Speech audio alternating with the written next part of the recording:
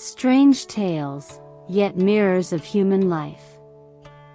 Hello, everyone. Welcome to Encountering Chinese, the ghost story series, Strange Tales from a Chinese Studio. Today, we bring you the 6th episode in our collection of strange tales. The screen will turn black in 5 minutes to help you relax. And now, our story begins.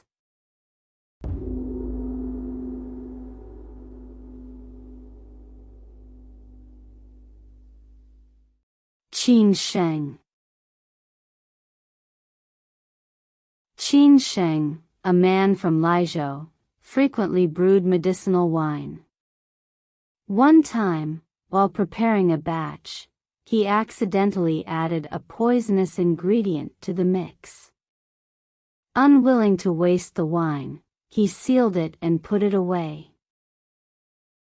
More than a year later, Qin Sheng craved a drink late one night but couldn't find any wine. Suddenly, he remembered the toxic wine he had stored. Upon opening it, a strong aroma burst forth, making his mouth water uncontrollably. Ignoring his wife's earnest pleas to stop, he laughed and said, "I'd rather die drinking this wine than die of thirst from craving it." After finishing a cup, he grabbed the bottle to pour more. Angrily, his wife knocked the bottle over, spilling the wine all over the floor.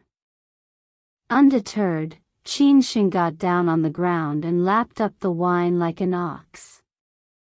Before long, he began experiencing severe stomach pain and eventually lost the ability to speak.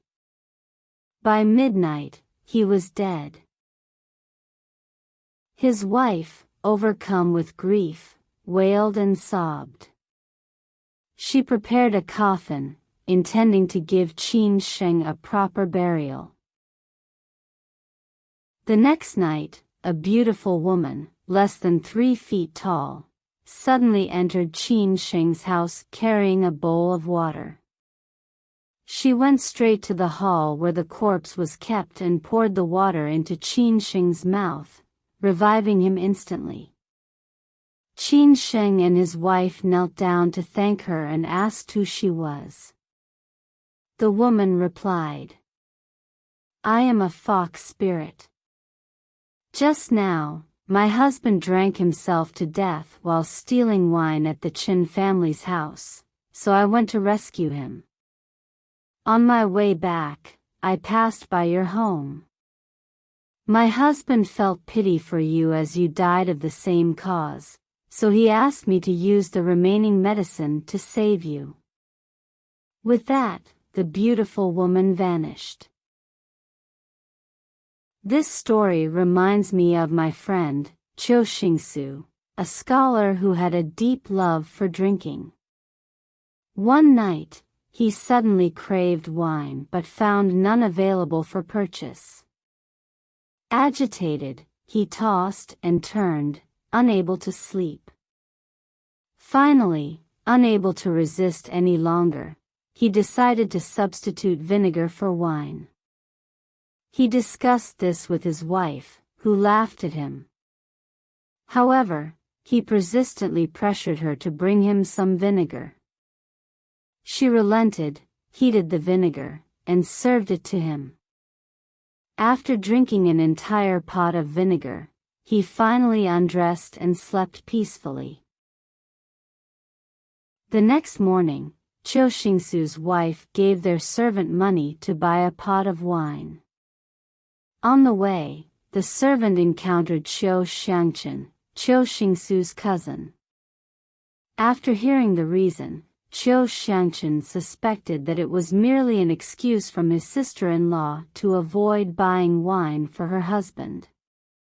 The servant said, "My mistress said, we already didn't have much vinegar at home, and last night the master drank half of it.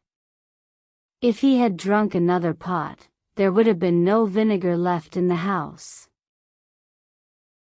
Anyone who heard this found it amusing. However, they didn't realize that when one is in the height of their craving for alcohol, even poison can seem sweet, let alone vinegar. This story, too, became a popular anecdote for a time.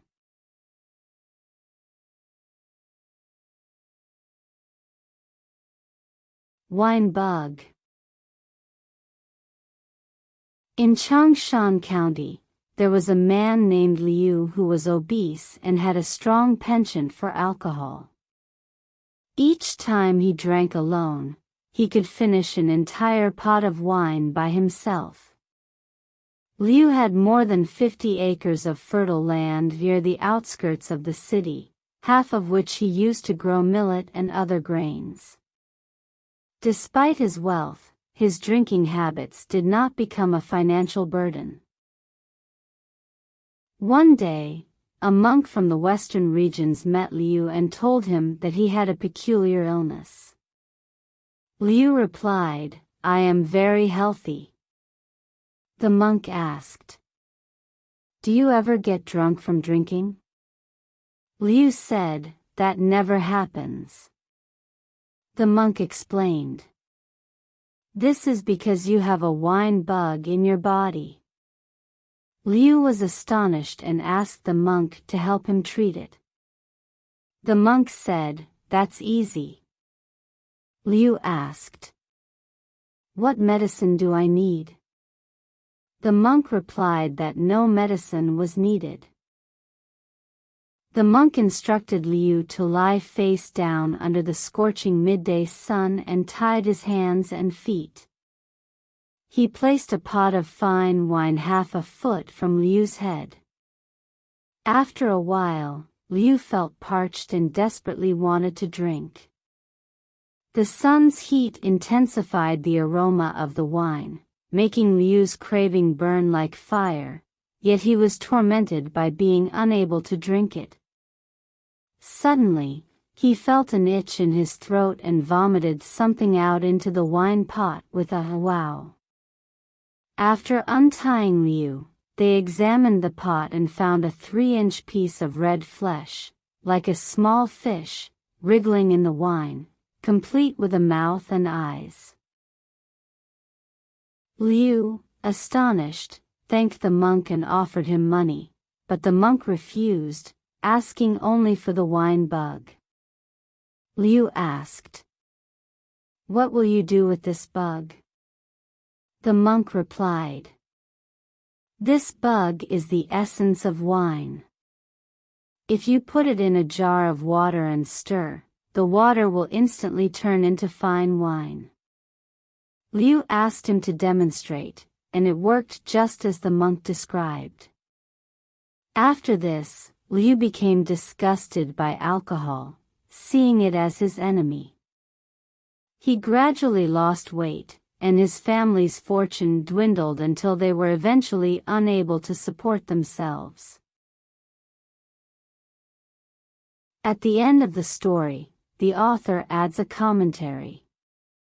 He says, "Despite drinking an entire pot of wine each day, his family's wealth remained unaffected, yet, when he stopped drinking even a single cup, his household became increasingly impoverished." Could it be that our sustenance is predetermined? Some say, the wine bug might have actually been Liu's fortune, not his ailment, and the monk merely deceived him with his sorcery. Could this really be the case?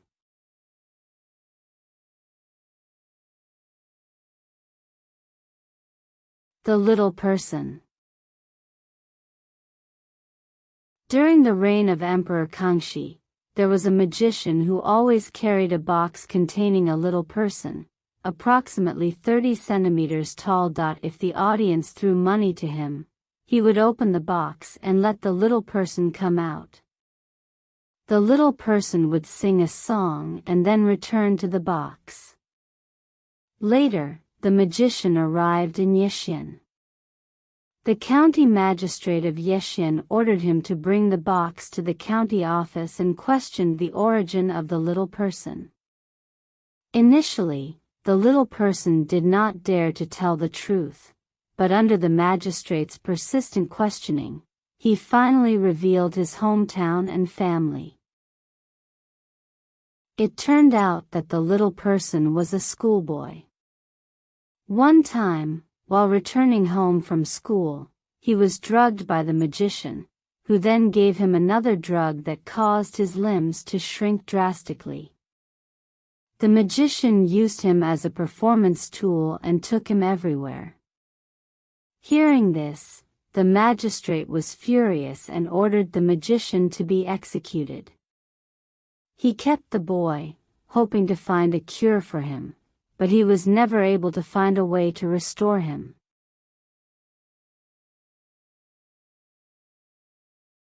Nian Yang.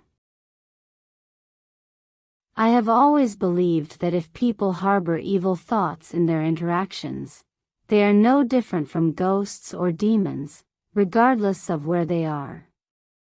This situation often occurs on major thoroughfares between the north and south. For example, those who wield sharp blades and ride fierce horses often intercept and rob passers-by. We know these people as bandits. Then there are others who, though not strong, can cut purses and steal bags in an instant, emptying valuables or goods like magicians. Travelers often find their possessions mysteriously vanished in the blink of an eye. These methods are even more cunning than those of ghosts. There are also people who, although only briefly encountered, will say sweet words to slowly get close to you, making you believe they are worth befriending. However, they end up being the cause of your losing all your possessions. These individuals set traps based on specific circumstances and employ various methods. People call them Nian Yang, because they speak kindly in daily life. Most of these Nian Yang appear on the northern roads, leading to many victims. My fellow townsman, Wang Zixuan, was a county scholar. In his family, there was an elder who had been ennobled by the emperor and appointed to serve in the Hanlin Academy in the capital city. Upon hearing this, he decided to pay a visit. He packed his belongings and rode his own donkey northward. Just a few miles out of Jinan City, a man riding a black donkey caught up with him and expressed a desire to travel together. On the road, this man often engaged Wang Zixuan in conversation, and Wang Zixuan would occasionally respond. The man said, "My surname is Zhang. I am a yamen runner from Qixia County, sent by the county magistrate to the capital on official business." He behaved very humbly and courteously, treating Wang Zixuan with great hospitality. They traveled together for dozens of miles, and Zhang suggested they stay at the same inn. Whenever Wang Zixuan rode ahead, Zhang would whip his donkey to catch up. If Wang Zixuan was behind, Zhang would wait by the roadside. Wang Zixuan's servant grew suspicious of him and sternly drove him away, not allowing him to follow. Seeing the servant's attitude, Zhang looked very embarrassed and rode away on his donkey. That evening, Wang Zixuan found an inn to rest. As he was walking in front of the inn, he suddenly saw Zhang eating and drinking in the outer courtyard. Wang Zixuan was a bit surprised, and Zhang, seeing him, immediately stood up respectfully, behaving like a servant. They exchanged a few polite words. Wang Zixuan thought it was just a chance encounter and didn't suspect anything, but his servant remained vigilant throughout the night. At dawn, as the rooster crowed, Zhang came again to invite Wang Zixuan to travel with him. The servant, however, sternly refused him, and Zhang had to leave once more, looking helpless. When the sun was already high, Wang Zixuan left the inn and continued on his journey. After traveling for about half a day, he saw a man ahead riding a white donkey. The man appeared to be around 40 years old, neatly dressed and clean, nodding off on his donkey as if he might fall off at any moment. Sometimes the man rode ahead of Wang Zixuan, other times he fell behind, and they continued like this for more than 10 miles. Wang Zixuan found this person quite strange and asked, "What did you do last night to be so tired and sleepy now?" Hearing someone speak, the man suddenly stretched and said, "I am from Qingyuan, with the surname Xu. Gao Geng from Linzi County is my cousin. My cousin teaches at a school he runs, and I'm on my way to visit him, bringing some gifts as well. Last night I stayed at an inn and accidentally shared it with some in Yang.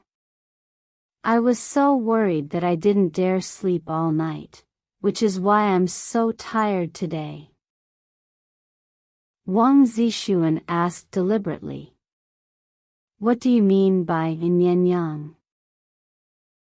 Xu replied, "You haven't traveled much and don't know about these dangers. Nowadays, there's a type of thief in this area who uses sweet words to deceive travelers. If one of them entangles with you, traveling and staying together, they will look for an opportunity to swindle your money. Yesterday, a distant relative of mine encountered this and lost all his travel funds. We travelers must be wary of this." Wang Zixuan nodded in agreement. Previously, the county magistrate of Linzi County had some dealings with Wang Zixuan, and Wang had served as his aide, knowing many of his guests, including a man surnamed Xu. So, Wang Zixuan no longer doubted him. They started chatting about everyday matters, and Wang Zixuan learned more about Xu's relatives. Xu suggested that they stay at the same inn that night, and Wang Zixuan gladly agreed. However, Wang Zixuan's servants still suspected Xu and privately discussed with his master the idea of delaying their journey. By doing so, they wouldn't have to outright refuse Xu's proposal but could still part ways with him. The next day, around noon, Wang Zixuan and his servant encountered another young man on their journey. The youth was about 16 or 17 years old, riding a sturdy mule, dressed in elegant and neat clothes, and his appearance was very handsome. They traveled together for a long time without exchanging a single word. As the sun was about to set, the young man suddenly said to Wang Zixuan, "There will be an inn up ahead where we can lodge for the night." Wang Zixuan responded to him with a slight nod. The young man then began to sigh repeatedly, as if unable to control his emotions. Wang Zixuan asked him briefly about the reason, and the young man sighed. "I am from Jiangnan, and my surname is Jin. I have studied diligently for 3 years, hoping to succeed in the examinations, but I failed again. My brother is now an official in the capital, so I am taking my family there to stay with him for a few days and to relax. However, I am not accustomed to long journeys, and the dust on the road is truly bothersome."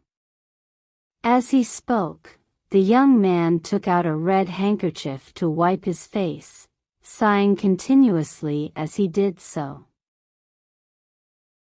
Wang Zixuan noticed that the young man spoke with a strong southern accent, and his voice was as gentle and sweet as a girl's. Wang Zixuan found himself somewhat fond of him and offered a few words of comfort. The young man said, "Earlier, I thought I would go ahead by myself, with my family following behind, but now it's almost dark, and they still haven't caught up. Even the servants haven't come to find me. I don't know what to do." As he spoke, the young man stopped and looked into the distance, then walked a few more steps but very slowly. Wang Zixuan, eager to continue his journey, left the young man behind and walked further and further away. As night fell, Wang Zixuan arrived at an inn. When he entered the guest room, he saw a bed against the wall with luggage already placed on it. Just as Wang Zixuan was about to ask who the luggage belonged to, someone came in, picked up the luggage, and was about to leave. The person said to Wang Zixuan, "Please rest here, I will move to another place." Upon closer inspection, Wang Zixuan realized that the person was Shu, whom he had met before. Wang Zixuan stopped him and invited him to stay and share the room. Shu was pleased and stayed, and the two of them sat down to chat. After a while, another person carrying luggage came in. Seeing Wang Zixuan and Shu in the room, he turned to leave, sighing, "There are already guests here." Wang Zixuan looked up and saw that it was the young man named Jin whom he had met on the road.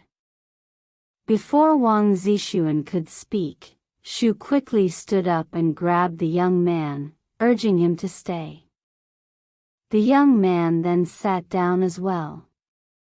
Shu began to inquire about the young man's family and hometown, and the young man repeated what he had told Wang Zixuan earlier.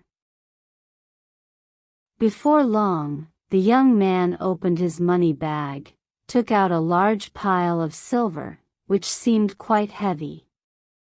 He weighed out more than an ounce of silver and handed it to the innkeeper, instructing him to prepare plenty of food and wine so they could chat and eat through the night.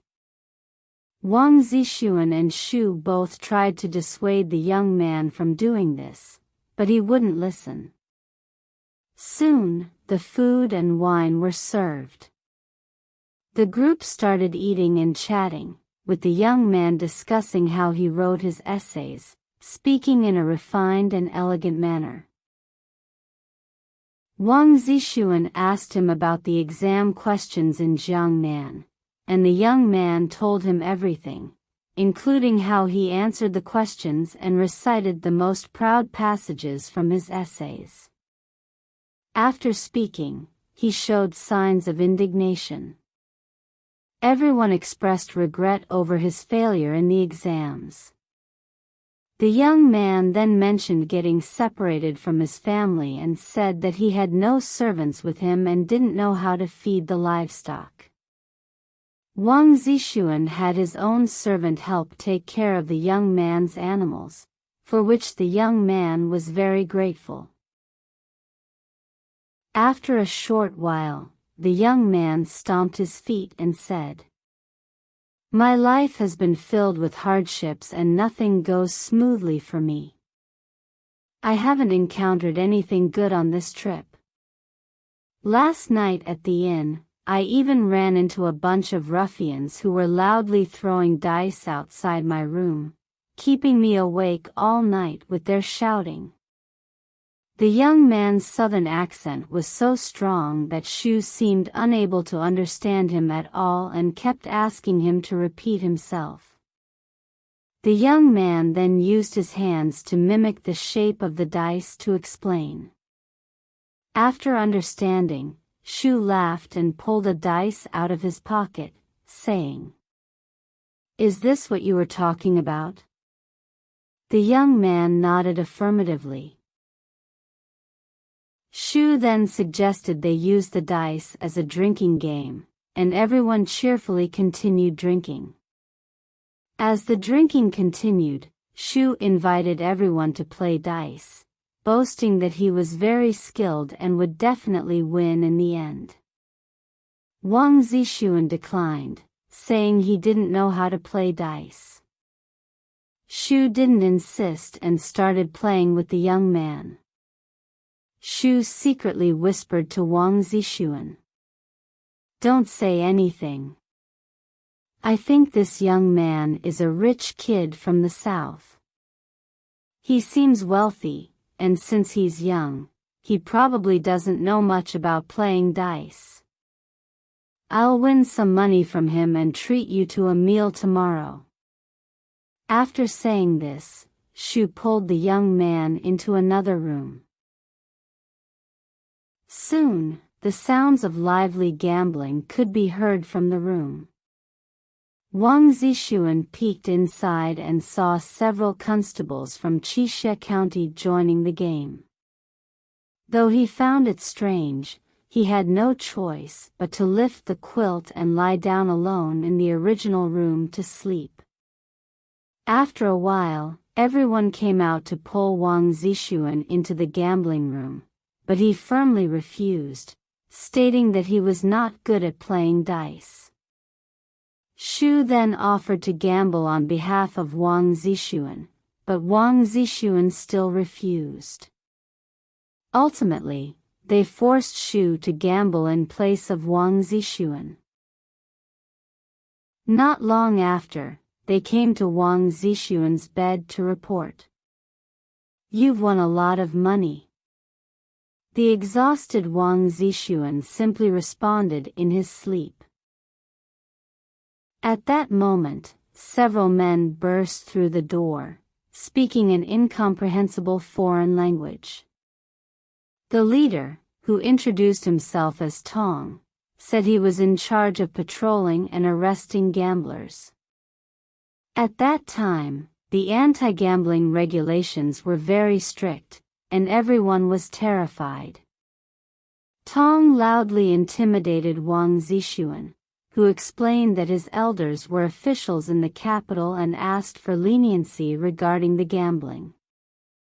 Upon hearing this, Tong's anger dissipated, and he began chatting familiarly with Wang Zixuan, even smiling and saying that everyone could continue playing.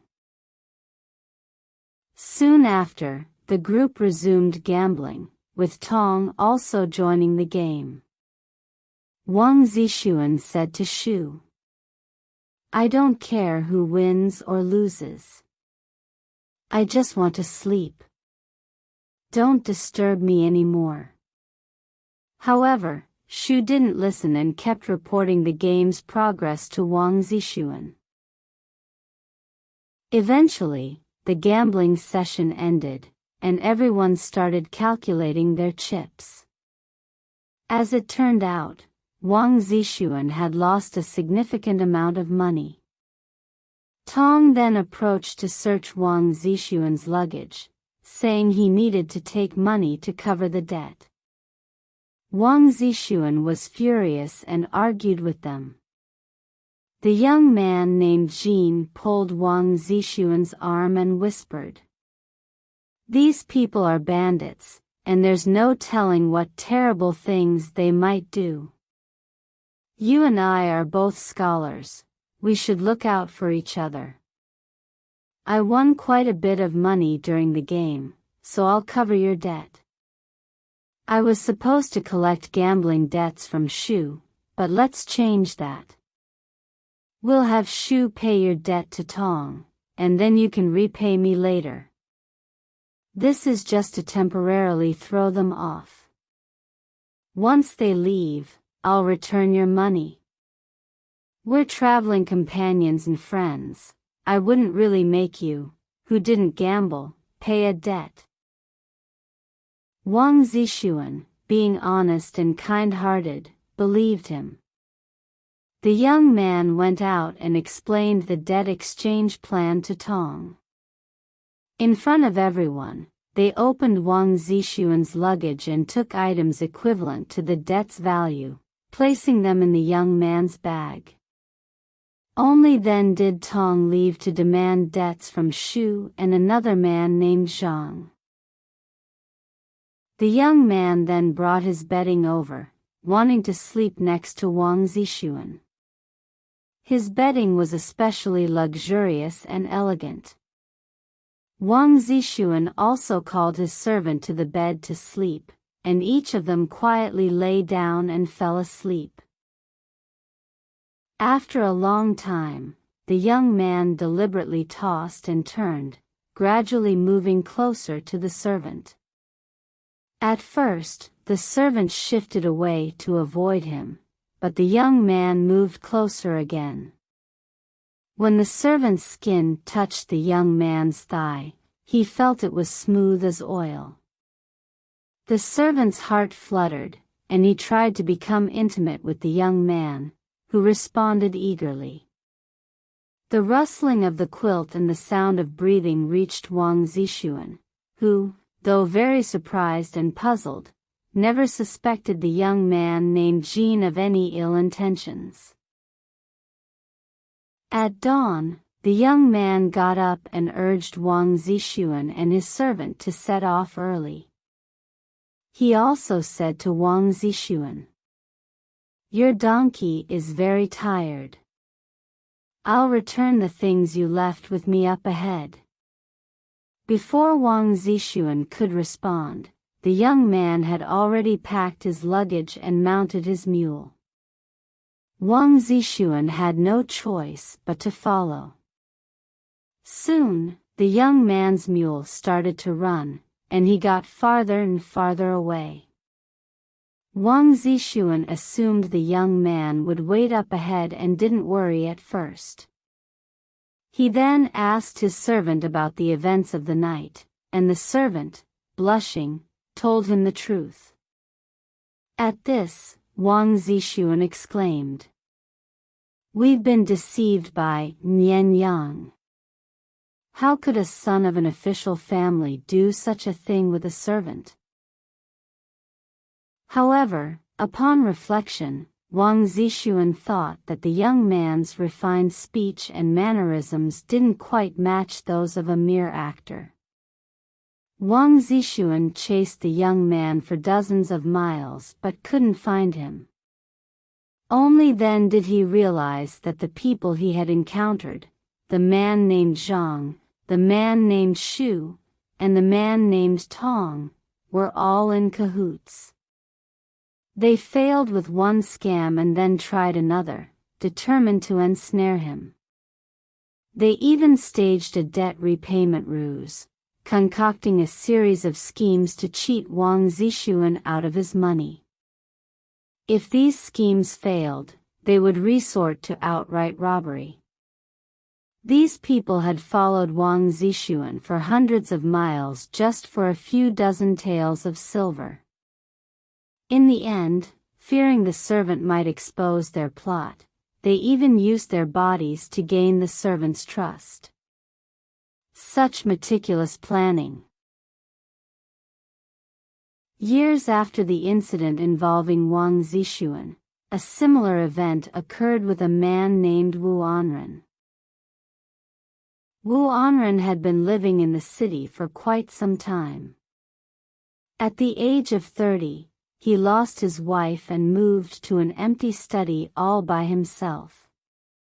One day, a scholar came to chat with him, and they hit it off quite well. The scholar brought along a young servant named Guito, who got along famously with Wu Anren's book servant. Over time, Wu Anren discovered that they were all fox spirits, but he didn't mind at all. Whenever Wu Anren went on a long journey, they would always accompany him. Even though all four of them lived in the same room, others couldn't see the scholar and his servant. Wu Anren often traveled to the capital, and once, as he was preparing to return home from there, he heard about Wang Zixuan's encounter with Nian Yang. He cautioned his book servant to be vigilant. The fox spirit scholar just chuckled and said, "You don't have to worry too much. This time, the journey will surely go smoothly." They first arrived in Zhuozhou and saw a man tying his horse outside a smokehouse. He was dressed neatly and luxuriously. When the man saw Wu Anren passing by, he stood up, mounted his horse, and followed behind. Gradually, the man struck up a conversation with Wu Anren. He said, "My surname is Huang, I'm from Shandong, and I came to the capital to deliver official documents to the Ministry of Revenue. Now that my business is done, I'm heading east to return home. I'm glad to travel with you and your servant, so I won't feel lonely on the road." Whenever Wu Anren stopped, Huang would also stop. Each time they ate together, Huang would insist on paying the bill. Although Wu Anren expressed gratitude outwardly, he still harbored suspicions inwardly. He privately asked the fox spirit scholar, who simply replied, "It's okay, you don't need to worry." Hearing this, Wu Anren relaxed.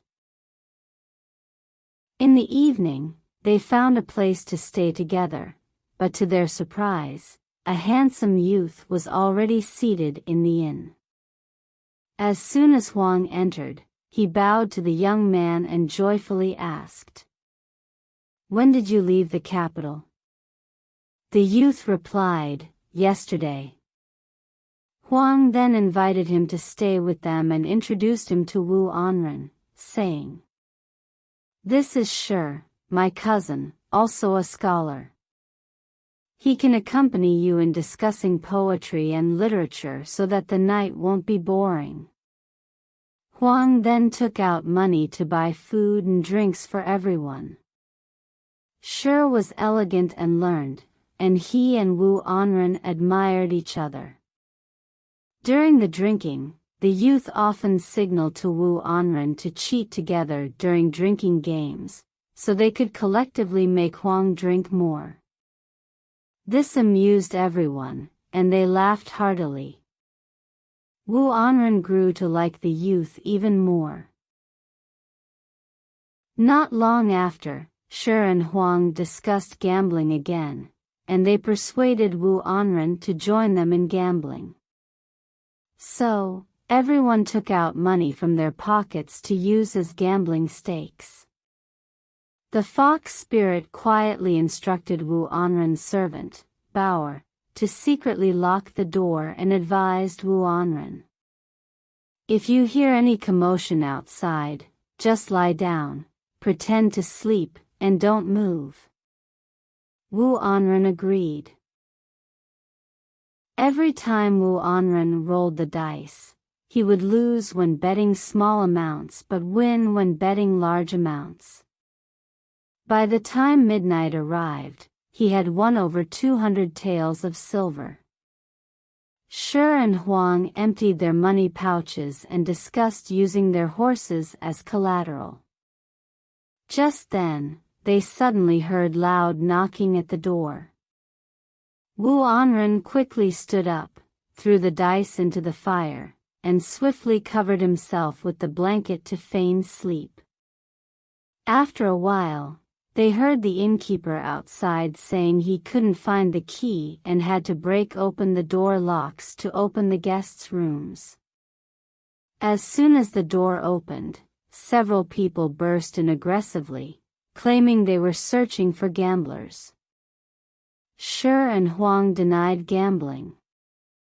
One person even lifted Wu Anren's blanket, accusing him of gambling. Wu Anren refuted the accusation. Several people then forcibly searched Wu Anren's luggage. Just as Wu Anren was about to succumb to the resistance, they suddenly heard the rebuke of officials passing by outside with a large entourage of vehicles and horses.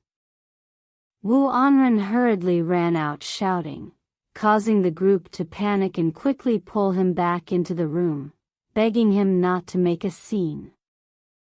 Wu Anren calmly handed over his bundle to the innkeeper. Soon after, the procession of officials moved away, and the group left the room. Huang and Shi acted surprised and began looking for beds to sleep in. Huang even suggested that Shi share a bed with Wu Anren. Wu Anren placed the bundle tied to his waist under his head as a pillow before pulling the blanket over himself to sleep. Not long after, Shi lifted Wu Anren's blanket and slipped naked into his embrace, whispering softly, "I admire your honesty and integrity and wish to be close to you." Although Wu Anren knew it was deception, he thought it wouldn't hurt, so he cuddled up with him. The next morning, Shi appeared exhausted and couldn't get out of bed. He feigned illness and asked Wu Anren and Huang to leave first. As Wu Anren left, he gave Shi some money as medical expenses. On the way, Wu Anren secretly spoke to the fox spirit and learned that the procession of officials from the night before was all an illusion created by the fox spirit. Huang was especially caring towards Wu Anren on the journey. That evening, they stayed at the same inn, where the room was small and could only accommodate one bed, but it was warm and clean. Feeling the bed was too narrow, Wu Anren commented, and Huang said, "This room is indeed narrow for two people. If you sleep alone, it will be spacious enough. It's not a big deal." After dinner, Huang left. Wu Anren also preferred to stay alone in a room, so he could entertain his fox friend. After waiting for a long time, the fox seemed not to arrive. Suddenly, he heard the sound of fingers tapping on the window frame outside. Wu Anren went to check and found a young woman dressed elaborately entering. She smiled at Wu Anren and revealed herself as the innkeeper's daughter-in-law. They became intimate and enamored with each other. Suddenly, the woman burst into tears. Wu Anren asked her why, and she confessed, "I dare not hide it from you. I was sent by the innkeeper to seduce you. Normally, as soon as I enter the room, someone will come to capture us. But tonight, no one has come yet."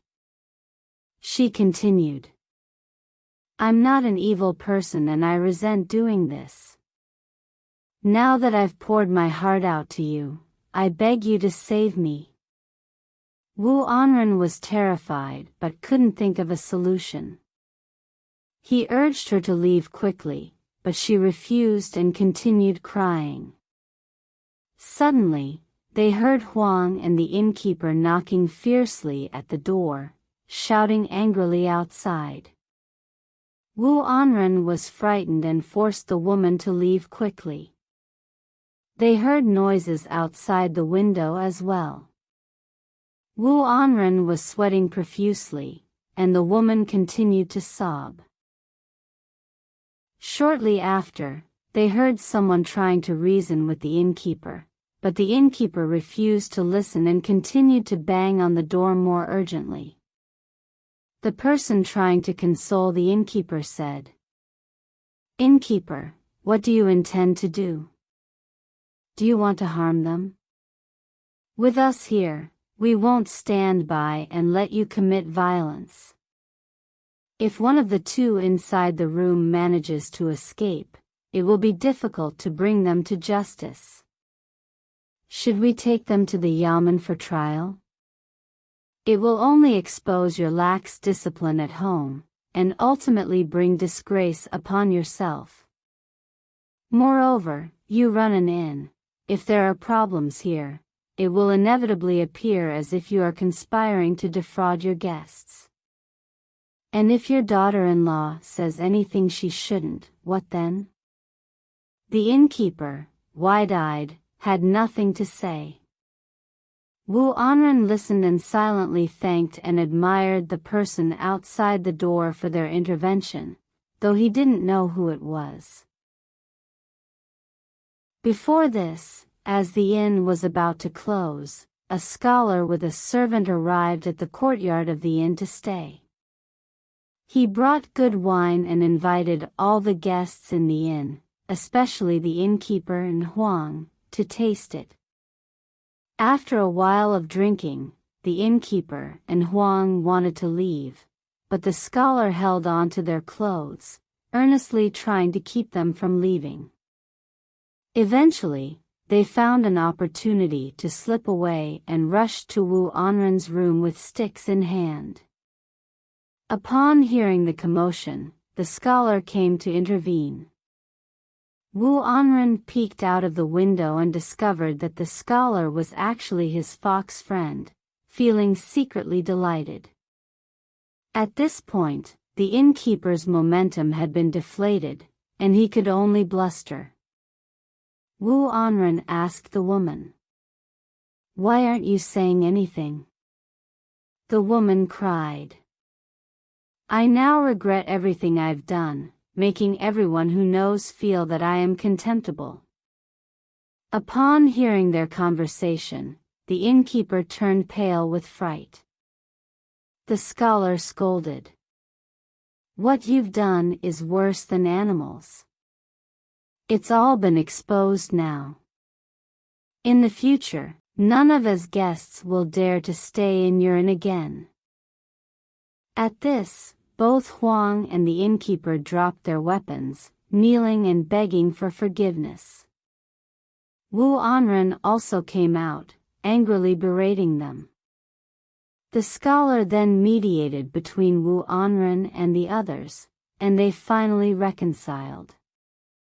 The woman cried again, refusing to go back. Several maids and old women rushed out from inside, dragging the woman back into the room. She collapsed on the ground, crying even more bitterly.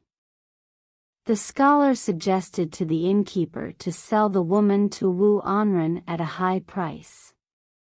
The innkeeper, with his head bowed, said, "Never thought that after doing business for so many years, today I'd end up with nothing.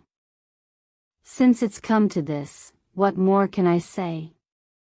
He then agreed to the scholar's suggestion. Wu Anren refused to pay more money, so the scholar mediated between the parties, and they eventually agreed to purchase the woman for 50 taels of silver. After both sides exchanged money, the morning bell rang, so they packed up and left with the woman. The woman had never ridden a horse before, and soon felt exhausted. At noon, the group took a short rest. When it was time to leave, Wu Anren called for Bauer, but he was nowhere to be found. After waiting for a while and seeing the sun already setting in the west, Wu Anren was puzzled and asked the fox. The fox scholar said, "Do not worry, he'll be back soon." The stars and moon appeared before Bauer returned. Wu Anren questioned him, and Bauer smiled and said, "Last night, you gave 50 taels of silver to those thieves, which made me feel indignant. Just now, I discussed with Gui To and went back to retrieve the money." With that, he placed the silver on the table. Wu Anren was amazed and asked for the reason. It turned out that the little fox, Gueto, knew that the woman actually only had one elder brother who hadn't returned from a distant journey in over 10 years. Gueto transformed into her brother's appearance and had Bao impersonate her younger brother, going to the innkeeper's house to look for the woman. The innkeeper was frightened upon seeing them and lied, saying that the woman had died of illness. The two then pretended to call for officials. The innkeeper, even more afraid, bribed them with silver, increasing the bribe to 40 taels before they agreed to leave. Bao recounted the whole process. Wu Anren then gave the money back to Bao. After returning home, Wu Anren and the woman became a loving couple, and the Wu family became even wealthier under their management. Later, Wu Anren asked the woman about her origins in detail, only to find out that the handsome young man he encountered on the road was the woman's husband, who was surnamed Jin instead of Shi. She had obtained the hickory silk shawl she was wearing from a man surnamed Wang in Shandong. It turned out that this group of swindlers had many accomplices, including the innkeeper, who were all in cahoots. And who would have thought that the thieves Wu Anren encountered were actually the same group of people that Wang Zixuan had encountered before?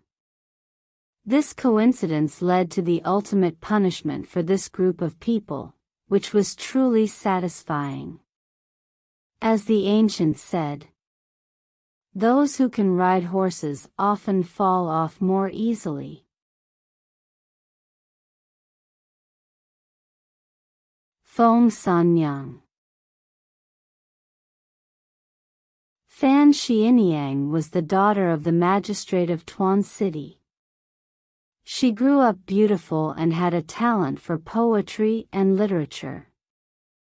Fan Xianyang's parents cherished her like a treasure. Whenever there were suitors, they would let her decide, but rarely did she find one she favored. That year, coinciding with the 15th day of the first lunar month, the nuns of Shueihua Monastery held a Yulan festival. On the festival day, many women gathered at the monastery, and Fan Xianyang was among them. As she toured around, a young woman followed closely behind her, staring at her intently several times, as if wanting to say something. Fan Xianyang stopped and carefully examined the young woman, who appeared to be a peerless beauty of about 16 or 17 years old. Fan Xianyang was captivated by her and turned to gaze at her. The young woman smiled faintly and said, "Are you Miss Fan Xianyang?" Fan Xianyang replied, "Yes, I am." The young woman said, "I have often heard others speak of your beauty, and it seems they were all telling the truth." Fan Xianyang asked where the young woman lived, and she replied, "My surname is Feng, and I am the third in my family. We live in a nearby village." With that, Feng Sanyang held Fan Xianyang's arm, chatting and laughing with her in a gentle and tactful manner. The two developed feelings of admiration and reluctance to part from each other. Fan Xianyang asked, "Why did you come here alone?" Feng Sanyang replied, "My parents passed away long ago, and now there is only an old nanny taking care of me at home. She stayed behind today to watch over the house, so she couldn't come with me." Before long, Fan Xianyang prepared to return home.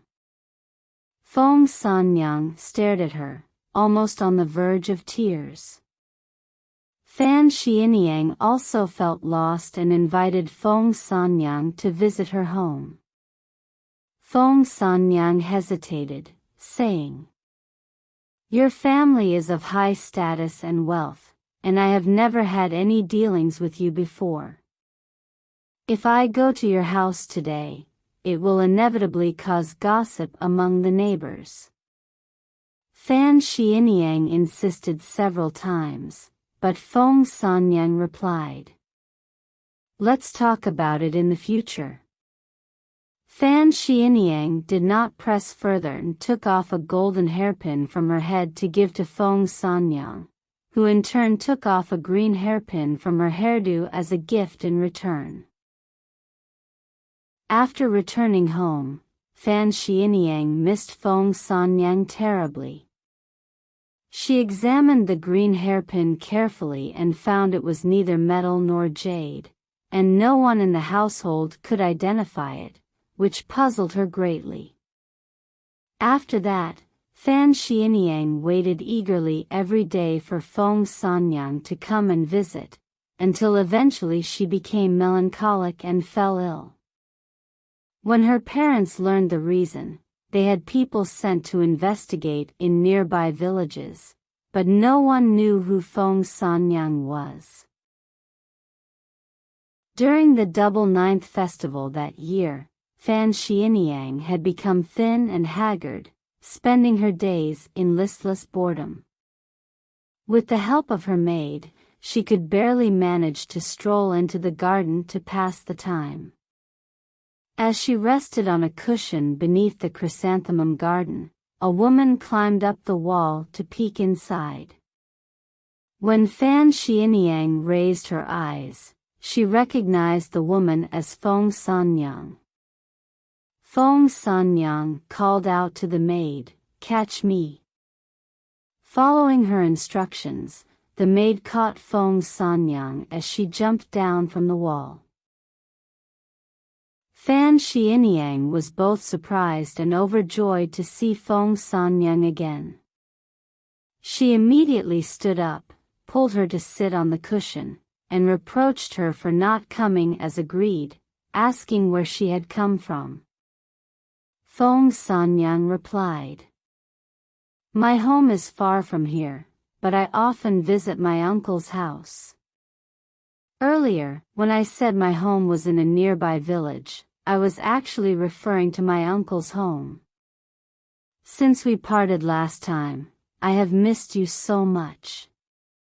However, being poor and lowly, I felt ashamed to associate with you, a person of wealth and status.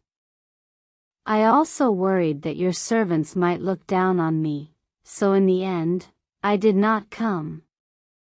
Just now, as I passed by your house outside the wall, I heard you talking in the garden, so I climbed up to look, hoping to see you, and my wish has come true." Fan Xianyang then explained the root of her illness to Feng Sanyang, who listened tearfully and said, "Today, when I came here, please keep this a secret. I'm afraid that someone will gossip and cause trouble, making our relationship unbearable for you." Fan Xianyang promised to keep it confidential. Afterward, the two returned to the house together, slept in the same bed, and happily confided in each other. Before long, Fan Xianyang's illness inexplicably healed. They treated each other as sisters in daily life, even exchanging clothes and shoes. Whenever someone approached, Feng Sanyang would hide in the closet. This went on for 5 or 6 months. One day, Mr. Fan and his wife heard some news. Fan Xianyang was playing chess with Feng Sanyang in the bedroom when Mrs. Fan unexpectedly walked in. She carefully examined Feng Sanyang and exclaimed, "Being friends with my daughter suits you perfectly." She then turned to Fan Xianyang and said, Your good friend has come to our home, and your father and I are very happy about it. Why didn't you tell us? Fan Xianyang relayed Feng Sanyang's intentions to her mother. Mrs. Fan looked at Feng Sanyang and said, I'm glad you can accompany my daughter, but why did you keep it a secret? Feng Sanyang blushed and silently fiddled with her dress. After Mrs. Fan left, Feng Sanyang wanted to bid farewell, but Fan Xianyang pleaded earnestly, so she stayed. One night, Feng Sanyang rushed into the house in distress, crying out, I told you I couldn't stay here, and now I've suffered a great humiliation. Fan Xianyang asked her in surprise what had happened. Feng Sanyang explained. Just now when I went out to use the restroom, a young man rudely lunged at me. Luckily, I managed to escape. But now, I feel deeply humiliated. Fan Xianyang carefully inquired about the man's appearance and apologized, saying, Please don't be upset. That man is my foolish brother. I will definitely tell my mother about this and have her punish him with a cane. Despite Fan Xianyang's apologies, Feng Sanyang insisted on leaving. Fan Xianyang suggested she wait until morning to depart. Feng Sanyang said, My uncle's house is very close by. You just need to use a ladder to help me over the wall. Knowing she couldn't persuade her otherwise, Fan Xianyang sent 2 maids to escort Feng Sanyang over the wall. After walking about half a mile, Feng Sanyang thanked the maids and left on her own. When the maids returned, they found Fan Xianyang lying on the bed, sighing sorrowfully as if separated from her spouse. Several months later, one of the maids had business in the eastern village. On her way back that evening, she encountered Feng Sanyang walking with an old lady. Delighted, the maid greeted them warmly. Feng Sanyang, with a sad expression, asked about Fan Xianyang's well-being. The maid pulled on Feng Sanyang's sleeve and said, Please come to our house. Our young lady has been longing for you as if her life depends on it. Feng Sanyang replied, I also miss your young lady, but I don't want your family to know I'm coming. Go back and open the garden gate. I'll find my way there. The maid returned and informed Fan Xianyang, who joyfully followed the instructions. By the time Fan Xianyang reached the garden, Feng Sanyang had already arrived.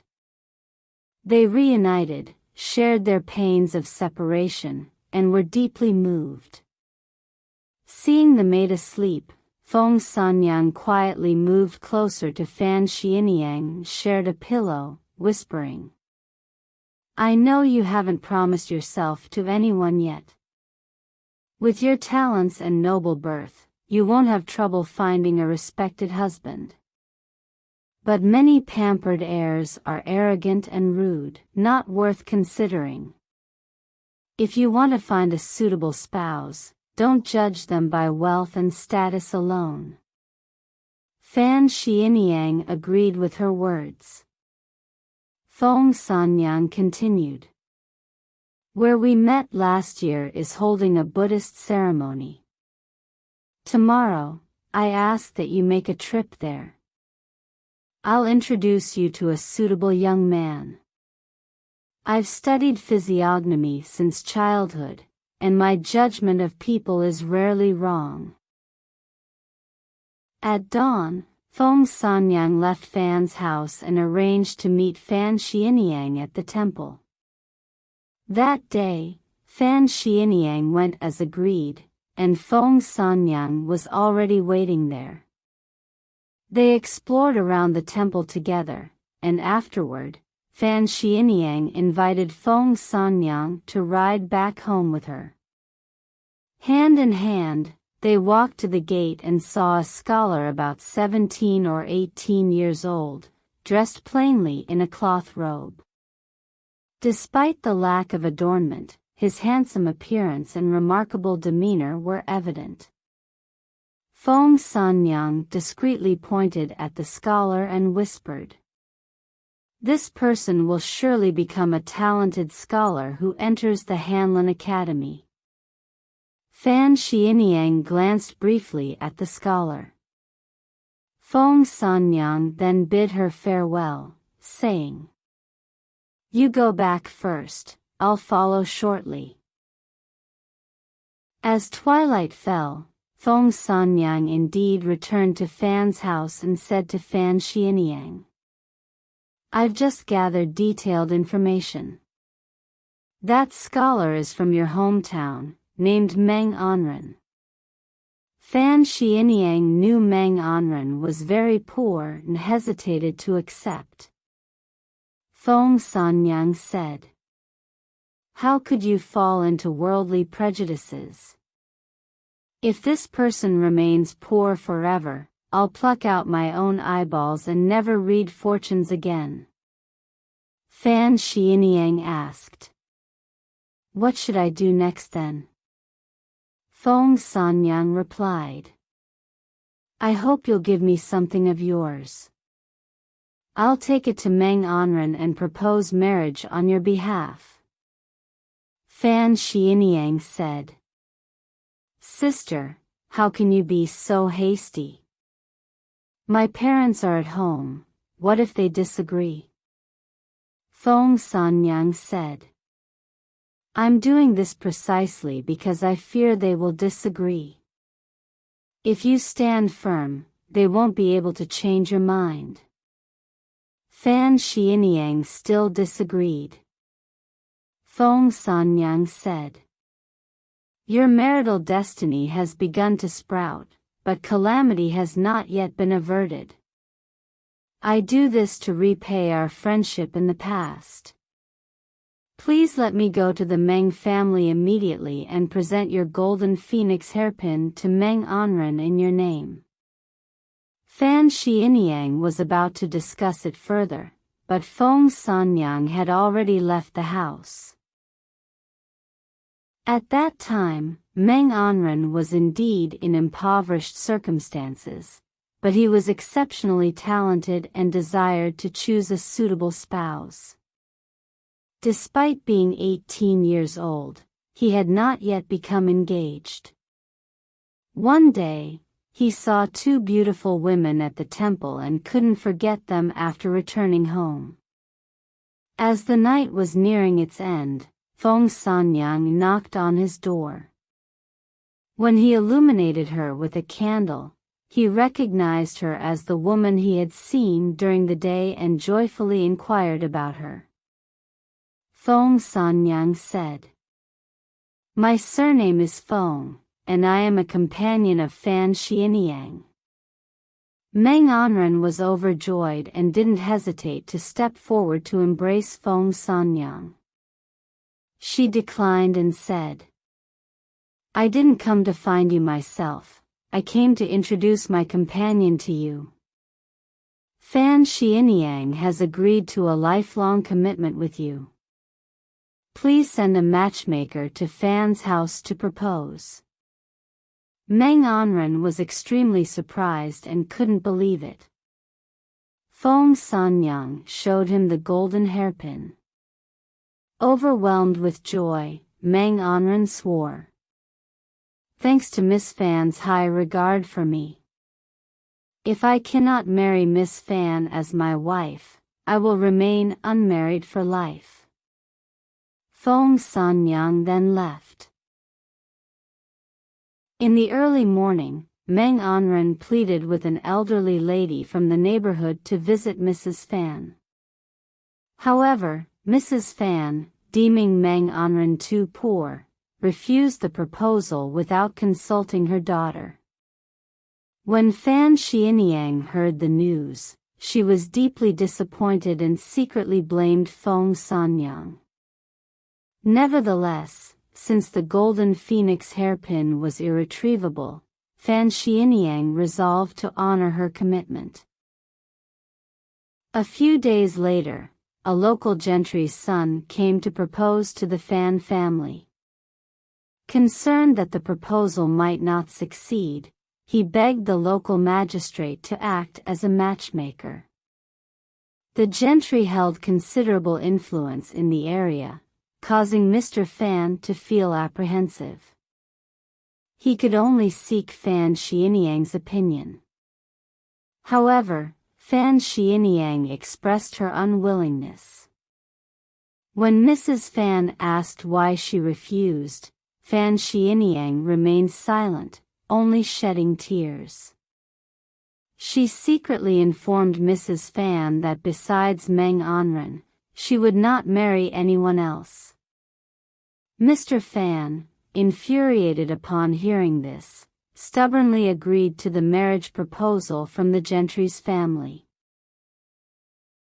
Meanwhile, Mr. Fan also suspected that Fan Xianyang and Meng Anren had already developed a private relationship. Therefore, he hastily selected an auspicious day for Fan Xianyang to quickly complete the wedding. Fan Xianyang was so upset that she couldn't eat and spent whole days lying in bed.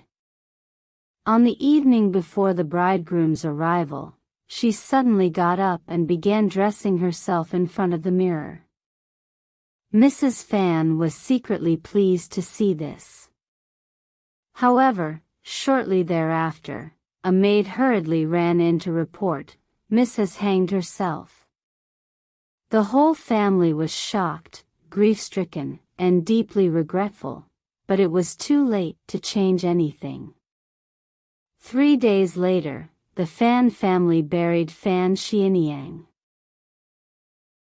Returning to Meng Anren, since the elderly lady from the neighboring house returned and conveyed the attitude of the Fan family, Meng Anren was furious to the point of despair. Yet, he frequently inquired about news from the Fan family, inexplicably holding on to hope that things could still be salvaged. When he learned that Fan Xianyang had been betrothed to someone else, he was consumed with anger and hopelessness. Shortly thereafter, upon hearing of Fan Xianyang's suicide by hanging, he was overwhelmed with grief and bitterness, feeling utterly dejected, wishing he could join Fan Xianyang in death. As dusk approached, Meng Anren left his home, intending to weep bitterly at Fan Xianyang's grave during the dim night. At that moment, someone approached him. As they drew nearer, he recognized it was Feng Sanyang. Feng Sanyang said to Meng Anren, "Congratulations, your good fortune can now be realized." Tears streaming down his face, Meng Anren replied, "Don't you know Fan Xianyang has already passed away?" Feng Sanyang said, "The good fortune I speak of is precisely because she has died. Hurry, go and call your family to dig up Fan Xianyang's grave. I have a miraculous medicine that can bring her back to life." Meng Anren followed her instructions, quietly dug up Fan Xianyang's grave with his family, opened the coffin, retrieved the body, and reburied the grave. Meng Anren personally carried the body back home with Feng Sanyang, placing it on the bed. After Feng Sanyang administered the medicine to Fan Xianyang, miraculously, after some time, Fan Xianyang indeed came back to life. Upon seeing Feng Sanyang, Fan Xianyang asked, "Where am I?" Feng Sanyang pointed to Meng Anren and said, Look, this is Meng Anren's home. She then explained to Fan Xianyang what had transpired. Fan Xianyang finally woke up from her dreamlike state. Fearful of the news leaking out, Feng Sanyang led them to hide in a mountain village 50 miles away. When Feng Sanyang was about to bid farewell and leave, Fan Xianyang cried and begged her to stay and keep her company in another courtyard. They also sold the funerary jewelry for living expenses, managing to scrape together some wealth. When Feng Sanyang encountered Meng Anren, she would always avoid him and walk away. Fan Xianyang calmly said, "We are like sisters, closer than kin, but we cannot be together forever. I was thinking, why don't you and I emulate the ancient story of a Huang and Nu Ying, and both marry Meng Anren?" Feng Sanyang replied, "Since childhood, I have acquired extraordinary techniques through special breathing methods that grant longevity, so I am unwilling to marry anyone." Fan Xianyang smiled and said, "Countless techniques are rumored to exist in the world, but how many are truly effective?" Feng Sanyang responded, "The secret I possess is unknown to the world. Those handed down are mostly false, except perhaps for Huatuo's 5-animal play from 1,000 years ago, which is somewhat close. Those who practice seek only to promote the circulation of qi and blood. If hiccups are due to rebellious qi, with the right method, immediate relief can be achieved. Isn't this effective?" Fan Xianyang then secretly planned with Meng Anren, asking him to pretend to be away. At night, Fan Xianyang insisted that Feng Sanyang drink wine. When she became intoxicated, Meng Anren stealthily entered the room and shared the bed with her. Upon awakening, Feng Sanyang angrily said, "Younger sister, you've ruined me. If I had kept my vow of abstinence, I could have become a deity. Now, I have fallen victim to your scheme, it's all fate." With that, she got up and took her leave. Fan Xianyang expressed her sincerity and apologized with a heavy heart. Feng Sanyang confessed, "To tell you the truth, I am actually a fox. That day, captivated by your beauty, I developed feelings of love. But now, I have ensnared myself and ruined everything. This calamity was caused by affection, unrelated to humans. If I were to stay here any longer, the affliction of affection would never cease. You still have many days to enjoy blessings, so take good care of yourself." With that, she disappeared before their eyes, leaving the couple amazed and astonished for a long time. A year later, Meng Anren passed both the local and provincial examinations, securing a position in the Hanlin Academy. When he presented his name card and visited Mr. Fan, the latter was filled with shame and reluctance to meet him. After repeated requests, Mr. Fan finally agreed to see him. Meng Anren entered, paid respects as a son-in-law, and prostrated himself humbly. Mr. Fan was infuriated and felt ashamed, thinking that his daughter had passed away many years ago, and suspecting that this was meant to insult him. Meng Anren pleaded for a private conversation and explained everything in detail. Mr. Fan remained incredulous and sent someone to investigate at Meng Anren's home, confirming the truth, which delighted him greatly.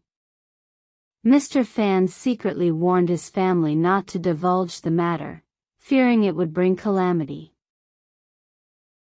2 years later, the local gentry was convicted of bribery, and both father and son were exiled to Liaohai Wei for military service. Only then did Fan Xianyang return home formally to visit her parents.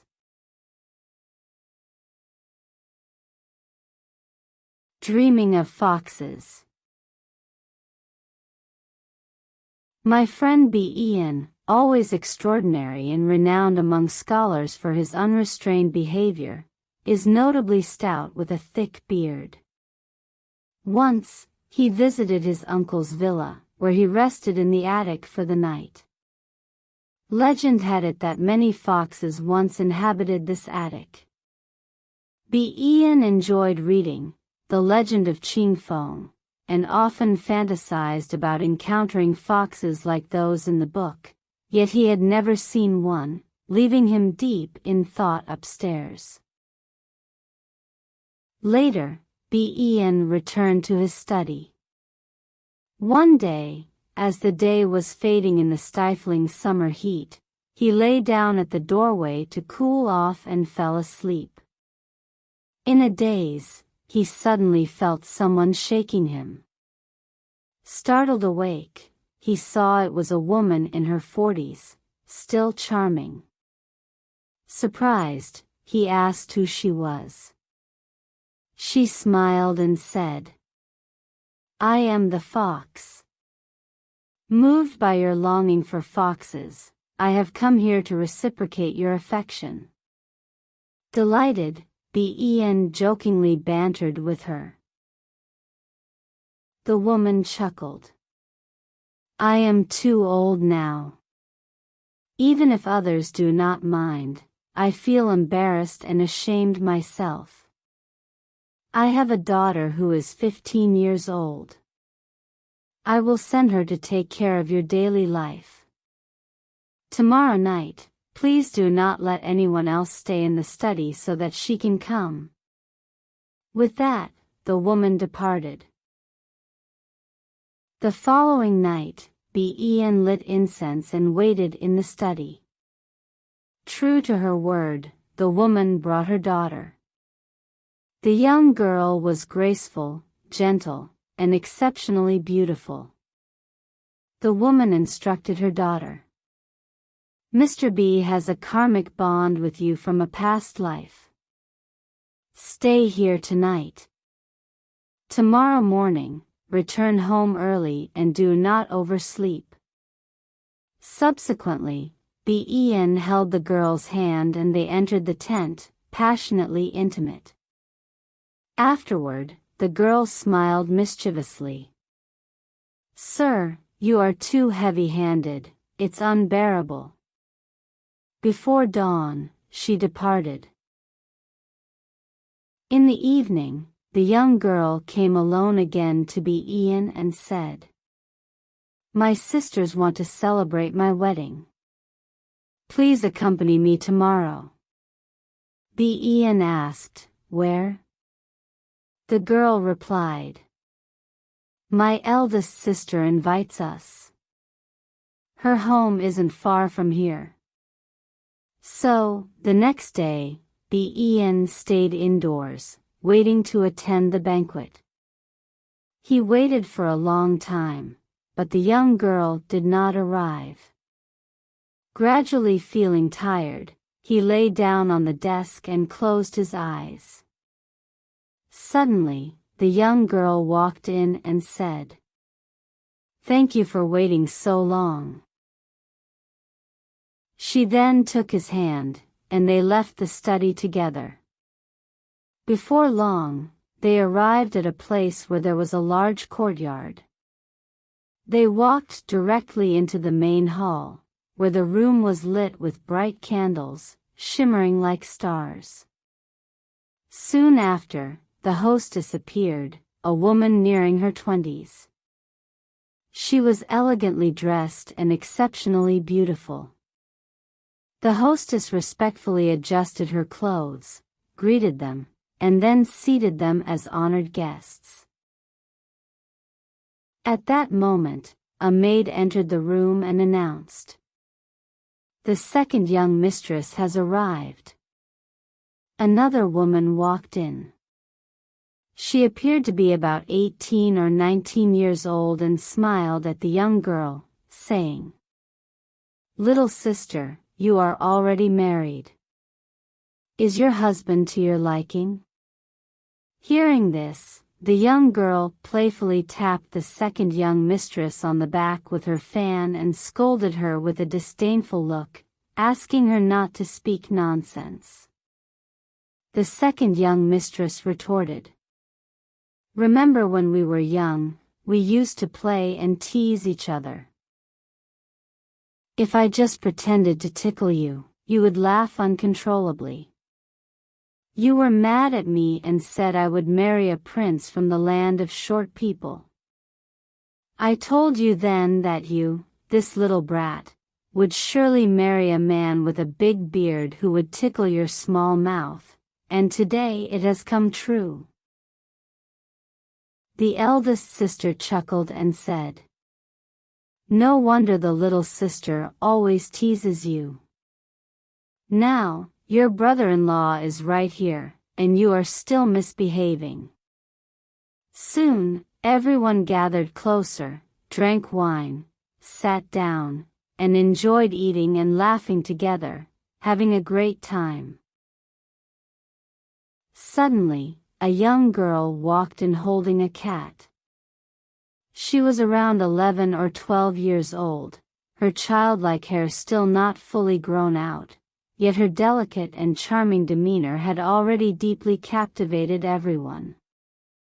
The eldest sister said, "Does little fourth sister also want to meet brother-in-law?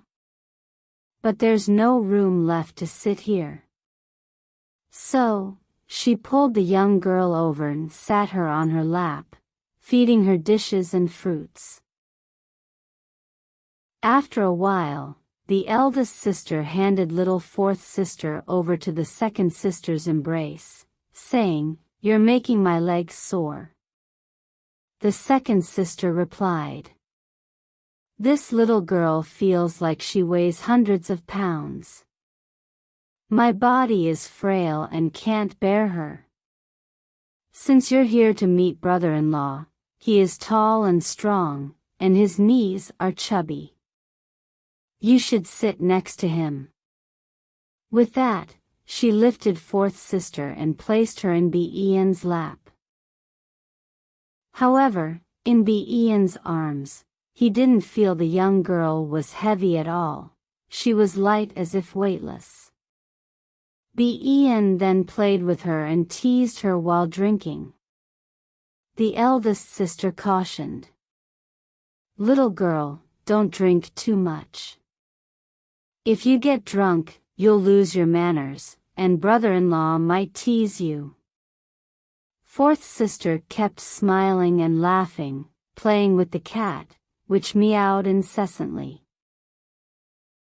The eldest sister said, "Quickly let go of the cat, otherwise, the fleas and lice on the cat will jump onto you."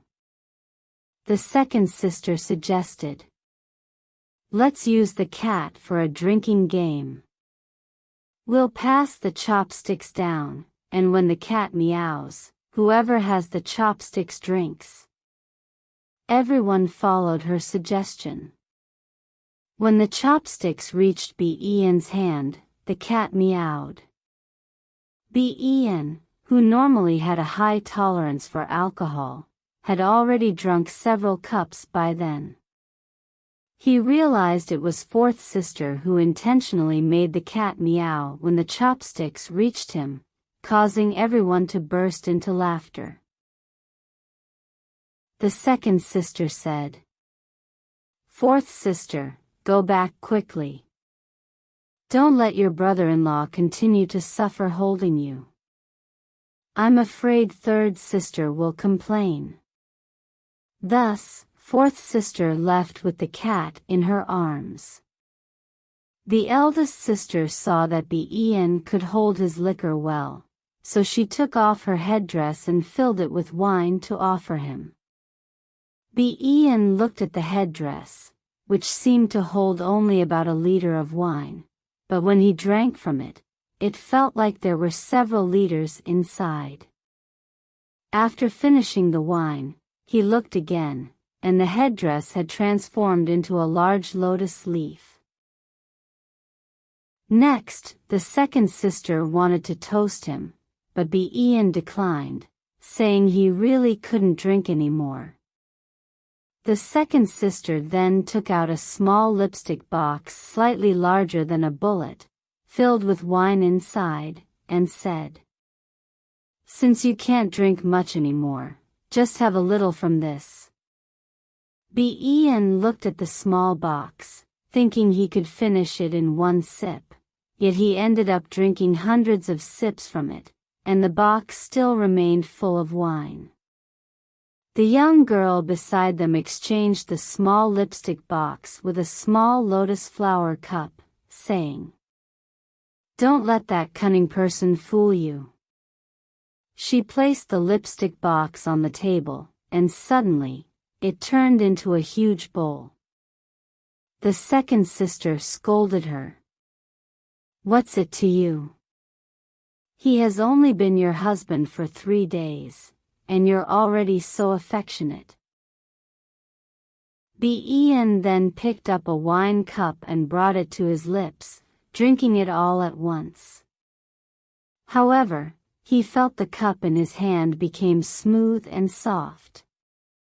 Upon closer inspection, it wasn't a wine cup at all but a delicate embroidered shoe, exquisitely crafted. The second sister snatched the embroidered shoe away, scolding, "You cunning girl! When did you steal my shoe? No wonder my feet were freezing." With that, she had to get up and go indoors to change her shoes. The young girl led Ian away from the feast and bid farewell to everyone. She escorted him out of the village but told him to find his own way home.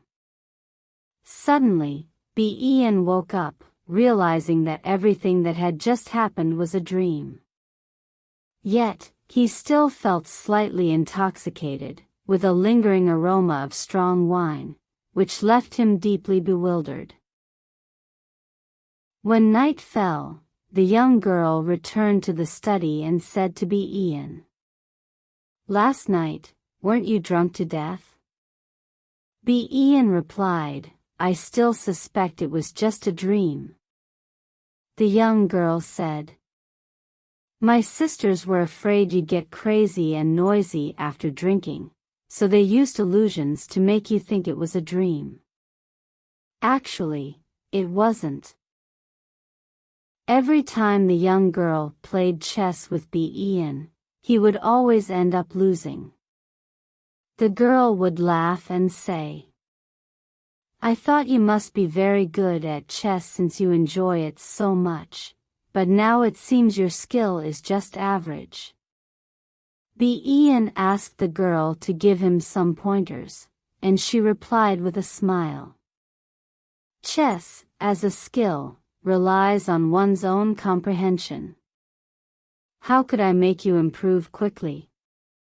But by playing often together, you may improve through osmosis." After a few months, Ian felt that his chess skills had slightly improved. The girl played with him again and still teased, "Not quite there yet, not quite there."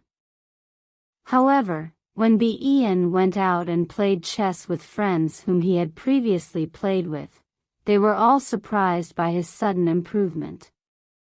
Ian, being straightforward and unable to keep things to himself, inadvertently revealed some details. Upon learning this, the young girl reproached Ian, saying, "No wonder we foxes are unwilling to associate with people as reckless as you. I repeatedly told you to carefully guard the secret between us, yet you still blurted it out."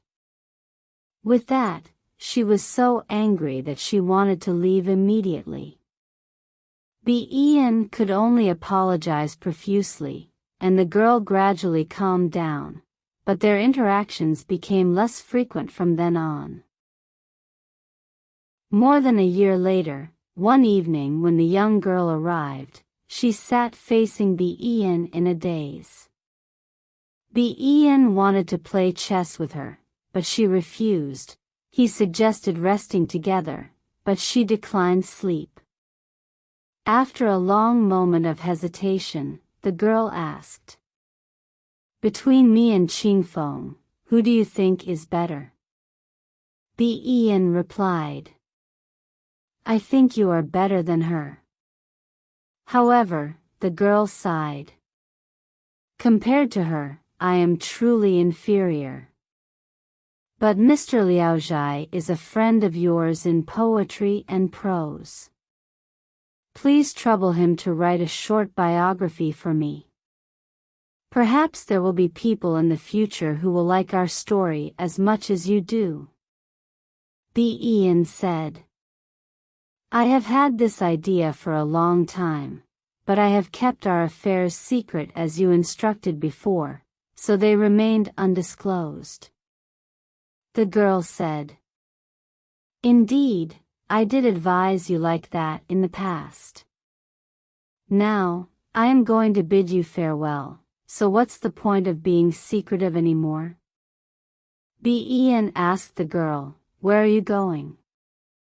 The girl replied, "My fourth sister and I have been summoned by the Queen Mother of the West to the Heavenly Palace to tend to her gardens of flowers and birds.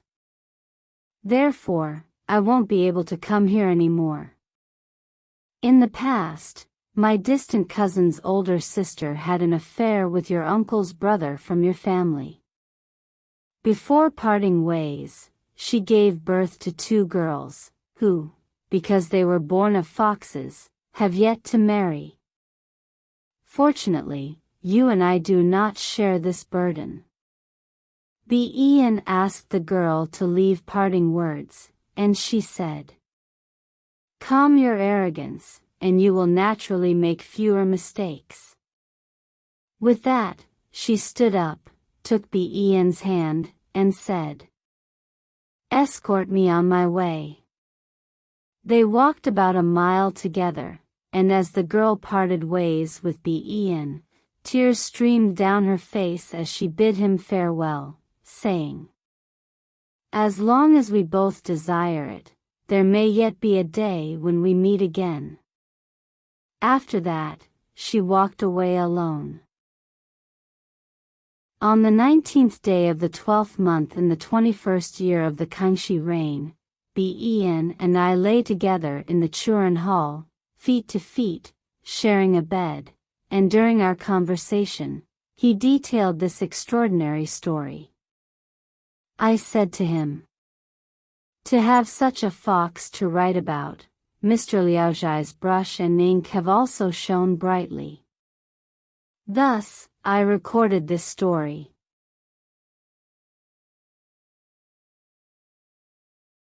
The Wooden Beauty. Merchant Bai Yugong once told me a story. He said that at the mouth of the Luo River, he had seen a man carrying a bamboo box and leading 2 large dogs. The man stopped and took out a wooden carving of a beautiful woman, over a foot tall, from the bamboo box. The wooden beauty's hands could move, her eyes could turn, and she was dressed in brightly colored clothes with heavy makeup, looking almost lifelike. Next, he placed a small embroidered saddle pad on one of the dogs' backs and set the wooden beauty atop it. Once everything was arranged, he commanded the dog to start running. Astonishingly, the wooden beauty stood up and began performing various circus tricks. She would sometimes hang from the dog's belly by the stirrups, slide from the dog's waist to its tail, and then leap back onto the dog's back. She would kneel, stand, and perform all sorts of flexible movements without error. Later, the man had the wooden beauty enact the story of Wang Zhaojuan's departure to the frontier. He took out another wooden figure of a boy, with a pheasant feather in his cap and dressed in a sheepskin coat, riding on the back of the other dog and following the wooden beauty. The wooden beauty would frequently look back, and the wooden boy would whip his mount to catch up, creating an incredible spectacle.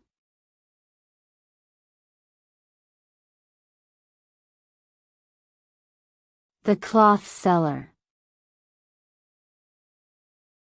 There was a man from Chongqing County who made his living by selling cloth and resided in Tai'an for many years. He heard of a local fortune teller skilled in astrology and decided to consult him about his future. After some calculations, the fortune teller told him, "Your current fate is very unfortunate. You should return home as soon as possible." Terrified by this prediction, the cloth seller gathered his money and left Tai'an, heading north towards home. On his journey, he encountered a man dressed in a short robe, who appeared to be an official courier. As they traveled together, they began to talk and became familiar with each other. The cloth seller often bought food and drink, inviting the courier to share meals with him, for which the courier was very grateful. The cloth seller asked the courier what his mission was, and the courier replied, "I am on my way to Chongqing County to arrest someone." The cloth seller then asked who he was supposed to arrest. The courier took out an official document and showed it to him. To the cloth seller's shock, the first name on the list was his own. In panic, he asked, "Why are you going to arrest me?" The courier responded, "I am not a living person but a ghost officer from the underworld, sent to capture the souls of the dead. This means your time has come." The cloth seller, in tears, begged the ghost officer for help. The ghost officer said, "There's nothing I can do. However, there are many names on this document, and it will take some time to capture them all. Hurry home and arrange your affairs. I will come for you last as a favor for our friendship." Soon after, they arrived at a river, only to find that the bridge was broken, forcing travelers to wade through the water with difficulty. The ghost officer said, "You are going to die soon. After your death, you won't be able to take any money with you. Use your money to build a bridge here for the travelers. Though it will cost you a lot, it may still bring you some benefit." The cloth seller agreed deeply with this advice. The cloth seller returned home and told his wife to prepare a coffin and burial clothes for him. He also hired craftsmen to build a new bridge within a set time frame. Days passed, but the ghost officer did not come, and the cloth seller began to have doubts. One day, the ghost officer suddenly appeared and said to the cloth seller, "I have reported your bridge building deed to the city god. The city god has conveyed this to the underworld, and they have decided that this good deed can extend your life. Your name has been removed from the official document. I came specifically to tell you this." The cloth seller was overjoyed and expressed his gratitude. Later, the cloth seller returned to Tyon, but he never forgot the ghost officer's kindness. He respectfully went to a temple, burned paper money, and called out the ghost officer's name to honor him. As soon as he stepped out of the temple, he saw the ghost officer hurrying towards him. The ghost officer said, "You nearly got me into trouble." Fortunately, the officials in the underworld were busy at the time and didn't notice. If they had discovered that you burned paper money for me, I would have been accused of accepting a bribe, and you would have been punished too. What would we do then? After saying this, the ghost officer walked a few steps with the cloth seller and said, "In the future, don't come looking for me. If I need to go to the north, I will naturally detour to visit your home." With that, the ghost officer bid farewell and disappeared.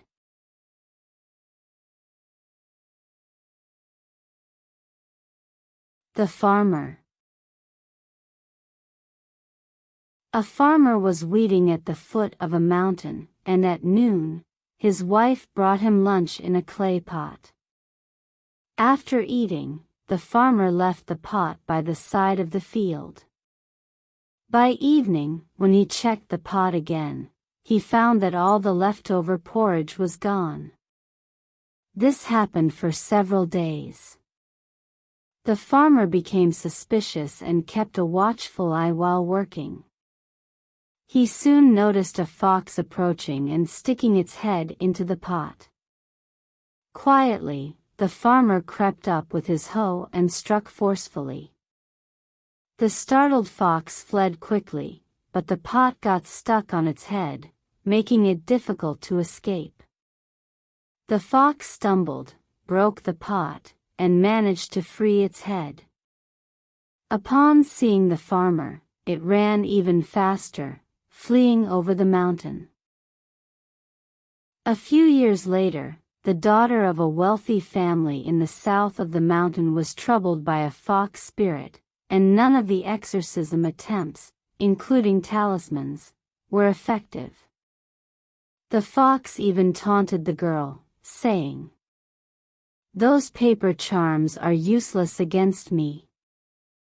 The girl tried to coax the fox, saying, "Your magic is so powerful, I am willing to be with you forever. But is there anything you fear in your life?" The fox replied, "I fear nothing.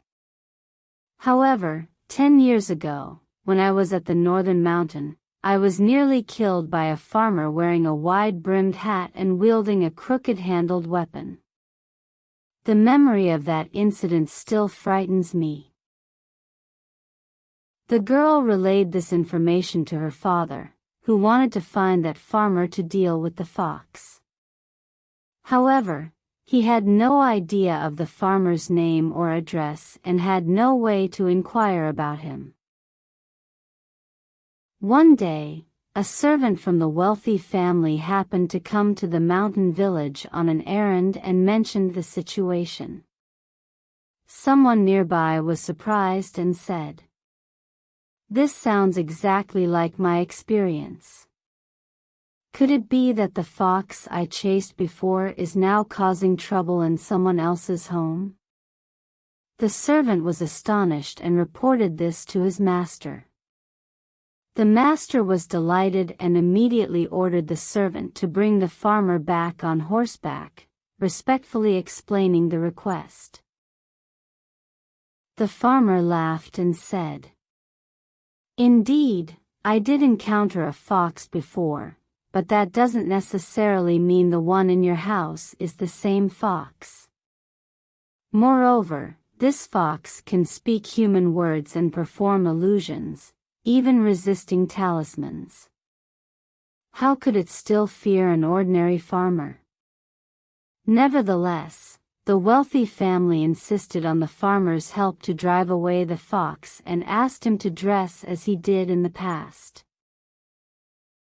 The farmer entered the house, leaning on his hoe, and shouted, "I have been looking for you every day and couldn't find you, and now I see you've been hiding here.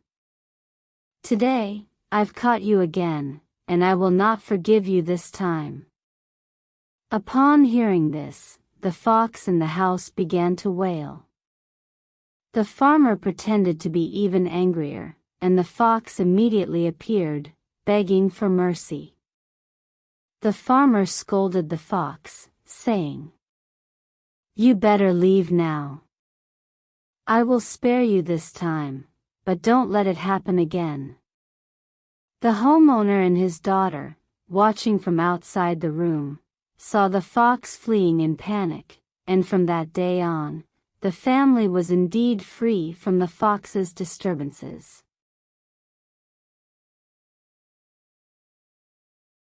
Zhangudwan.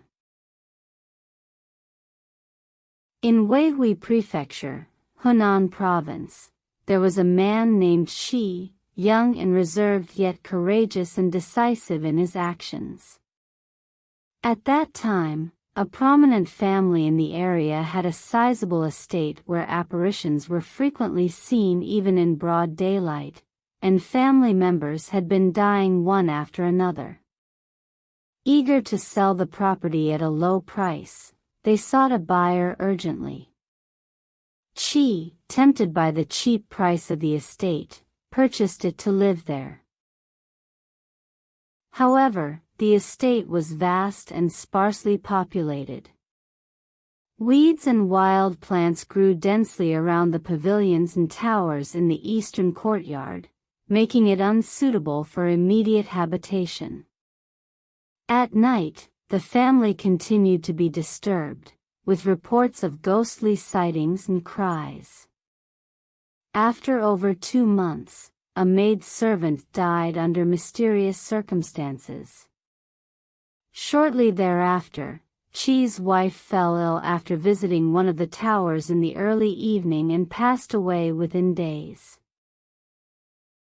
The family was deeply frightened by these events and urged Chi to move out promptly, but he refused.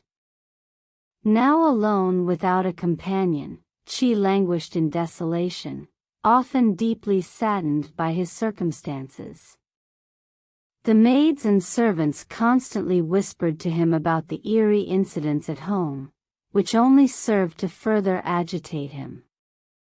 In a fit of anger, he grabbed his bedding and went alone into the rarely visited tower to lie down, keeping a candle lit to see if anything unusual would occur. Chi waited for a long time but observed no abnormal phenomena, eventually falling asleep there. In the middle of the night, Chi felt someone's hand reaching into his blanket, touching him repeatedly. When Chi woke up and looked, he saw an elderly maid. Her ears were curled, hair disheveled, and she was notably overweight. Chi knew she was a ghost, so he grabbed her arm and pushed her away, saying with a smile, "I can't accept you looking like this." Feeling ashamed, the maid withdrew her hand and walked away with small steps. Shortly after, a young woman came out from the northwest corner. She had a charming and beautiful demeanor and came under the lamp, angrily scolding. "How dare this audacious scholar sleep so boldly here?" She got up and smiled, saying, "I am the owner of this estate, waiting to collect rent from you." He stood up naked and tried to catch the woman, who was scared and fled hastily. Chi quickly ran to the northwest corner, blocking her path, leaving her no choice but to sit on the bed. Chi approached her and under the candlelight saw her beauty, like that of a celestial being, so he slowly held her in his arms. The woman smiled faintly and said, "A reckless fellow not afraid of ghosts? You might just be harmed." Chi forcefully removed her clothes, and she didn't resist much. Later, the woman introduced herself. My surname is Zhang, and my nickname is Udwan. I mistakenly married a dissolute man who was arrogant and cruel, causing me great sorrow and indignity. I died young and have been buried here for over 20 years. This estate is built upon graves. She asked, who was the old maid who came earlier? Zhang Udwan said. She was also a dead ghost serving me. If living people reside in the pavilion, the spirits in the graves cannot rest peacefully. Just now, I asked her to drive you away. She then asked, why was she touching me? Zhang Udwan chuckled and said. She was in her 30s when she died, never married, quite pitiful. However, her actions were too disrespectful. In short, timid people are teased by ghosts, but brave ones are not easily violated. By this time, the morning bell had already rung. Zhang Udwan dressed and got off the bed, saying to Qi, if you don't suspect, I will come again at night. At nightfall, Zhang Udwan indeed returned, and the two indulged in passionate intimacy, filled with joy. Qi said, my wife tragically passed away recently, and I can't find solace from my grief. Can you help me find her? Hearing this, Zhang Udwan became even sadder and replied, I have been dead for 20 years, and no one has ever remembered me, even just once. You and your wife shared a deep bond, so I will do my best to assist you. However, I heard she has already found a place for reincarnation. I don't know if she is still in the underworld. A day later, Zhang Udwan informed Qi. Your wife is about to be reborn into a wealthy family. However, due to an unresolved matter from her previous life where she lost an earring and scolded a maid who subsequently committed suicide, she is still lingering in the underworld.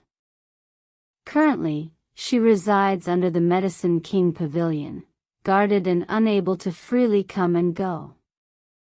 Yesterday, I sent the maid to bribe the guard, so perhaps she can come to see you. Curious, Qi asked. How can you move about so freely like this? Zhang Udwan explained. For those who died unjustly, as long as they do not actively go to the King of Hell to plead their case of grievances from their past lives, the King of Hell doesn't have the time to investigate every single one. As the night grew late, the old maid indeed brought Qi's wife to his room. Qi held his wife's hand with great sorrow, tears welling in her eyes, unable to speak. Zhang Udwan bid farewell, saying to the couple, You two have been separated for a long time, surely there is much to talk about. I will come back another night. Qi then asked his wife with concern about the case involving the maid who had committed suicide in her previous life. His wife reassured him, saying, It's no longer a problem, the case is nearly resolved. The couple embraced and cuddled in bed, reminiscent of their joyous times when his wife was alive. From then on, the couple frequently met each other. 5 days later, Qi's wife suddenly cried and said to him, Tomorrow, I will be reincarnated in Shandong. I'm afraid it will be difficult for us to see each other again. I don't want to part with you. What should we do? Chi, upon hearing this, wept bitterly, unable to contain his grief. Zhang Adwan comforted them, saying, I have an idea that could temporarily reunite you. Both husband and wife stopped crying and asked Zhang Adwan what she had in mind. Zhang Adwan instructed Qi to take 10 bundles of paper money to burn under the apricot trees south of the hall, as a bribe for the officials escorting his wife's reincarnation, to delay her departure. Qi followed her instructions. That night, his wife came and said, Thanks to Miss Zhang's idea, I can stay with you for another 10 days.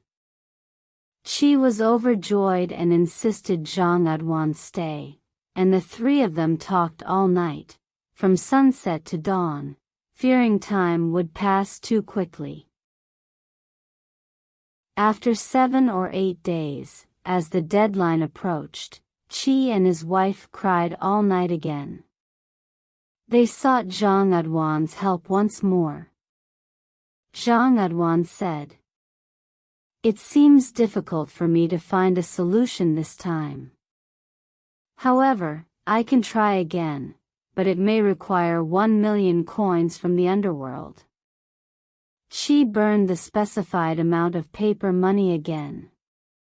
That night, Zhang Adwan returned happily and said, I persuaded someone to intercede with the officials escorting souls for reincarnation. Initially, it was difficult to convince them, but when they saw the money, they were moved.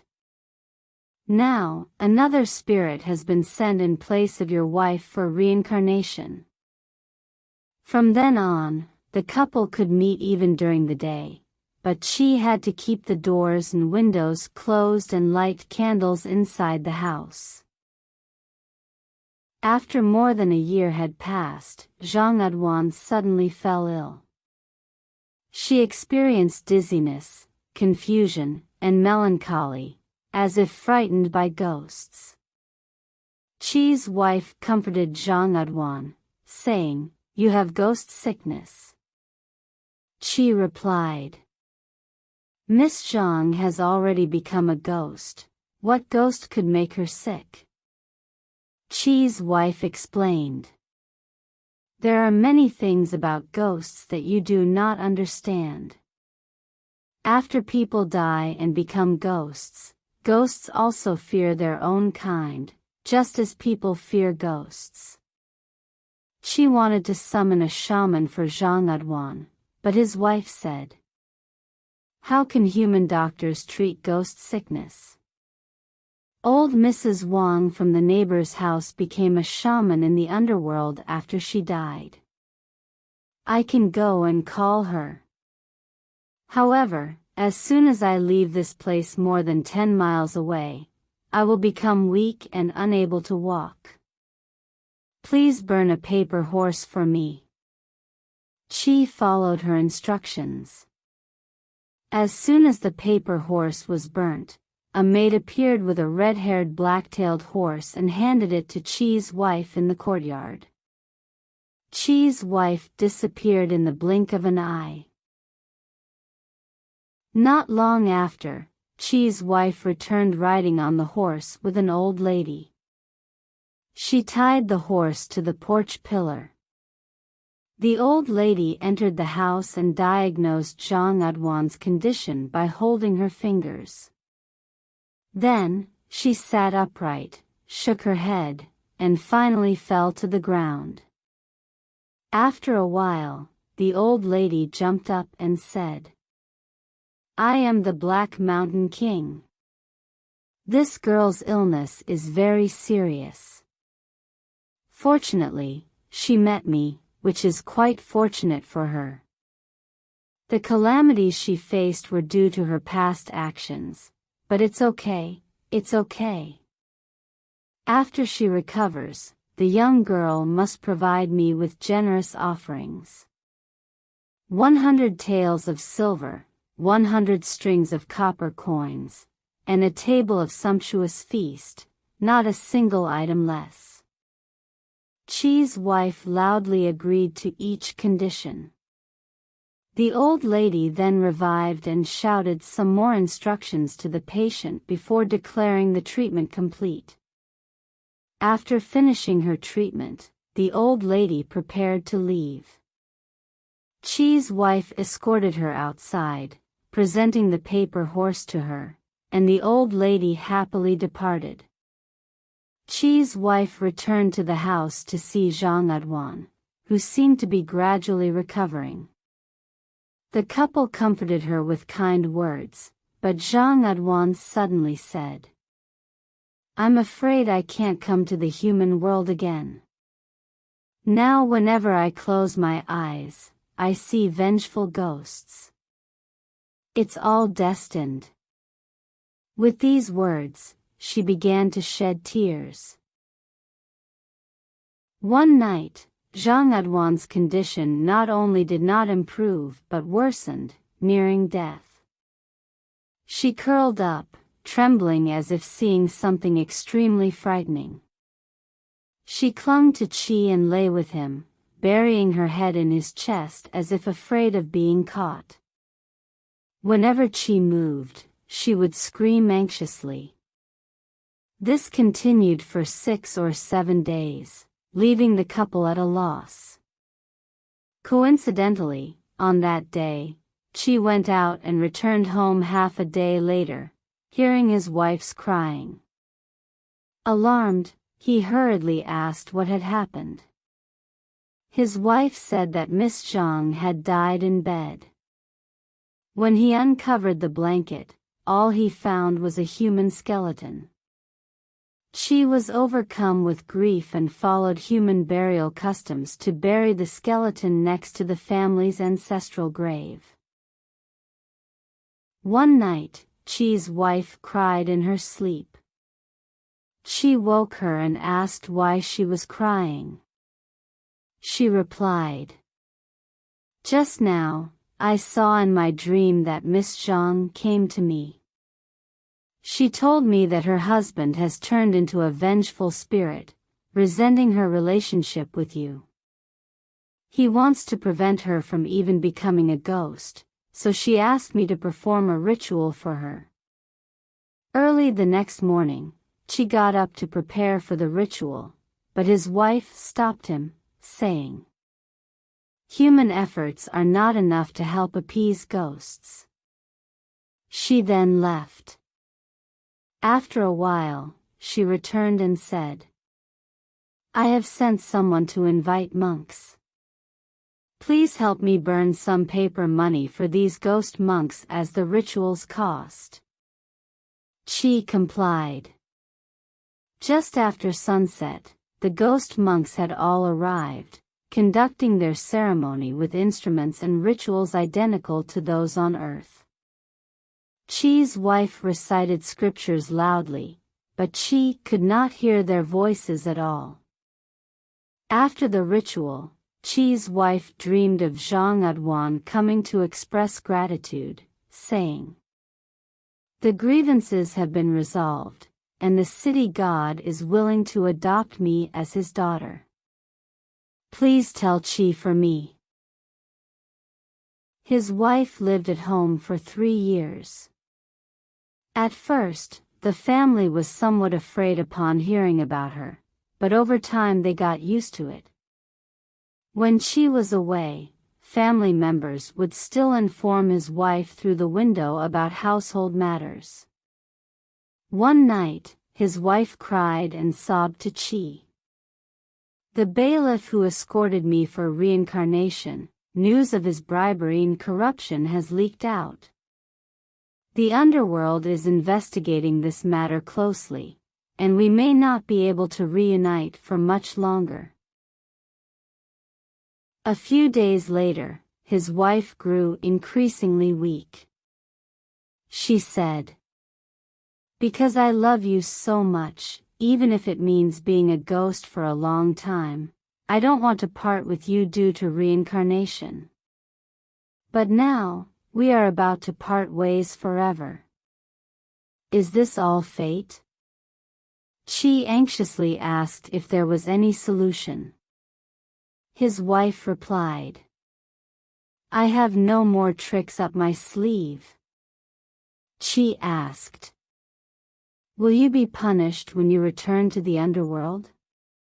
His wife said, there might be slight punishment.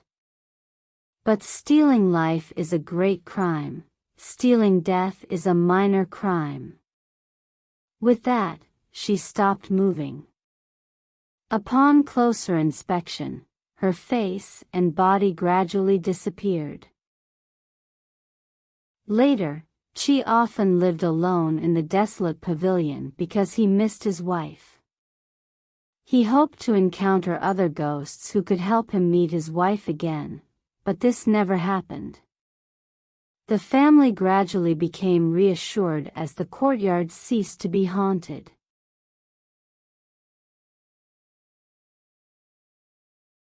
Huaguzi. Enyoyu was a tribute student from Shaanxi. He was generous and chivalrous, often releasing small animals back into the wild. Sometimes, when he saw hunters selling captured birds and beasts, he would spend a considerable amount of money to buy and release them. Once, when his uncle's family was holding a funeral, he went to pay his respects. On his way home in the evening, he got lost in a valley while passing through Mount Hua, feeling great fear. Suddenly, he saw a distant light and hurried towards it. After taking a few steps, he saw an old man, hunched over and using a cane, walking briskly along a sloping path.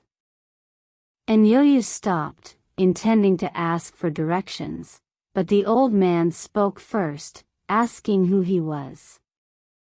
Enyoyu explained that he was lost and guessed that the place with the light ahead must be a village where he planned to seek shelter. The old man said, this place is far from being a safe haven. Luckily, I came here today. You can come with me and stay at my cottage. Enyoyu was very pleased. Enyoyu followed the old man for about a mile and saw a small village. They arrived at a house, and the old man knocked on the courtyard door. An old woman came out to open the door and asked, is it you, husband? The old man replied, yes. After they went inside, Enyoyu noticed that the house was low and cramped. The old man lit a lamp and sat close to Enyoyu, then instructed his wife to prepare some food with the ingredients they had at home. He also told the old woman, he is not just anyone, he is my benefactor. You are old and have difficulty walking, so call Huaguzi to serve the guests some wine. After a while, a young woman brought the food into the room. She stood by the old man, glancing at Enyoyu with sidelong eyes. Enyoyu noticed that the young woman was beautiful, like a fairy. The old man turned and instructed Huaguzi to warm the wine for the guest. In the corner of the room, a coal stove was burning, and Huaguzi went to tend to the fire. Enyoyu asked the old man, may I ask, who is this young woman to you? The old man replied, my surname is Zhang, and I am 70 years old. This is my only daughter. As a farming family, we do not have maids or servants. Because you are not an outsider, I dared to have my wife and daughter come out to meet you. Please do not find it impolite. Enyoyu then asked, where is your son-in-law's family? The old man answered, my daughter is not yet married. And Yo-Yu praised Hua Guzi's intelligence and beauty, speaking highly of her. The old man was modestly responding when they suddenly heard Hua Guzi cry out. The old man ran into the room to find that the wine had boiled over, causing the flames to rise. The old man extinguished the fire and scolded. "You are a grown girl and don't even know that wine shouldn't boil over?" He then noticed an unfinished straw doll, a zigu, near the stove and became even angrier, scolding. "You are too old to be playing with such children's toys." The old man brought the half-finished zigu to Yo-Yu and said, "She was playing with this and let the wine boil over. You praised her earlier, but isn't it shameful?" And Yo-Yu examined the zigu, noting that it was well crafted with detailed features and clothing. He praised, "Although this doll is indeed a child's toy, the craftsmanship is excellent, showing your daughter's cleverness and attention to detail." The two men returned to their seats and drank wine for a while longer. Hua Guzi frequently came over to pour wine, smiling sweetly and showing no shyness. And Yo-Yu gazed at Hua Guzi, and love naturally arose in his heart. Suddenly, they heard the old woman calling her husband from the bedroom, and the old man got up and left. Seeing that no one else was around, Yo-Yu said to Hua Guzi, "Seeing your celestial beauty, I have lost my soul. I intended to quickly send a matchmaker to propose, but I'm afraid your family might not agree. What should I do?" Hua Guzi held the wine pot and faced the stove, remaining silent as if she had not heard anything. And Yo-Yu asked several more times, but she still did not respond. And Yo-Yu slowly moved closer to Hua Guzi, and she suddenly stood up and sternly said, "What are you doing, you arrogant man? Why are you approaching me?" And Yo-Yu immediately knelt on the ground, begging earnestly. Hua Guzi wanted to leave, but Yo-Yu suddenly stood up, blocked her way, and tried to forcefully kiss her. Hua Guzi shouted in a trembling voice, and the old man hurriedly ran into the hall, asking why she was shouting. And Yo-Yu quickly let go of Hua Guzi, returned to his seat, and felt deeply ashamed and terrified. At this moment, Hua Guzi calmly said to her father, "I saw the wine boiling over again. If the guest hadn't come over to help, the wine pot would have melted." Hearing this, Yo-Yu finally felt relieved and was even more grateful to Hua Guzi. He remained infatuated with Hua Guzi but gave up any improper thoughts. Later, Yo-Yu found an excuse to pretend to be drunk and leave the table, and Hua Guzi also left. The old man prepared the bedding for the guest, then closed the door and left. Yo-Yu tossed and turned all night, unable to sleep. Before dawn, he called the old man out to bid farewell and left. After returning home, Yo-Yu immediately asked a good friend to visit the old man's house and propose marriage.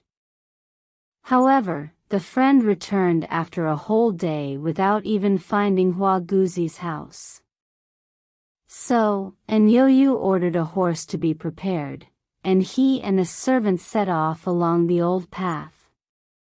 When they reached the original location, they found only steep cliffs and rugged mountains, with no sign of a village. They inquired in a nearby village but found that there was no household with the surname Zhang. And Yo-Yu had no choice but to return home in disappointment.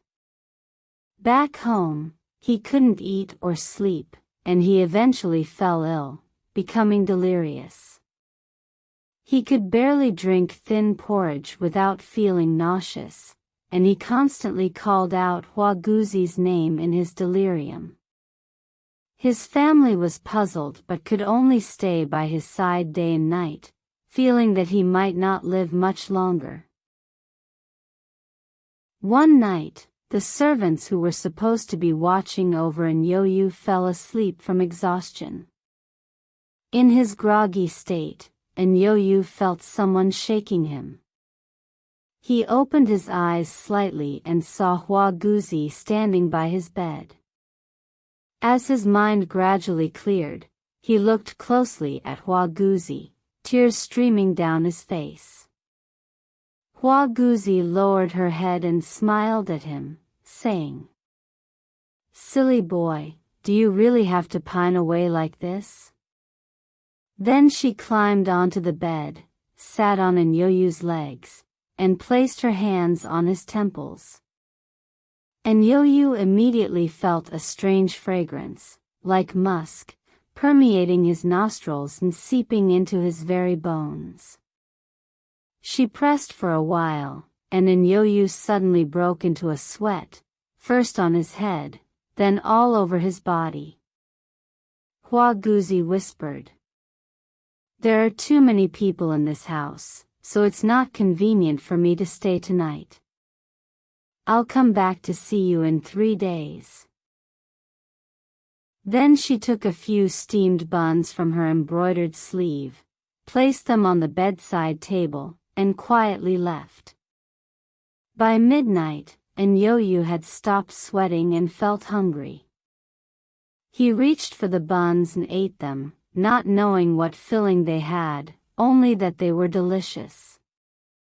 He ate 3 in a row, then covered the remaining buns with his clothes and fell into a deep sleep until dawn, feeling much better. 3 days later, after finishing the buns, Yo-Yu felt greatly refreshed.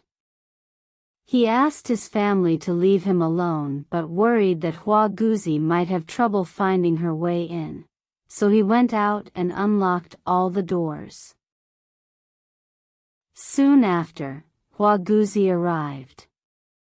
She smiled and said, "Silly young man, aren't you going to thank your doctor?" Overjoyed, Yo-Yu embraced Huaguzi, and they shared a tender moment. Afterward, Huaguzi said, "The reason I risked danger and humiliation to come find you was to repay your great kindness.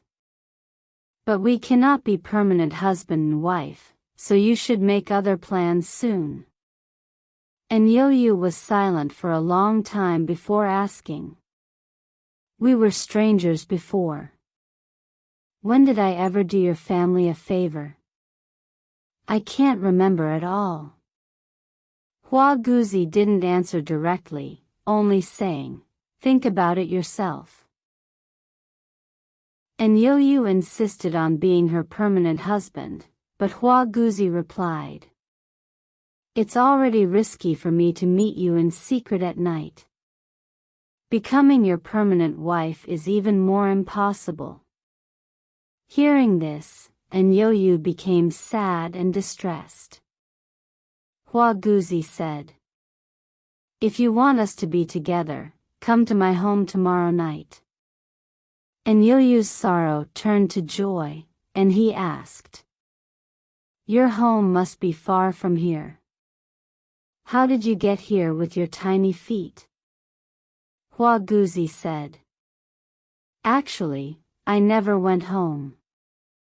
The deaf old woman at the east end of the village is my aunt. For your sake, I've been staying at her house all this time.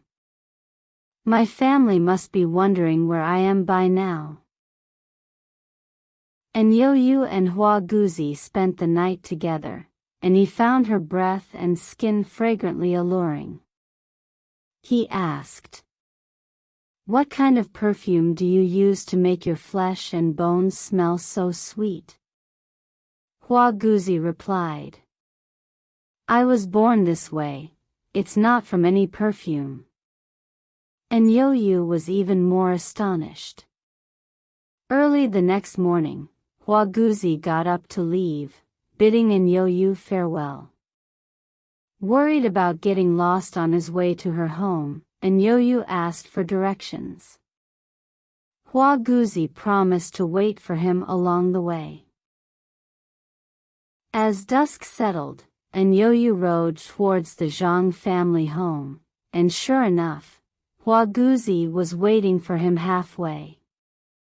Together, they arrived at the Zhang's residence, where the old man and his wife greeted them warmly. The meal was simple, with a few plates of mountain vegetables and wild greens laid out haphazardly on the table. After dinner, the old man invited Yoyu to rest, but Huaguzi did not even glance at him, leaving him puzzled and full of doubts. It wasn't until late at night that Huaguzi finally came to him, smiling as she said, My parents kept chattering on and on, refusing to sleep. Thank you for waiting so long. The two of them then shared a tender moment. Huaguzi told Yoyu, This might be our last meeting. It will be difficult to see each other again after tonight. And Yoyu, alarmed, asked her why. Huaguzi explained. My father finds this village too desolate and plans to move far away. Our meetings will likely end after tonight. And Yoyu did not want her to leave, tossing and turning in sadness. As they lingered together, dawn began to break. Suddenly, the old man burst into the room, shouting angrily. You wretched girl, you've disgraced our family's honor. Huaguzi, terrified at the sight of her father, hurriedly fled. The old man stormed out, cursing as he went. And Yoyu, overwhelmed with shame and fear, could only slink back home in disgrace. For several days, Yoyu wandered restlessly, unable to find peace due to his longing for Huaguzi. He contemplated sneaking back to the Zhang home at night, thinking he could climb over the wall to see her again. He reasoned that since the old man had mentioned his past kindness, he might not be overly reproached even if caught. Thus, he set off towards the Zhang home under the cover of night. As he struggled through the mountains, he found himself increasingly disoriented, filled with fear. Just as he was about to search for a way back, he glimpsed some houses in the valley and, relieved, headed towards them. He discovered a grand mansion, seemingly belonging to a noble family, with the courtyard gates still open. He asked the gatekeeper about the Zhang family, and a maid came out, asking, Who is looking for the Zhang family in the middle of the night? And Yoyu replied, The Zhang family are my relatives. I happened to pass by but couldn't find the way to their home. The maid said, Don't ask about the Zhang family. This is Huaguzi's aunt's house. Huaguzi is here now. I'll go tell her. Shortly after, the maid returned and invited Yoyu inside. As he reached the veranda, Huaguzi came out quickly to greet him. She told the maid, Mr. N has traveled half the night and must be exhausted. Please prepare a bed for him to rest. Before long, Huaguzi and Yoyu were holding hands, settling down together. And Yo-Yu asked, "Why is there no one else in your aunt's house?" Hua Guzi replied, "My aunt is away, and she left me to watch the house. How fortunate we are to meet here, this must be fate." However, as they embraced, and Yo-Yu noticed a strong, fishy odor coming from Hua Guzi, making him suspicious. Hua Guzi then wrapped her arms around his neck and suddenly licked his nostrils with her tongue. He felt a sharp pain, like a needle piercing his brain. Terrified, he tried to escape, but his body felt as if it were bound by thick ropes. Shortly after, he lost consciousness, drifting into a state of bewilderment.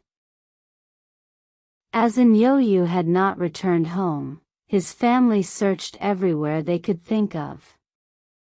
Someone mentioned having seen Yo-Yu on a mountain path at dusk. His family headed to the mountains and, to their shock, found him lying dead and naked at the bottom of a cliff. Everyone was bewildered and had no idea how this had happened. They carried his body home in sorrow. While the family was gathered around Yo-Yu, mourning his death, a young woman arrived to pay her respects. She entered the house from outside, wailing loudly. Approaching Yo-Yu's body, she touched him and pressed her nose against his, with her tears flowing into his nostrils. She cried out, "Oh heavens! How could you be so foolish?"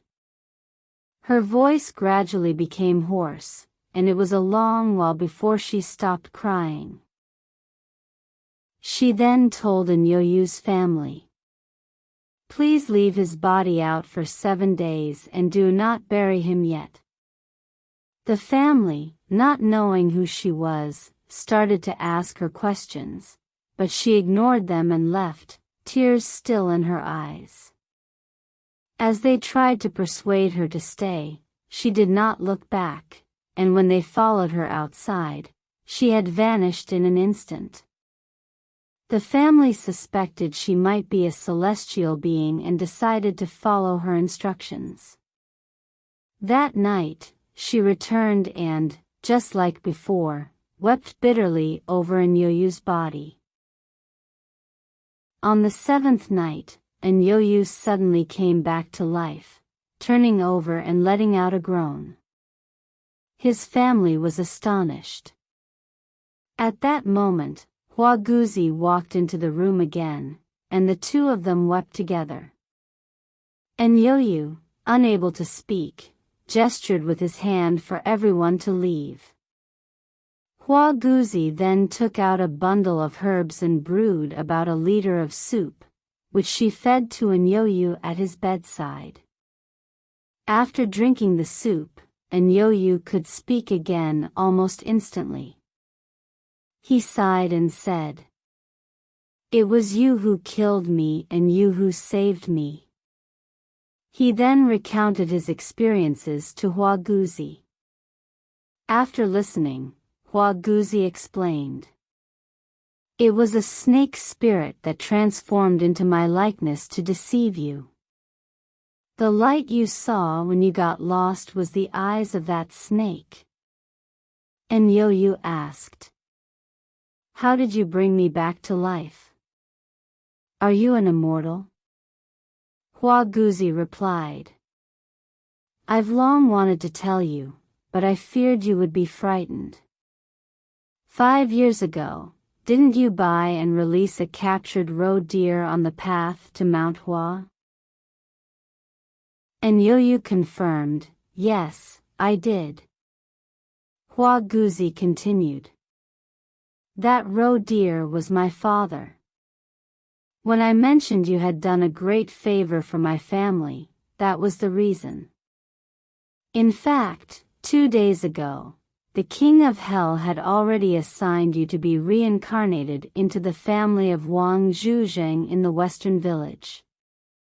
My father and I pleaded with the king of hell, but he refused our request, saying you were already dead. My father then offered to forfeit his many years of cultivation and die in your place. After 7 days of pleading, the king of hell reluctantly altered the judgment. Our meeting today is truly a stroke of luck. However, although you have been revived, your body will remain weak, numb, and insensible. To fully recover, you need to mix the snake spirit's blood with wine and drink it. And Yoyu, filled with hatred, worried about how he could catch the snake spirit. Hua Guzi reassured him. It's not difficult. However, it will result in many lives being harmed and will prevent me from ascending to immortality for 100 years. The snake's lair is under the old cliff. You can gather some straw and burn it at the entrance between 3 p.m. and 5 p.m. Be ready with your bow and arrows, and you should be able to catch the snake spirit. She then bid him farewell, saying, I am saddened that I cannot stay with you forever. For your sake, I have lost 70% of my magical power. Please forgive me for not being able to stay by your side. For the past month, I have felt movement in my belly and believe I am pregnant. Whether it's a boy or a girl, I will bring the child to you in a year. With tears streaming down her face, she left. After a night, Yoyu found that he had lost all feeling below his waist. Even scratching there caused no pain or itch. He told his family what Hua Guzi had said. Following her instructions, the family went to the snake's lair and set a large fire outside. Soon, a huge white snake emerged from the flames, and the family seized the opportunity to shoot arrows at it, successfully killing it. After the fire died down, they entered the cave and found that hundreds of snakes of various sizes had also been burned to death, and the cave reeked of a foul odor. The family returned with the snake's blood, and Yoyu took it for 3 days. Gradually, he regained the ability to move his legs and could walk again after half a year. Later, while walking alone in the valley, Yoyu encountered an old lady who handed him a baby wrapped in a small blanket, saying, My daughter sends her regards. Just as he was about to ask about Hua Guzi, the old lady vanished. Yoyu unwrapped the swaddling cloth and saw that it was a boy. He took the child home and raised him alone, never marrying again. At the end of the story, the author adds this commentary. Although humans are different from animals, the distinction is minimal. This is not a definitive conclusion. When one receives kindness from others, they should feel grateful and repay it, remembering the favor for life. Sometimes, in this regard, humans feel ashamed compared to animals. As for Hua Guzi, she initially placed her wisdom in simplicity and ultimately placed her deep affection in detachment. This shows that the height of wisdom is simplicity, and the height of deep affection is detachment. A being with such an attitude is a true immortal.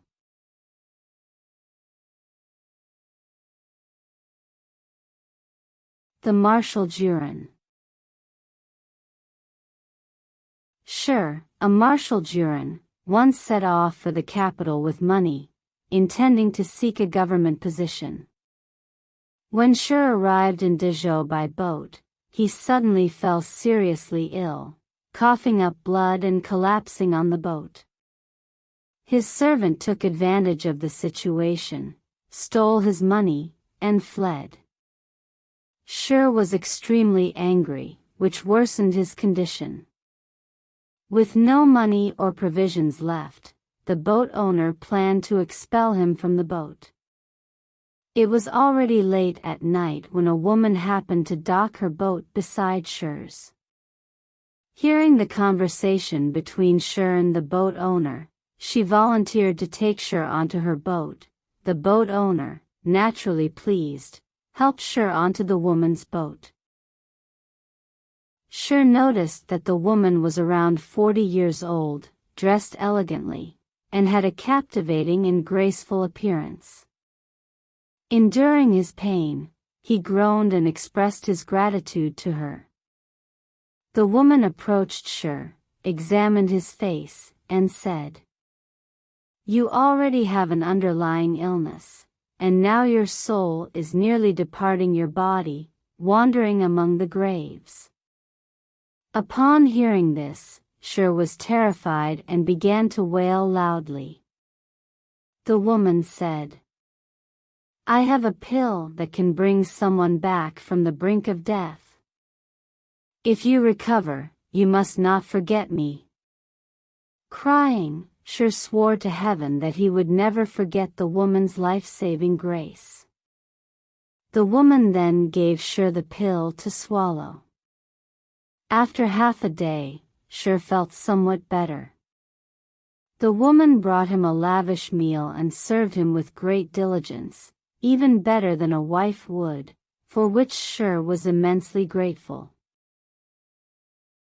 A month later, Shur's illness finally healed.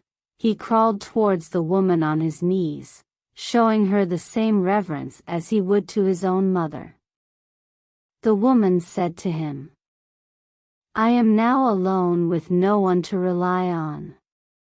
If you don't mind my age, I am willing to marry you."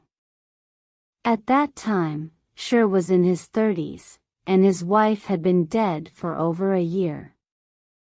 Hearing the woman's words, he was overjoyed, and the two of them shared a bed and loved each other dearly. The woman then gave Shur money to fund his journey to the capital to seek an official position, and they agreed that if he secured a position, he would come back to take her home with him. Upon arriving in the capital, Shur used the woman's money to bribe court officials and secured a position as a provincial military officer. With the remaining money, Shur bought luxurious carriages and horses, preparing to return to his hometown. However, he began to think that the woman he had met on the boat was too old to be a suitable wife. So, with 100 taels of silver, he married a woman named Wang as his second wife. Feeling guilty and afraid that the woman would find out, Shur deliberately avoided Dezhou when he returned to his hometown to take up his new position. Over a year passed, and Shur did not write to inform the woman. One time, Shur's cousin happened to go to Dezhou on business and coincidentally stayed next door to the woman's house. When the woman learned of his relationship with Shur, she inquired about Shur's situation, and the cousin told her the truth. Upon hearing this, the woman cursed and recounted how she had saved Shur's life. The cousin, feeling indignant on her behalf, tried to comfort her, saying, "My cousin might be too busy with official duties to come and get you. Please write him a letter, and I'll deliver it for you." The woman wrote a letter and handed it to Shur's cousin to take back to their hometown. When the cousin delivered the letter to Shur, he tossed it aside and ignored it. Over a year later, the woman went to find Shur herself. After arriving in Shur's hometown, she stayed at an inn. She then went to the office where Shur worked and asked the gatekeeper to notify him, but Shur refused to see her. One day, while Sher was drinking, he heard commotion and shouting outside the gate. As he put down his cup to listen, the woman lifted the curtain and walked into the room. Sher was startled at the sight of her and turned pale. The woman pointed at Sher and scolded. "You heartless man, living so carefree now. Have you forgotten where your wealth and status came from?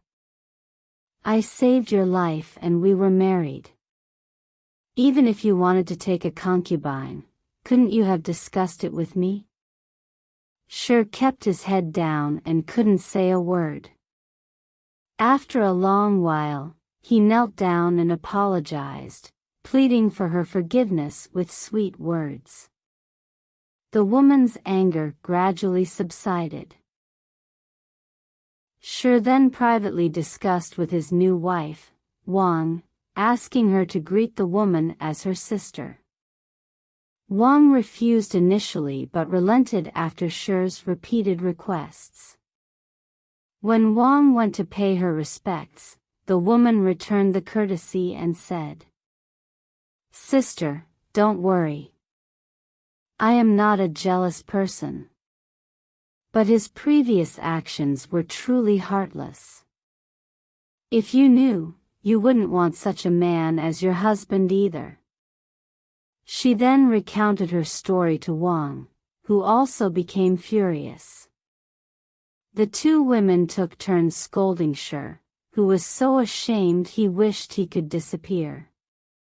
He kept begging for forgiveness and promised to make amends in the future, finally calming the two women down. Before the woman arrived, Sher had told the gatekeeper that if a woman came looking for him, he was not to be informed, nor was she to be allowed entry. Now, given the situation, Sher was angry at the gatekeeper and secretly blamed him for letting the woman in. However, the gatekeeper insisted that the main gate had been locked the entire time and that he hadn't seen any woman enter. Sher became suspicious of the woman but didn't dare to question her further. From then on, Sher and the woman outwardly maintained a friendly relationship but were emotionally distant. Fortunately, the woman was very kind and never quarreled with Wang over where Sher spent the night. After dinner, she would close her door and go to bed early without ever questioning Sher's whereabouts. Initially, Wang was somewhat afraid of the woman, worrying that she might compete for Sher's affection. However, seeing the woman's behavior, Wang grew more respectful and began to visit her room every morning and evening, treating her as if she were her mother-in-law. The woman was kind and considerate to the servants but had a keen eye for details. One day, Sher lost his official seal, causing chaos throughout the entire prefecture office as everyone searched for it, walking back and forth, but no one could find it. The woman saw this and smiled, saying, "Don't worry. If you drain the water from the well, you'll find it." Following her instructions, Sher drained the well and indeed found the seal. When Sher asked her how she knew where the seal was, she only smiled and didn't answer. It seemed she knew who had stolen the seal but was unwilling to reveal it. The woman had been living in the government office for nearly a year, during which Sher closely observed her every move and noticed many peculiarities that led him to suspect she was not human. Sher often instructed his servants to eavesdrop on what the woman said at night. They reported hearing the sound of clothes shaking on the bed in her room, though they couldn't explain why. The woman had a very close relationship with Wang. One evening when Sher had gone to return to his superior's office and hadn't returned yet, the woman and Wang sat together, drinking and chatting. After a few too many drinks, the woman became drunk and slumped over the table, revealing her true form as a fox. Instead of being frightened, Wang showed great compassion and carefully covered her with a blanket. Later, when Shi returned and was informed of the situation by Wang, he wanted to kill the woman. However, Wang pleaded. Although she is a fox, what has she done wrong to you? Why must you kill her? Ignoring Wang's pleas, Shi hurried to find his sword to strike. At that moment, the woman woke up. She scolded Shi, saying, "You are truly despicable and heartless like a snake or a wolf. I definitely cannot stay with you anymore. The pill I gave you before, please return it to me." With these words, she spat at Shi's face. Instantly, Shi felt as if his body had been immersed in icy water, his throat itching. He coughed up a pill, unchanged from before. The woman picked up the pill angrily and left. When Shi and Wang rushed out to look for her, she had vanished without a trace. That very night, Shi's old illness relapsed, and he began coughing up blood uncontrollably. Within half a year, he passed away. At the end of the story, the author provides the following commentary.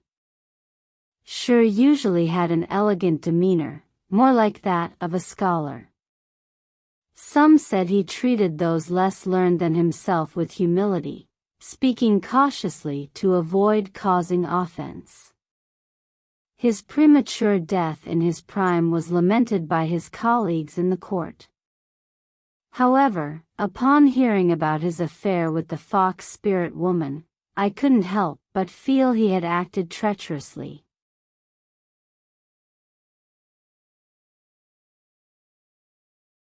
The old lady who makes soup cakes. Han Sheng had been living in his villa for about half a year and only returned home at the end of the year. One night, as Han Sheng's wife was just lying down, she heard footsteps inside the house. She opened her eyes and saw the coal in the stove burning brightly, with flames flickering, and an old lady standing inside the room. The old lady was around 80 or 90 years old, her face full of wrinkles, her back hunched, and her hair sparse. The old lady slowly said to Han Sheng's wife, "Do you want to eat soup cakes?" Han Sheng's wife, feeling even more terrified upon hearing this, dared not respond. The old lady then used the fire tongs to stoke the fire, placed a pot on the stove, and poured in some water. After a while, Han Sheng's wife heard the water boiling. The old lady lifted her robe, opened a pouch at her waist, took out dozens of soup cakes, and threw them into the pot. Each time a cake was dropped, the sound of it hitting the water could be clearly heard. The old lady then muttered to herself, "Let me find some chopsticks." Saying this, she walked out the door. Seizing the moment while the old lady was away, Han Sheng's wife quickly got up, took the pot, dumped the soup cakes behind the bamboo bed, and covered herself back up with the quilt. Shortly after, the old lady returned to the room, asking Han Sheng's wife where the pot of soup cakes had gone. Han Sheng's wife, feeling even more terrified, screamed. The family members, awakened by the screams, rushed to her room, causing the old lady to leave. The family members entered Han Sheng's wife's room, lifted the bamboo bed, and shone a light, revealing dozens of cockroaches piled up where Han Sheng's wife had dumped the soup cakes.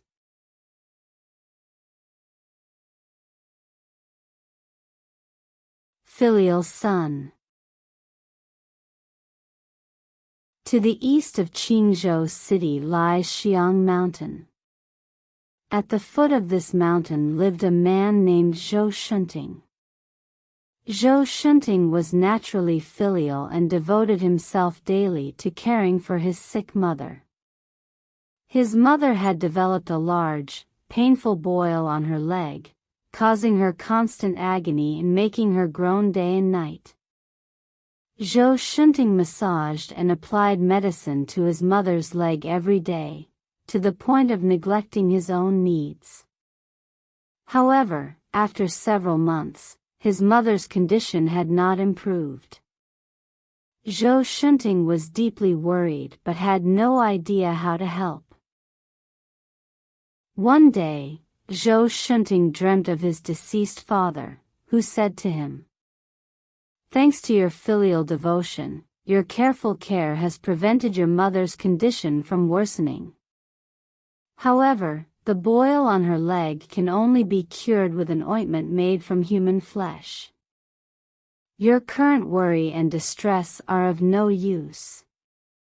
When Zhou Shunting woke up, he believed the dream was extraordinary and took it seriously. He immediately got up and used a sharp knife to cut a piece of flesh from his rib.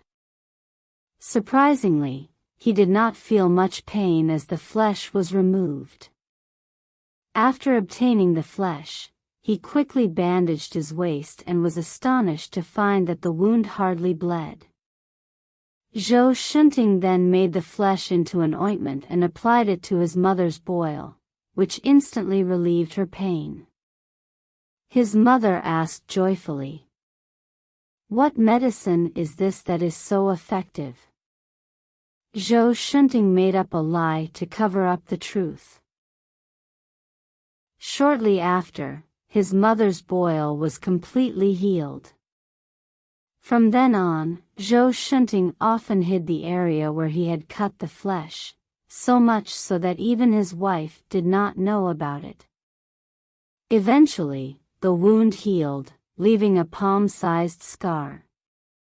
It was only after his wife repeatedly questioned him that she learned the full story.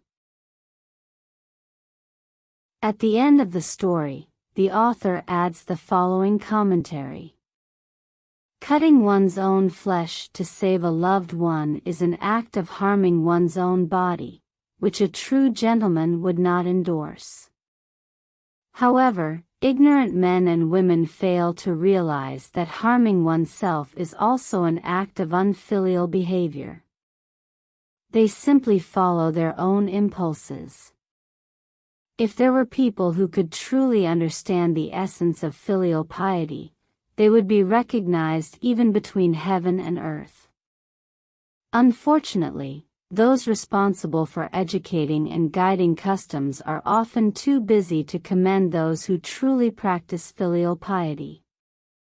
As a result, many people do not genuinely understand filial piety and instead rely on these superficial stories.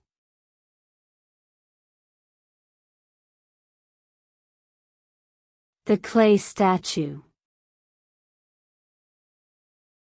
In Ishui County, there was a man named Ma who married a woman from the Wang family. After their marriage, the couple was deeply in love. However, shortly after the wedding, Ma passed away due to illness. Wang's parents wanted her to remarry, but she loved her husband dearly and swore never to marry another. Her mother-in-law, pitying Wang for her youth, also encouraged her to remarry, but Wang refused. Wang's mother said to her, "Your intentions are admirable, but you are still young and have no children. I often see women who initially refuse to remarry but later face shame. It would be better to remarry early, this is only natural." Despite her mother's advice, Wang solemnly swore never to remarry, and her mother, unable to change her mind, let her be.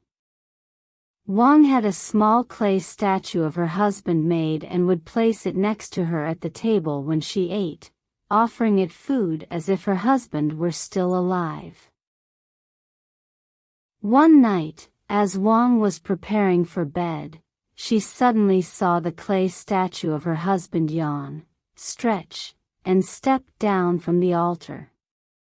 Shocked, she watched as the statue quickly grew to the height of a living person. Looking closely, she realized it was indeed her husband.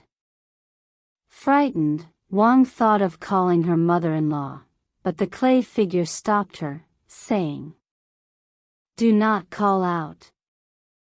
I am moved by your deep affection and have seen your refusal to remarry. I could not bear to see you alone in this world. Having a loyal wife like you brings comfort to our ancestors. My father committed immoral acts in his lifetime, which should have left us without descendants, leading to my early death. The officials in the underworld, seeing your steadfast virtue, allowed me to return to father a son with you to keep you company." Wang, with tears in her eyes, resumed her loving relationship with the ghost of her husband. Each morning, at the crow of the rooster, the ghost would leave. This continued for over a month, and Wang felt movement in her womb. One day, the ghost tearfully said to Wang, "My time is up, and from tomorrow, I must bid you farewell forever. I will not be able to return again." Initially, Wang did not tell anyone about this incident. However, as her belly gradually grew, she could no longer hide it and secretly confided in her mother-in-law. At first, her mother-in-law suspected that Wang was making up stories, but observing that Wang indeed had not behaved inappropriately, she was baffled. 10 months later, Wang truly gave birth to a baby boy. When the Ma family explained the situation to their neighbors, no one believed them and they secretly mocked Wang, who had no way to defend herself. Coincidentally, the local headman, who had a grudge against Ma, seized this opportunity to report the matter to the county magistrate. The magistrate summoned the neighbors for questioning, and they all gave the same account. The magistrate said, "I have heard that children born of ghosts have no shadows. If the child has a shadow, it must be false." So, he ordered the child to be brought out into the sunlight to check. The child's shadow appeared faint, like a wisp of smoke, barely discernible. The magistrate then instructed the officers to prick the child's finger and smear the blood on Ma's clay statue. The blood immediately soaked into the statue. However, when they smeared the child's blood on other clay statues, it wiped off easily. Thus, the magistrate believed Wang's story to be true. As the child grew older, his appearance and mannerisms increasingly resembled Ma's, and people's doubts gradually disappeared.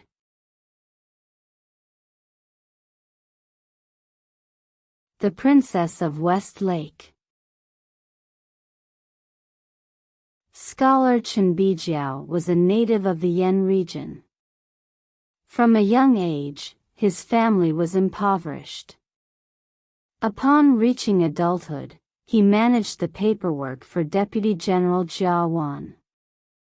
Once, while their boat was moored by Dongting Lake, they encountered a crocodile surfacing from the water.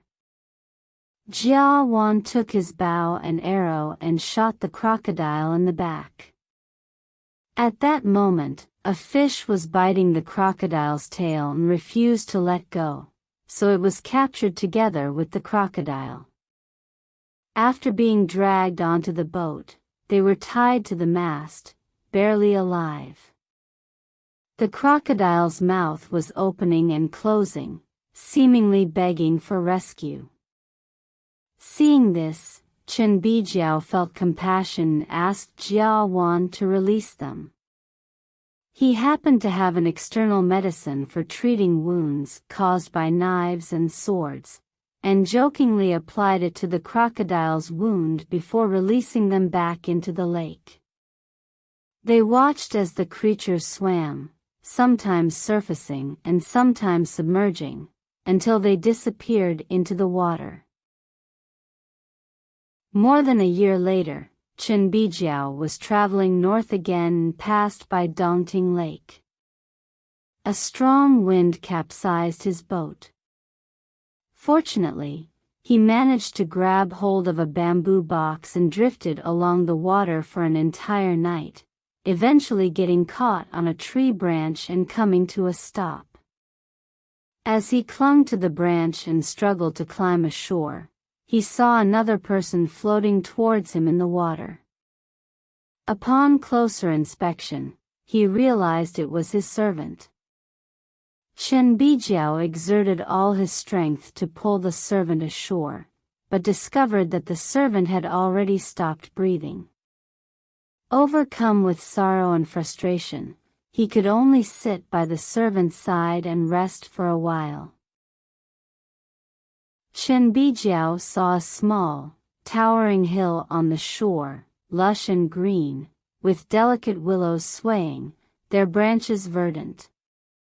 There were no passers-by in the area, and he had no one to ask for directions. He sat from dawn until mid-morning, feeling despondent with nowhere to go. Suddenly, his servant's body moved slightly. Chen Bijiao joyfully patted his servant's chest, and before long, the servant coughed up several liters of water and immediately revived. Once the servant was awake, they both spread their clothes on the rocks to dry. Near noon, their clothes were finally dry, but they felt their stomachs growling with hunger. They decided to climb over the small hill and hurry forward, hoping to find a village. As they reached halfway up the hill, they heard the sound of arrows being fired. While trying to determine the direction of the shots, they saw two young women riding fine horses, galloping swiftly. The sound of the horses' hooves was like beans being scattered.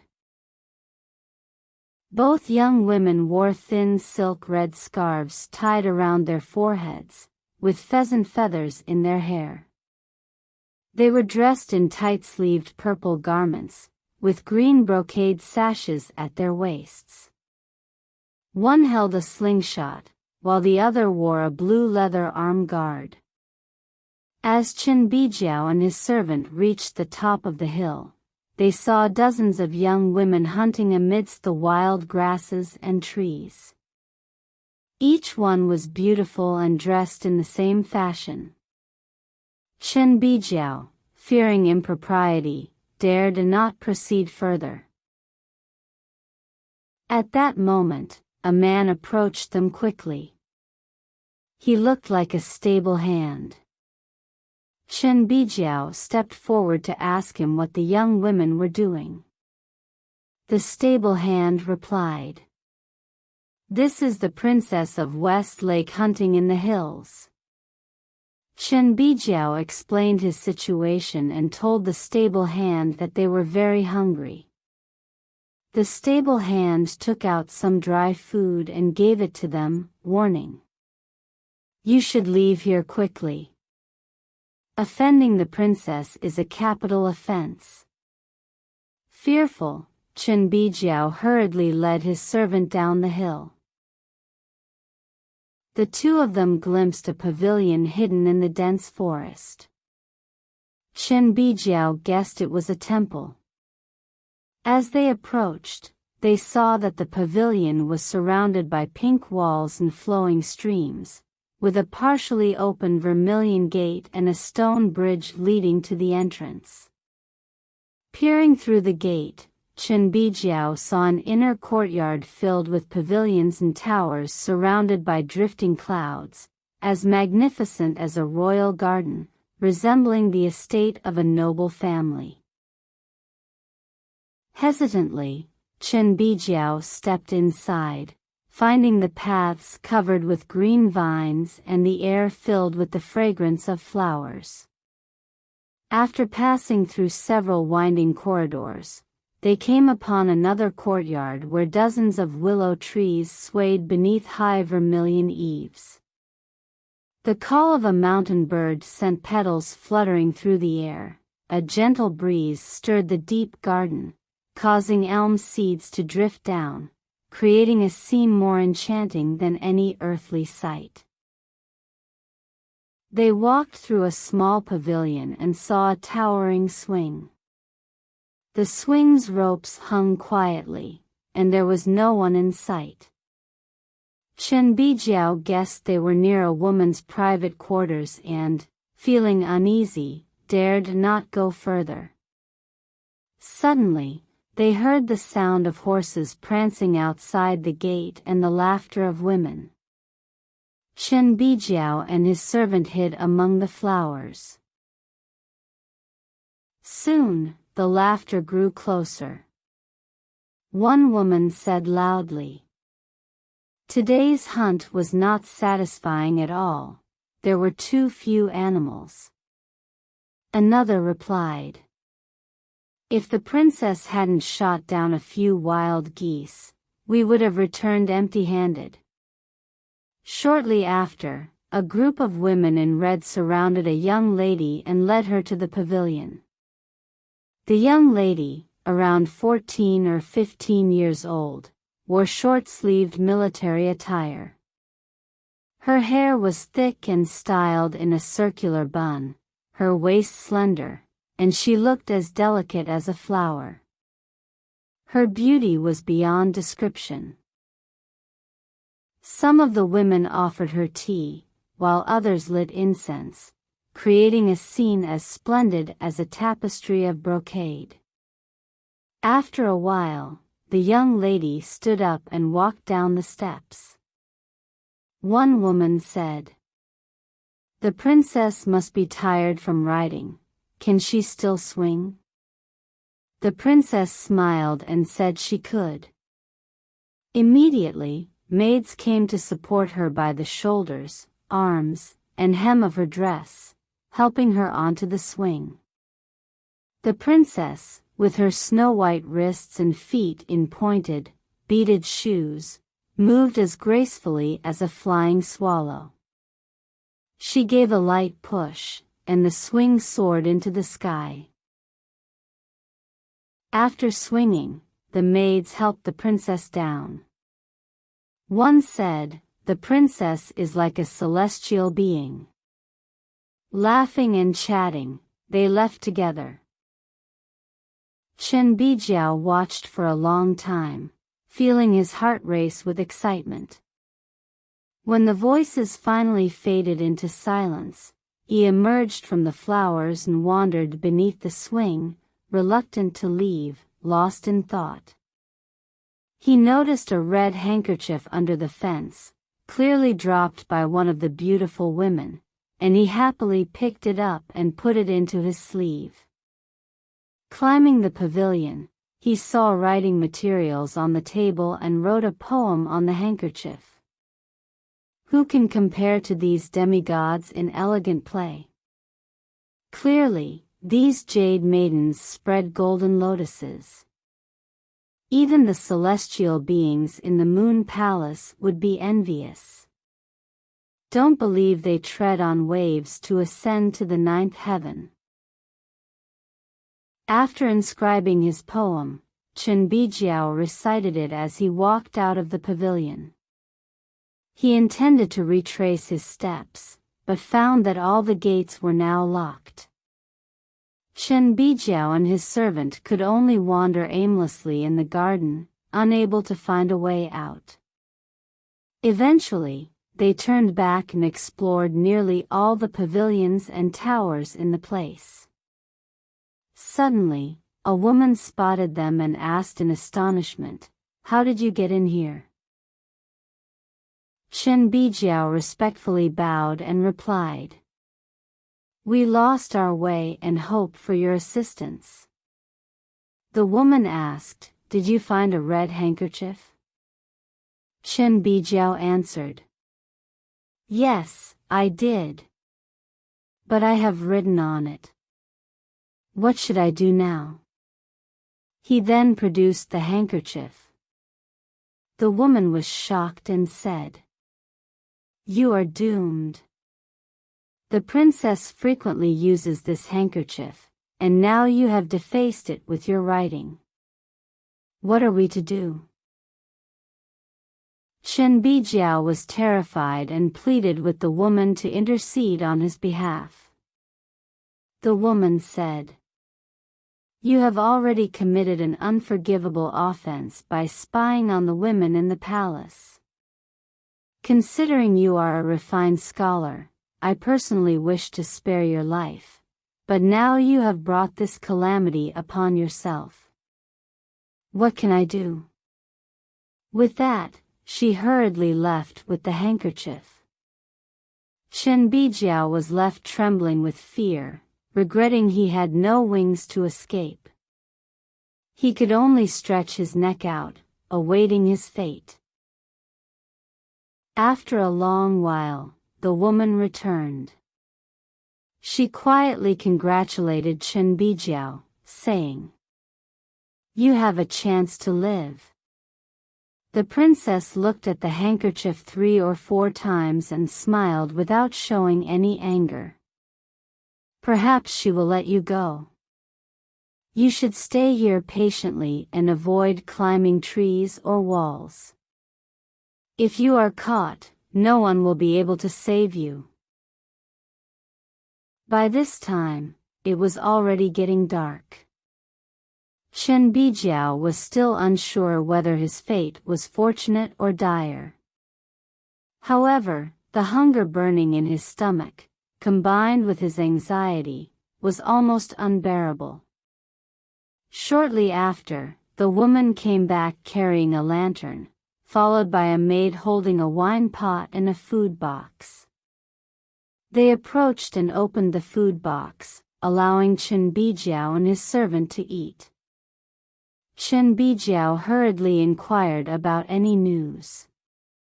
The woman replied, "Earlier, I took the opportunity to tell the princess. If you can forgive the scholar in the garden, I will release him, otherwise, he will soon starve to death." The princess thought for a moment and said, "It's late at night, where can they go now?"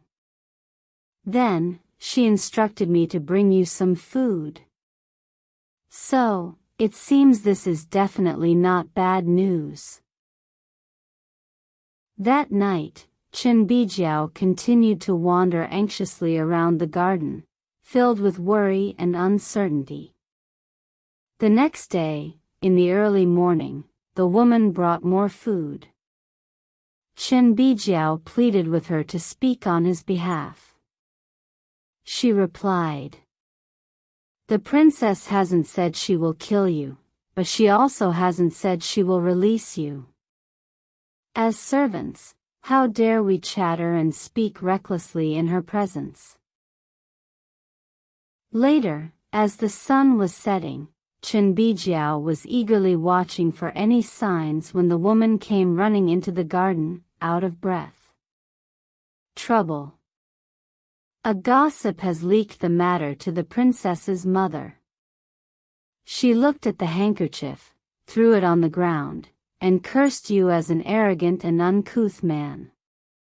Your misfortune is likely imminent.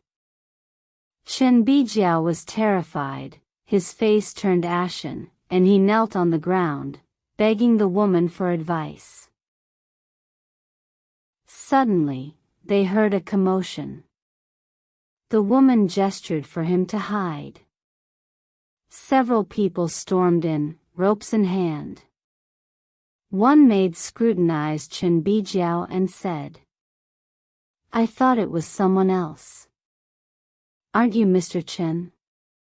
She then instructed the others to stop, saying, "Wait, let me report this to the princess's mother first." She hurried away and soon returned, saying, "The princess's mother wants to see Mr. Chen." Chen Bijiao, trembling with fear, followed her. They passed through dozens of doors until they reached a palace with silver hooks hanging green curtains. A beautiful woman lifted the curtain and announced loudly, "Mr. Chen has arrived." Inside, a lovely lady, dressed in ornate and dazzling clothes, was sitting.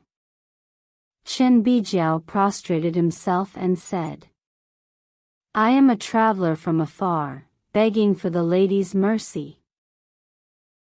The princess's mother quickly stood up and personally helped Chen Bijiao to his feet, saying, "Without your help, I wouldn't have survived until today. Those maids outside didn't understand and thus offended you, an honored guest. It's truly unforgivable." She immediately ordered a sumptuous feast and served Chen Bijiao wine in carved goblets. Chen Bijiao was bewildered, not understanding the situation. The princess's mother explained, "I have been distressed about how to repay your life-saving kindness. My daughter admires you for the poem on the handkerchief, which signifies her affection. This must be a match made by heaven. Tonight, I will marry her to you." Chen Bijiao was taken aback, far beyond his expectations, and felt dazed and uncertain. As night fell, a maid came and announced, "The princess has finished her preparations." Immediately, the lady led Chen Bijiao to marry the princess. Suddenly, the grand hall was filled with the sound of flutes and pipes, creating a festive and lively atmosphere. Large floral carpets covered the steps, and red lanterns adorned every corner, from the entrance and hall to the fences and restrooms. Dozens of beautiful women supported the princess and Chen Bijiao as they bowed to each other, with the fragrance of musk and orchids filling the hall. Then, the couple walked hand in hand into the bridal chamber, enjoying their intimate moment. Chen Bijiao said, "I am merely a traveler from afar, unfamiliar with courtly etiquette. A few days ago, I soiled your handkerchief, and escaping death was already a blessing. How could I have imagined such an unexpected marriage?" The princess replied, "My mother is a consort of the king of Dongting Lake and the daughter of the king of Yang River. Last year, while visiting her family, she accidentally surfaced and was struck by an arrow. Thanks to you for releasing her and treating her wound, our entire family is deeply grateful and has never forgotten your kindness. Do not be troubled by my non-human nature. I have obtained the secret of immortality from the Dragon King and wish to share it with you." Only then did Chen Bijiao realize that the princess was a celestial being. He asked, "But how did the maid recognize me?" The princess replied, "That day on the boat at Dongting Lake, a small fish held the crocodile's tail. That fish is the maid." Chen Bijiao then asked, "Since you didn't intend to kill me, why did you keep me for so long?" The princess laughed and said, Because I admire your talent but could not decide on my own. I have been restless all night, and no one else knows. Chen Bijiao sighed and said, You are my soulmate. Who is the maid that brought me food? The princess said, Her name is Anian, my most trusted maid. Chen Bijiao asked, How can I repay your love for me? The princess, smiling, said, We will live together for some time, and then I will consider how you can repay me. Chen Bijiao asked, Where is the king now? The princess said, He has gone to assist Guan Yu in his campaign against Churyu and has not yet returned. Chen Bijiao stayed there for a few days, thinking about his family who still didn't know his whereabouts. He felt deeply concerned, so he wrote a letter to assure them of his safety and sent his servant to deliver it home. Previously, his family had heard that the boat Chen Bijiao was on had capsized in Dongting Lake, and his wife had been mourning him for over a year. When the servant returned home, the family learned that Chen Bijiao was still alive, but communication between the two places was difficult, and they remained worried about his prolonged absence. 6 months later, Chen Bijiao suddenly returned home. He was dressed in luxurious furs and rode a well-fed horse, carrying luggage filled with precious jewels. From then on, Chen Bijiao was extremely wealthy, living in great luxury, with even the long-established noble families unable to match his extravagance. Over the next 7 or 8 years, he fathered 5 sons. His household frequently hosted lavish banquets, providing guests with sumptuous accommodation and food. When people asked about his experiences, he openly shared everything with them. Chen Bijiao had a childhood friend named Liang Zijuan, who had been serving as an official in the south for over 10 years. On his way home, passing through Dongting Lake, Liang Zijuan saw a magnificent pleasure boat. The boat had carved railings, vermilion windows, and the cabin resonated with elegant and melodious music. The boat drifted slowly on the misty waters, with beautiful women occasionally opening windows to gaze out. As Liang Zijuan watched the boat closely, he saw a young man, hatless, with his legs crossed, sitting on the boat. Beside him was a beautiful girl, about 16 years old, massaging his shoulders with both hands. Liang Zijuan thought this must be a prominent official from the Chu region, but the man had very few attendants. As he scrutinized the man, Liang Zijuan realized it was his friend Chen Bijiao. Unable to contain himself, he leaned over the railing and shouted out.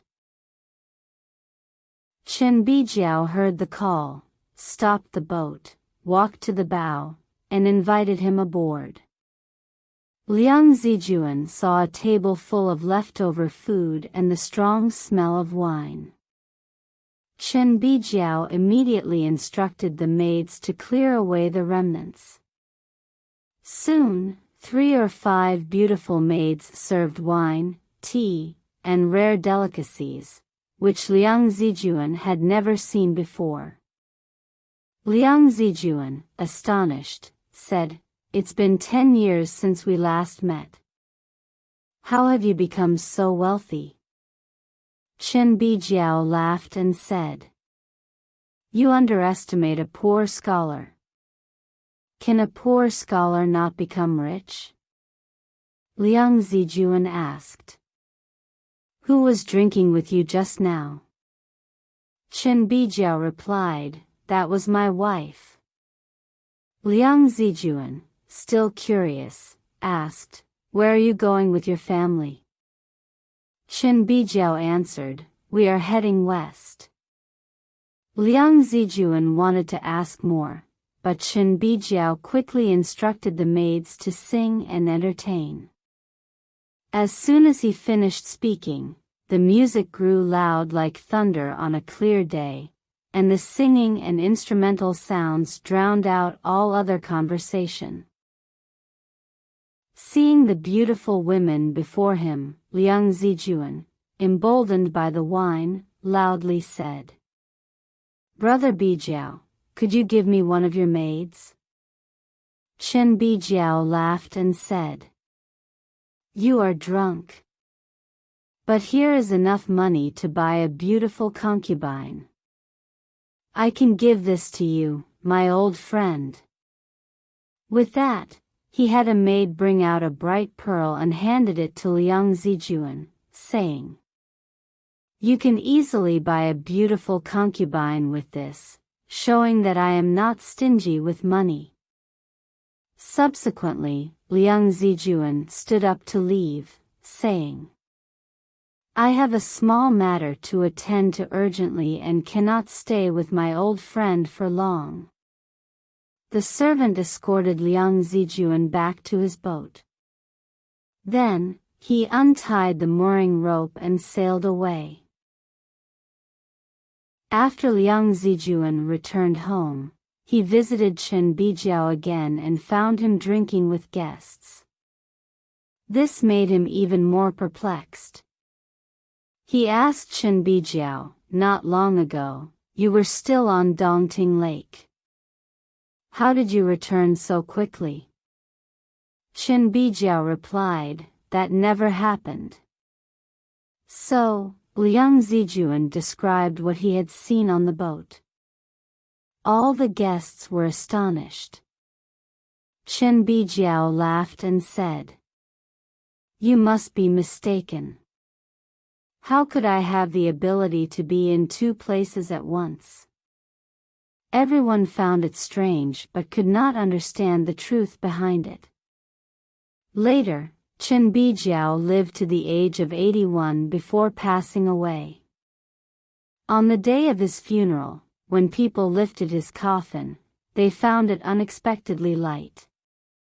Upon opening the coffin, they discovered it was empty. At the end of the story, the author provides this commentary.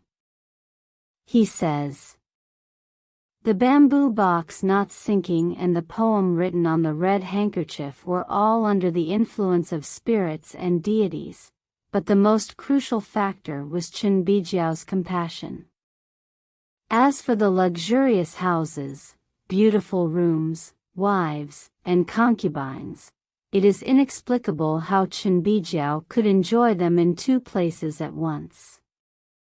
In the past, some people desired to have beautiful wives, noble sons, and immortality, yet they only achieved half of what Chen Bijiao experienced. Could it be that among the immortals, there are also those as wealthy and powerful as earthly emperors and generals?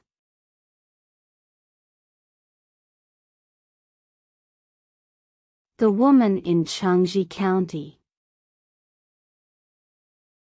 Chen Huanle is from Chengji County, Luzhou, and he has a daughter who is intelligent and exceptionally beautiful. One day, a Taoist priest glanced at Chen Huanle's daughter while begging, then departed. From that day on, he would wander near Chen's house every day with his alms bowl. One day, coincidentally, a blind man came out of Chen's house, and the Taoist caught up to him, walking alongside and asking where he had come from. The blind man replied, I just went to Chen's house to read fortunes for the people there. The Taoist said, I heard that there is a girl in Chen's family. My cousin plans to propose to her, but I don't know her age or birthday. The blind man, without suspicion, told the Taoist, who then bid farewell and left. A few days later, Chen's daughter was embroidering in the house when she suddenly felt her feet going numb. Soon, the numbness spread to her thighs and then gradually up to her waist and abdomen, causing her to faint and collapse to the ground. After lying on the ground for a while, Chen's daughter managed to stand up dazedly and intended to find her mother to tell her about the strange sensation she had experienced. As she walked out of the room, however, everything around her turned pitch black. A thin thread-like path appeared in front of her door, frightening her so much that she kept stepping back, only to find that her room was submerged in black water. When she looked back at the path, there were no pedestrians, only a Taoist priest walking slowly ahead. She followed the Taoist from a distance, hoping to encounter a fellow villager to whom she could tell her situation. Chen's daughter walked forward for several miles and suddenly saw a village house. Upon closer inspection, she realized it was her own family's gate. She was greatly shocked and muttered to herself, "I've been running around for so long, only to find myself still in the village. How confused I was just now, thinking I had lost my way." Afterwards, she happily walked into the gate of her home, only to find her parents had not yet returned. So she returned to her bedroom and placed the unfinished embroidered shoes on the bed. At that moment, Chen's daughter felt extremely tired from her travels, so she sat down on the bed to rest. Suddenly, the Taoist entered the room.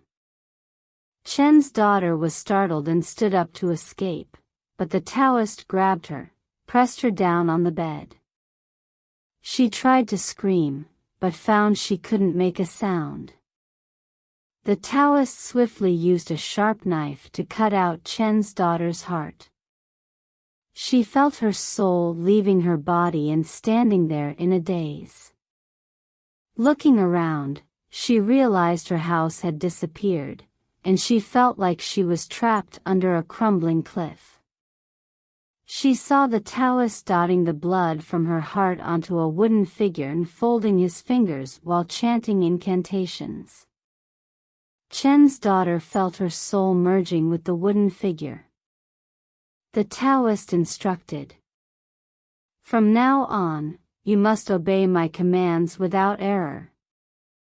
After saying this, he wore the wooden figure on his body. Afterwards, Chen Huanla and his wife discovered their daughter was missing, causing the whole family great anxiety and fear. They searched until they heard villagers' rumors about a woman who had been killed by having her heart cut out under the bullhead ridge. Chen Huanla rushed to examine the body and confirmed it was indeed his daughter. He tearfully reported the incident to the local magistrate. The magistrate arrested almost all the residents under the ridge and subjected them to severe torture, but still couldn't find the cause. Helpless, the magistrate had to detain these villagers as suspects, awaiting further investigation. The Taoist was sitting under a willow tree several miles outside the county town, resting.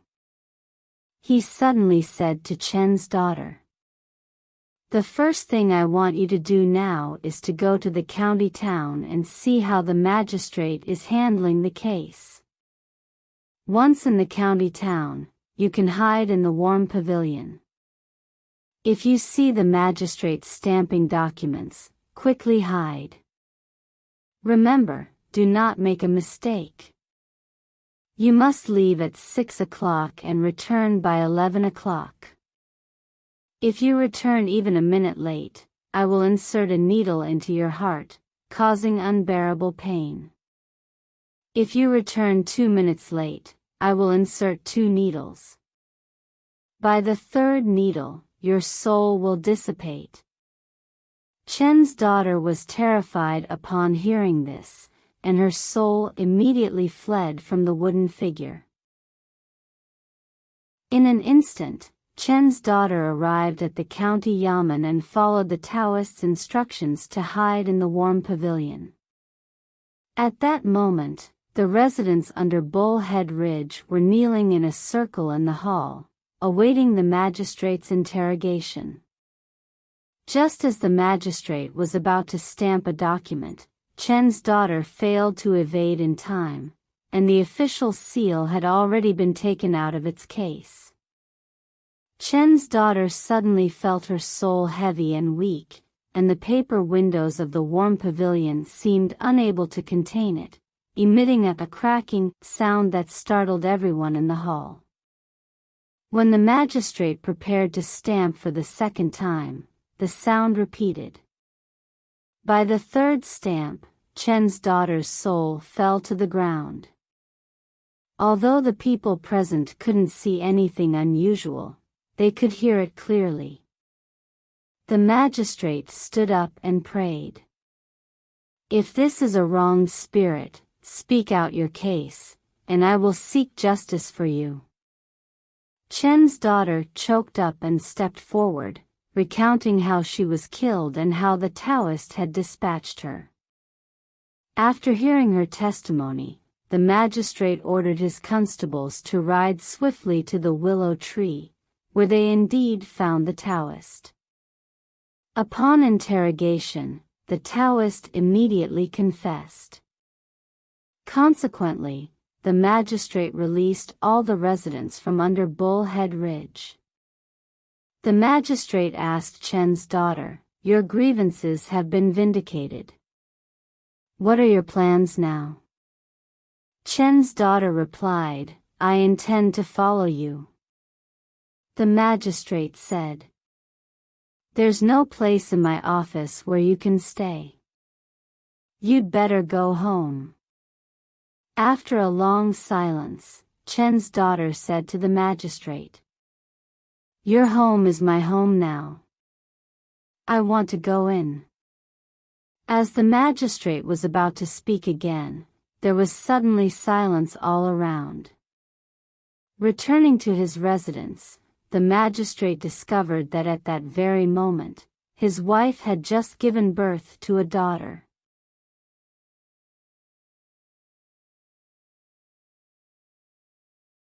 The Loyal Dog. In Luan Prefecture, there was a man whose father was imprisoned and facing execution.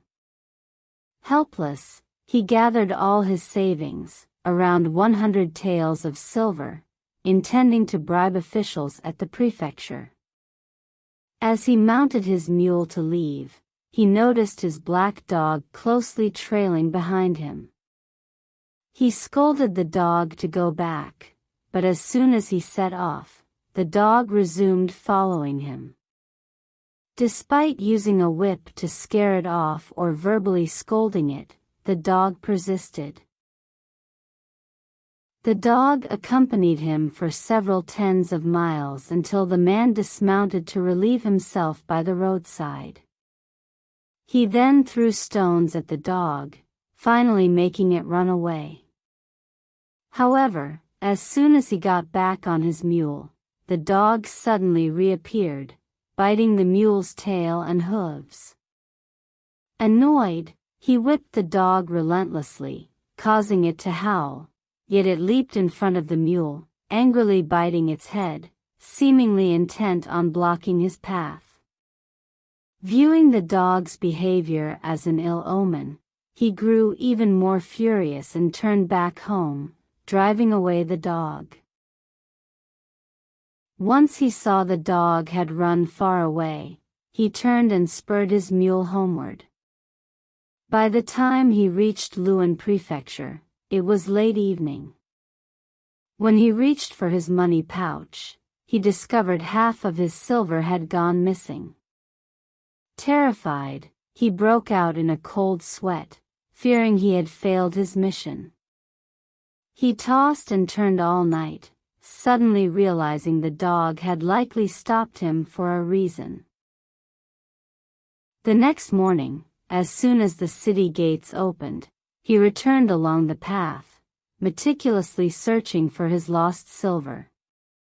He thought, "This is a major north-south thoroughfare. How can one expect to find lost money?"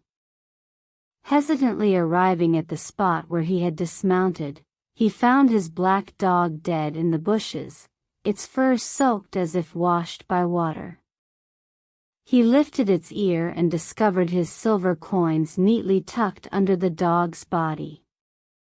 Realizing the dog had foreseen his loss and tried to dissuade him, failing only to save his wealth with its life, the man was deeply moved by the dog's loyalty.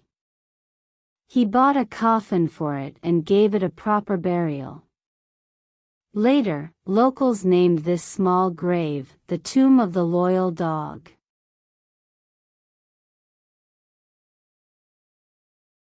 The woman in green clothes. The scholar Yu Jing was from Edo County. To study quietly, he often stayed at Lichuan Temple. One night, as Yu Jing was reading, a woman's voice outside his window praised him, saying, "Mr. Yu, you are truly diligent in your studies." Yu Jing wondered where a woman could come from in this remote mountain temple. While he was still in doubt, the woman laughed and pushed the door open, entering the room. She repeated, "You are truly diligent in your studies." Yu Jing stood up in shock and looked closely, finding the woman dressed in a green dress, with a gentle and beautiful appearance, rare in the world. Yu Jing suspected she was not human and repeatedly asked her where she lived. The woman said, "Do you think I'm a man-eating monster?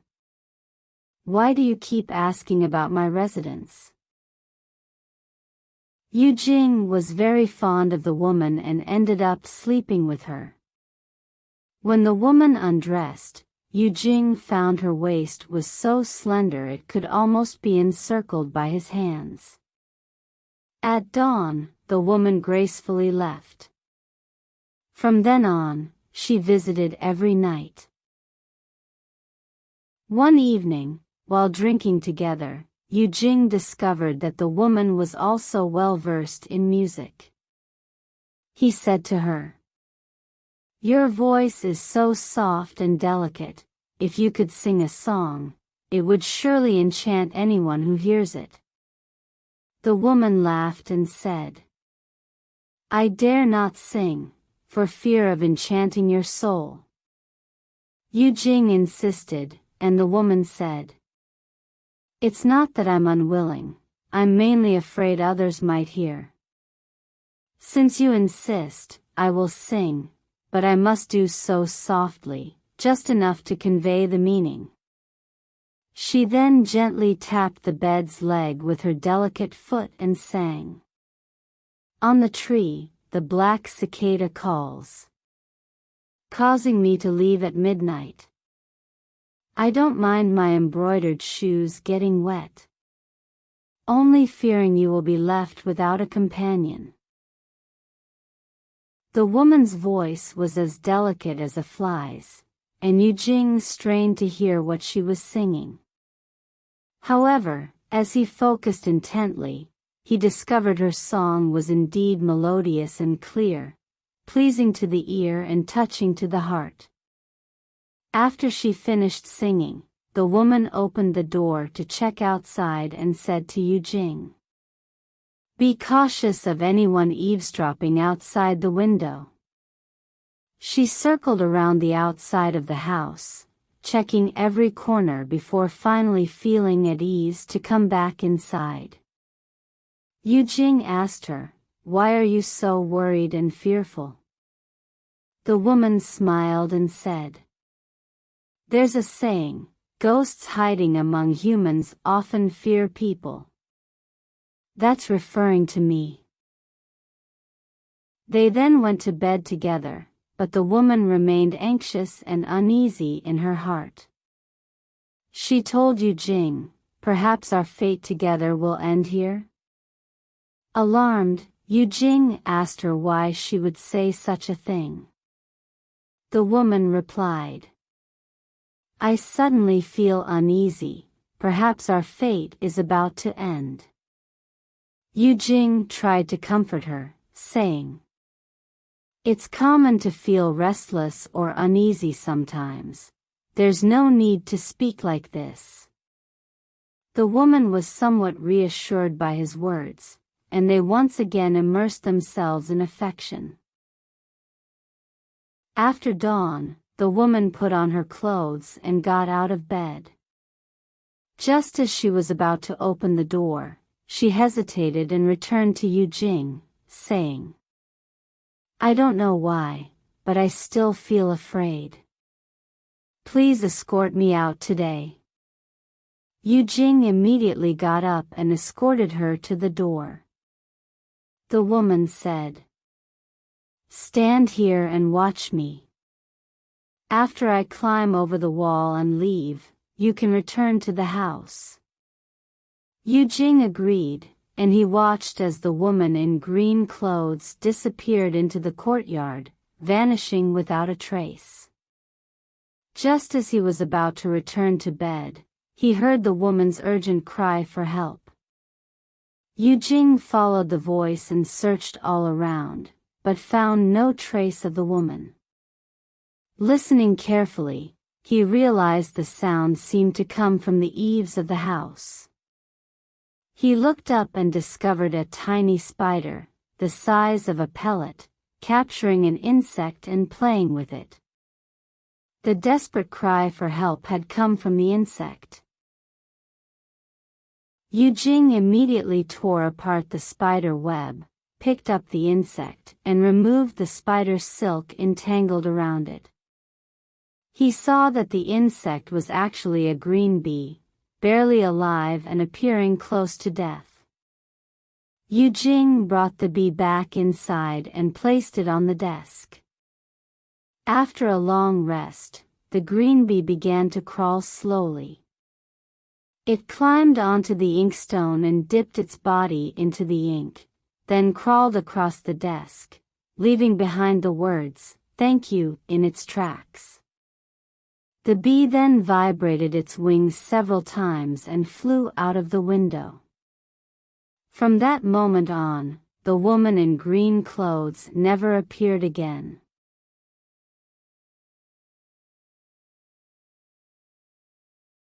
Li. In the Longmen area lived a man named Xie Zhongjiao, known for his frivolous and licentious behavior. In his 30s, Xie Zhongjiao lost his wife, leaving behind 2 sons and a daughter. The 3 children cried and wailed day and night, causing him great distress. Xie Zhongjiao desired to remarry, but unable to find a suitable match, he temporarily hired an old woman to help raise his children.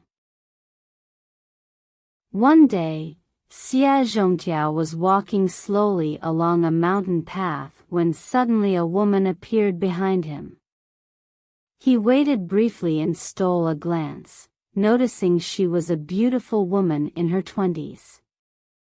Xie Zhongjiao felt affectionate towards her and flirtatiously remarked, "Madam, are you not afraid to travel alone?" The woman continued walking without responding. He persisted, "Madam, with such delicate footsteps, this rugged mountain path must be difficult to traverse." Still, the woman did not look at him. Seeing no one around, Xie Zhongjiao approached her and suddenly grabbed her wrist, pulling her into a secluded valley, intending to force himself upon her. The woman angrily cried out, "Where did this bandit come from, daring to behave so barbarously?" Ignoring her protests, Xie Zhongtiao continued to drag her along. The woman stumbled awkwardly, feeling embarrassed and helpless. She finally said, "You only seek pleasure, is that all? Let me go, and I will be yours willingly." Xie Zhongtiao complied with her request. After sharing intimacy in the quiet valley, they unexpectedly developed mutual affection. The woman asked for Xie Zhongtiao's residence and name, and he truthfully disclosed them. In turn, he asked the same of her. The woman said, "My surname is Li. Unfortunately, I lost my husband at an early age, followed by my mother-in-law. Now I am alone and without support, so I often return to my family home." Xie Zhongtiao revealed, "I also lost my wife. Will you live with me in the future?" Li asked, "Do you have children?" Xie Zhongtiao confessed, "To be honest, I have been intimate with several women since my wife's death. However, the constant crying of my children at home is truly unbearable." Li hesitated and said, "This matter is quite difficult. From the style of your clothes and shoes, I can tell they are ordinary. I could make new ones for you, but being a stepmother is challenging.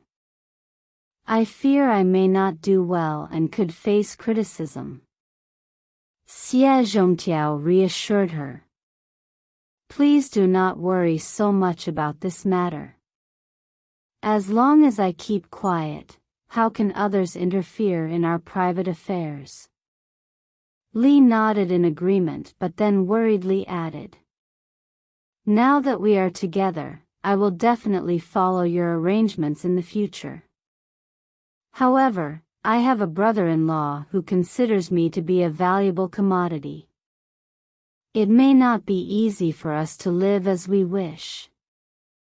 What should we do about this?" Xie Zhongtiao also felt anxious and planned for Li to secretly run away to his house. Li said, "I am prepared for anything. However, I am concerned that if your family leaks this matter, it will be detrimental to both of us." Confidently, Xie Zhongtiao said, "This is a trivial matter. There is only an elderly caretaker in my house, whom I will dismiss immediately." Li was visibly delighted and returned home with Xie Zhongtiao.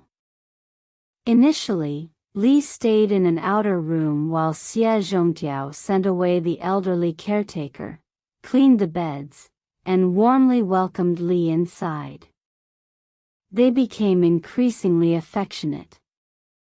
Li immediately took charge of the household chores and diligently patched up Xie Zhongtiao's children's clothes.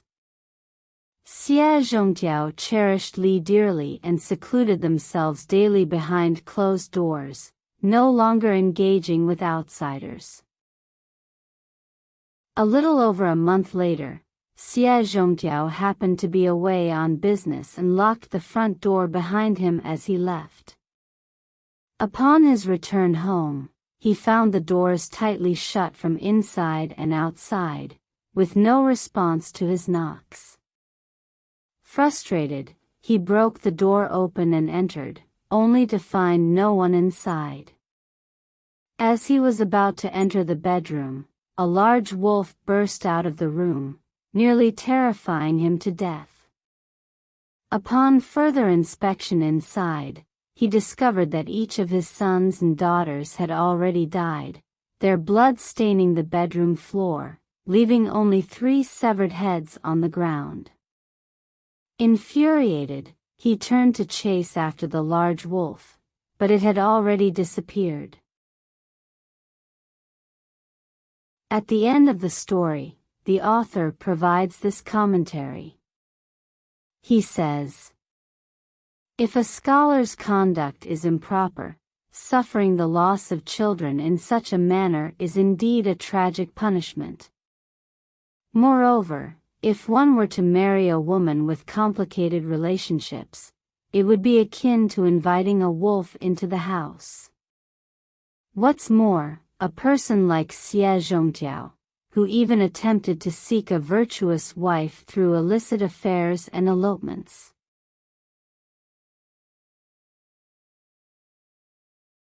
Wu Chuyue.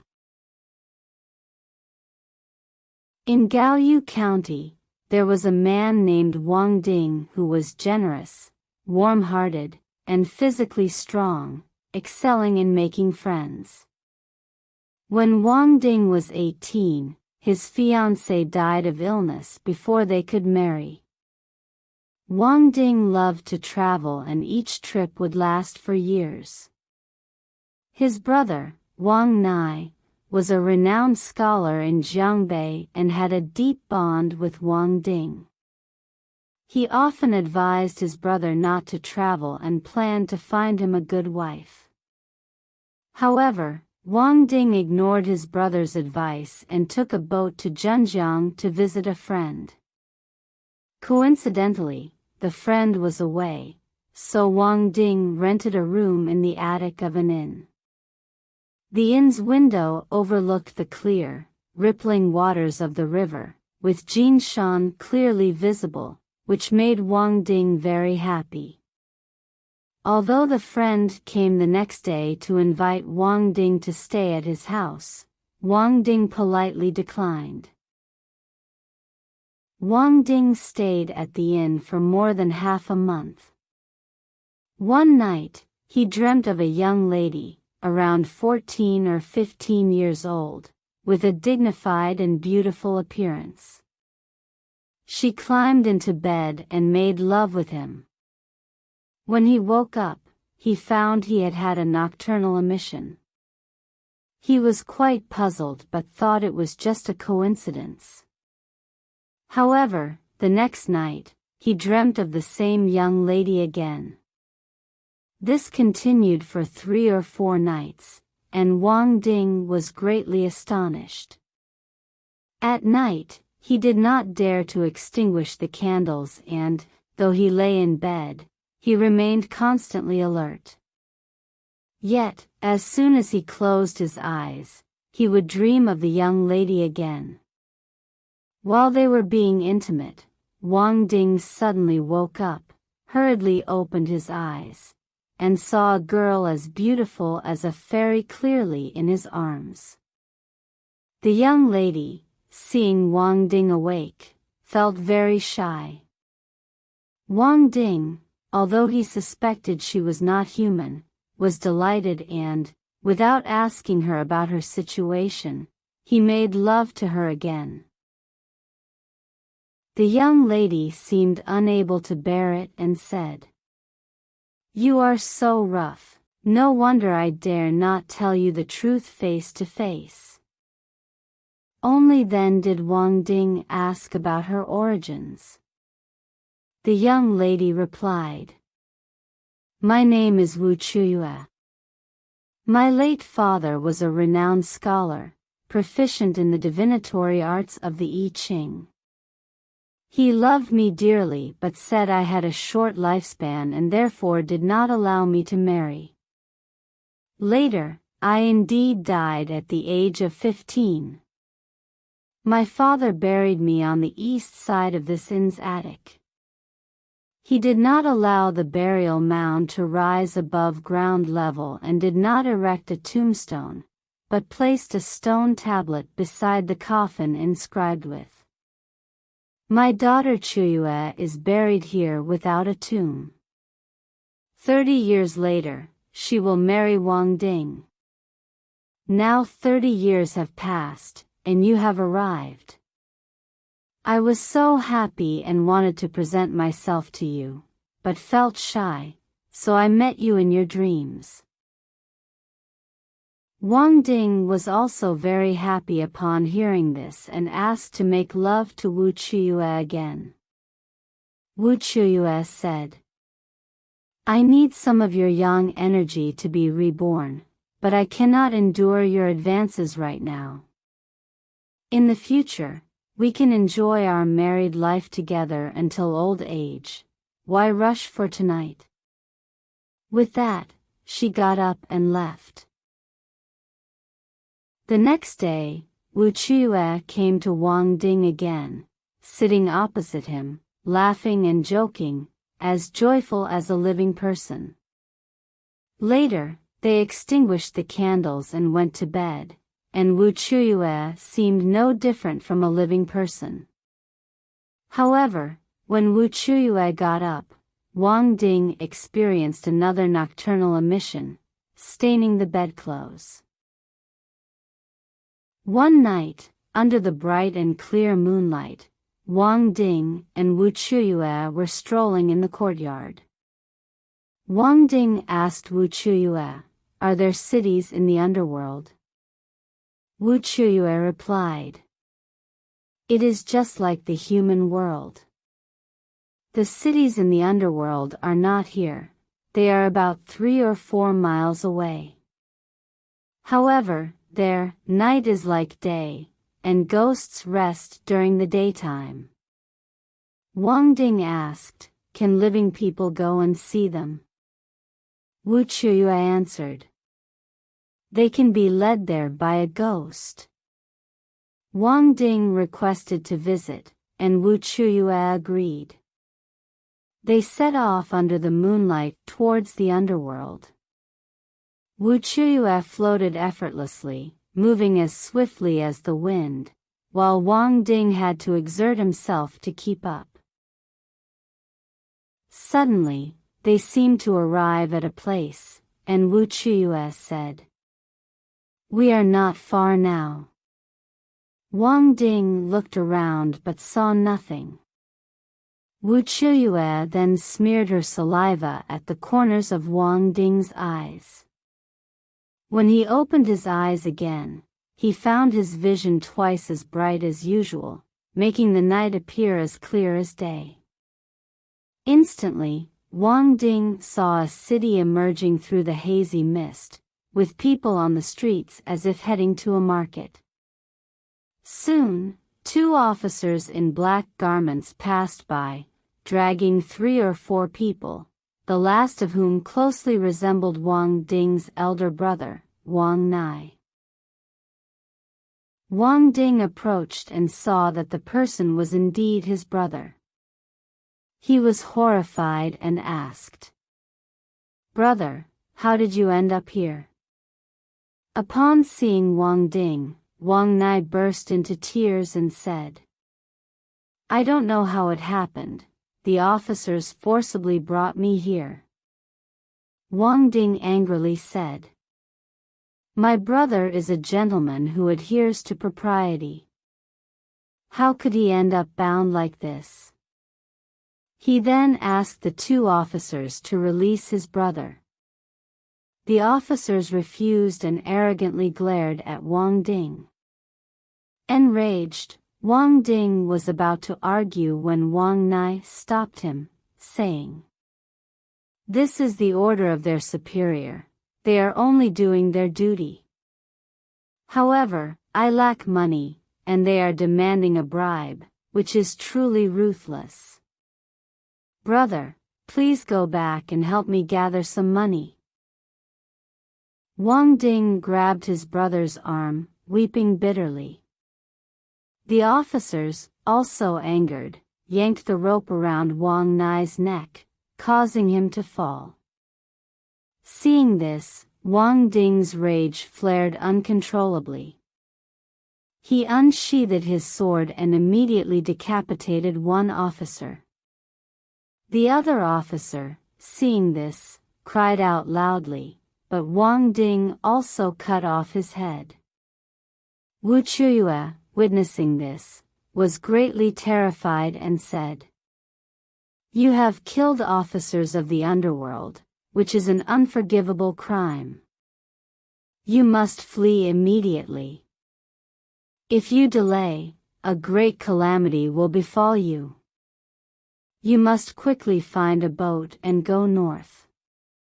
Once home, do not remove your brother's mourning banner, shut your doors, and do not go outside. After 7 days, you will be safe. Following Wu Chuyue's instructions, Wang Ding supported his brother, quickly hired a small boat, and hurried north. When Wang Ding arrived home, he saw mourners still at the door and realized his brother had indeed died. He locked the doors, and upon entering the house, found his brother's ghost had vanished. Checking the coffin, he discovered that his brother had come back to life and was calling out, "I'm starving. Bring me some soup and noodles." At that time, Wang Nai had been dead for 2 days. The family was shocked to see him alive again, and Wang Ding recounted the entire story to them. 7 days later, they opened the doors and removed the mourning banner, and people learned about Wang Nai's resurrection. Friends and relatives came to inquire about the details, but Wang Ding fabricated a story to explain it away. After some time, Wang Ding started to miss Wu Chuyue and became very anxious with longing. He traveled south again to the attic where he had stayed before, lit candles, and waited for a long time, but Wu Chuyue did not come. As he was getting drowsy and about to sleep, a woman arrived and told him, "Miss Chuyue asked me to tell you that a few days ago, because the underworld officers were killed and the perpetrator escaped, the officials in the underworld captured her and imprisoned her. The guards mistreat her because of her connection to the case. She anxiously awaits your help to find a solution." Upon hearing this, Wang Ding was filled with sorrow and anger, and he followed the woman. They arrived at a city and slipped in through a side gate from the west. The woman pointed to a large gate inside the city and said, "Miss Chuyue is temporarily imprisoned here." Wang Ding entered the gate and saw many buildings inside with numerous prisoners, but he did not find Wu Chuyue. He entered a small door and saw a room with light coming from it. When Wang Ding approached the window and looked inside, he indeed saw Wu Chuyue sitting on the bed, covering her face with her sleeve, crying softly. Beside her were 2 ghostly guards who were pinching her cheeks and touching her small feet, teasing and harassing her, making her cry even harder. One of the guards held her by the neck and said, "You are already a criminal, why bother with so-called chastity?" Wang Ding, furious, without saying a word, rushed into the room with his sword and swiftly beheaded the 2 guards as if cutting through hemp stalks, and took Wu Chuyue out of the door, fortunately without being noticed. As soon as they returned to the inn, Wang Ding suddenly woke up. He was puzzled by the danger in his dream when he saw Wu Chuyue standing there, gazing at him affectionately. Wang Ding stood up in surprise, pulled Wu Chuyue to sit down, and recounted the events of his dream. Wu Chuyue said, "It was all real, it was not a dream." Wang Ding, shocked, asked, "What should we do now?" Wu Chuyue sighed and said, "This is fate. Originally, the end of this month was my time to be reborn, but now things have come to this point, I can't wait any longer. Please dig up my burial place quickly, take my body home, and call my name every day in front of my body. In 3 days, I will be revived. However, since my time in the underworld is not complete, my bones are still soft, and I will be weak and unable to manage household chores for you." With that, she hurried to leave but turned back at the door and said to Wang Ding, "I almost forgot to tell you what to do if the underworld sends someone after you. When I was alive, my father gave me a talisman, saying that 30 years later, it would protect both of us as a couple." She asked for a pen and quickly wrote 2 talismans, saying, "One talisman is for you to wear, and the other should be placed on my back." Wang Ding saw her out the door, made a mark where she disappeared, and dug about a foot down, revealing a coffin that was already decayed. Beside the coffin was a small stone tablet with the words Wu Chuyue had mentioned. When he opened the coffin, he found that Wu Chuyue's face looked as if she were still alive, completely uncorrupted. Wang Ding carried her into the house, where her clothes disintegrated in the wind. He placed the talisman on her, wrapped her tightly in a quilt, and carried her to the riverbank, calling for a boat that was anchored there. He deceived the boatman by saying that his sister had fallen seriously ill and he needed to take her home. Fortunately, a strong south wind blew that day, and at dawn, they had already reached their destination smoothly. Wang Ding carried Wu Chuyue home, settled everything, and then informed his brother and sister-in-law of the events. The whole family, though alarmed and full of questions, dared not speak their doubts aloud. Wang Ding uncovered the quilt and repeatedly called Wu Chuyue's name, even sleeping with her body at night. Gradually, the corpse began to show signs of warmth, and after 3 days, Wu Chuyue finally came back to life.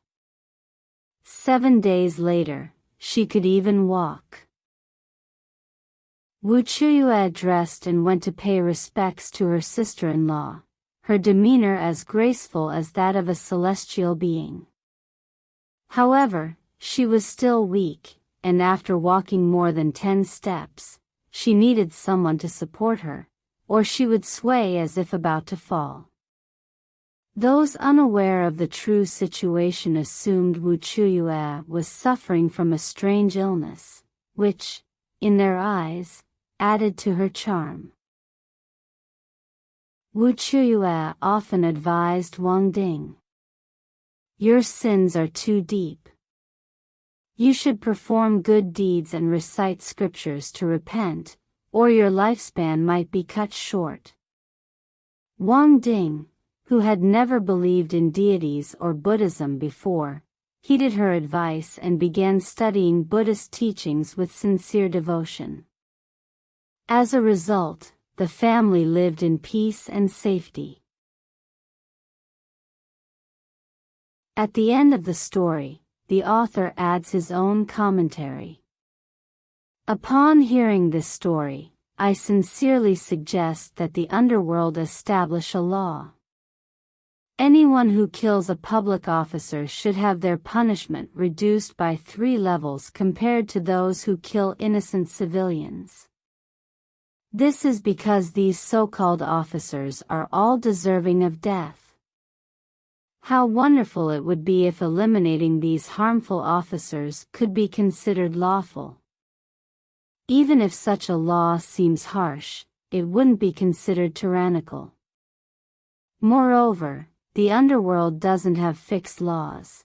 If someone encounters an evildoer, even if they are chopped up with knives and saws or boiled in a pot, it wouldn't be considered cruel.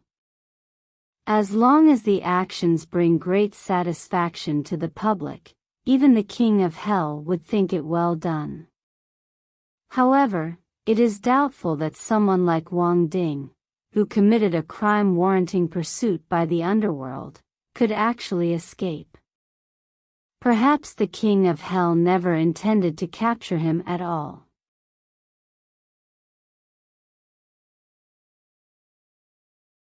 Princess Lotus. There was a man named Doshu from Jiaozhou. One day, Doshu was taking a nap when he suddenly saw a person in coarse clothes standing by his bed, hesitating and looking anxious as if wanting to say something. Doshu asked what the matter was, and the person replied, "The master requests your presence." Curiously, Doshu asked, "Who is this master you speak of?" The person said, "He is nearby." Doshu followed him out of the door. They passed several houses until Doshu was led to a household with layered buildings. They walked through winding paths in the courtyard, where Doshu saw countless doors and gates, feeling as if he were not in the mortal realm.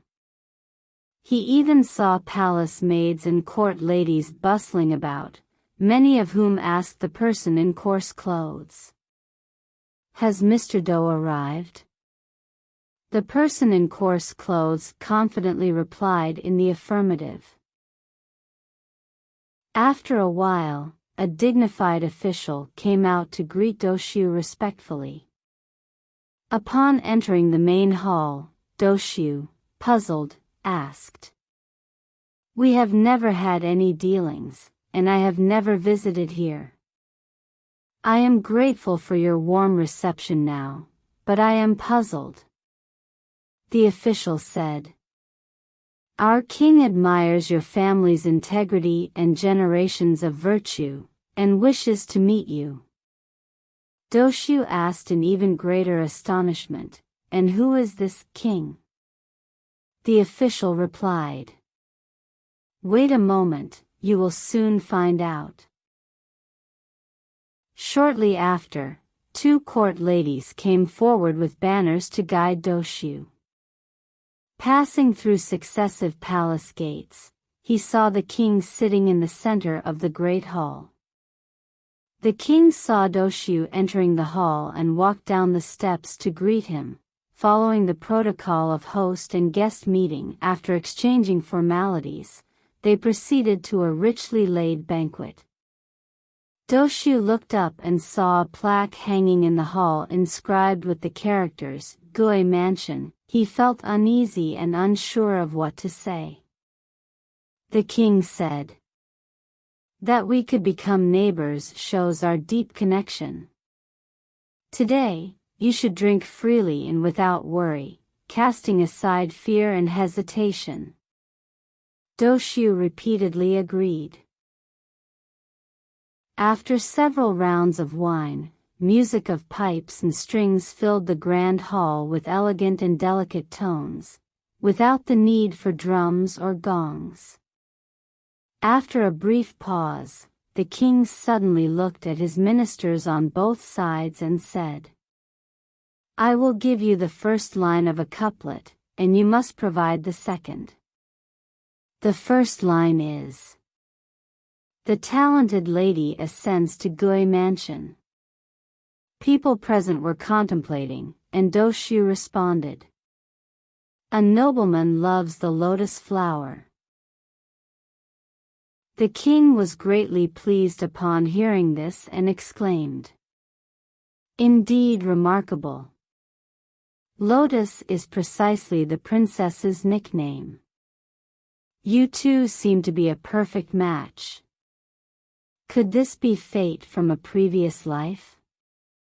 Convey my message to the princess.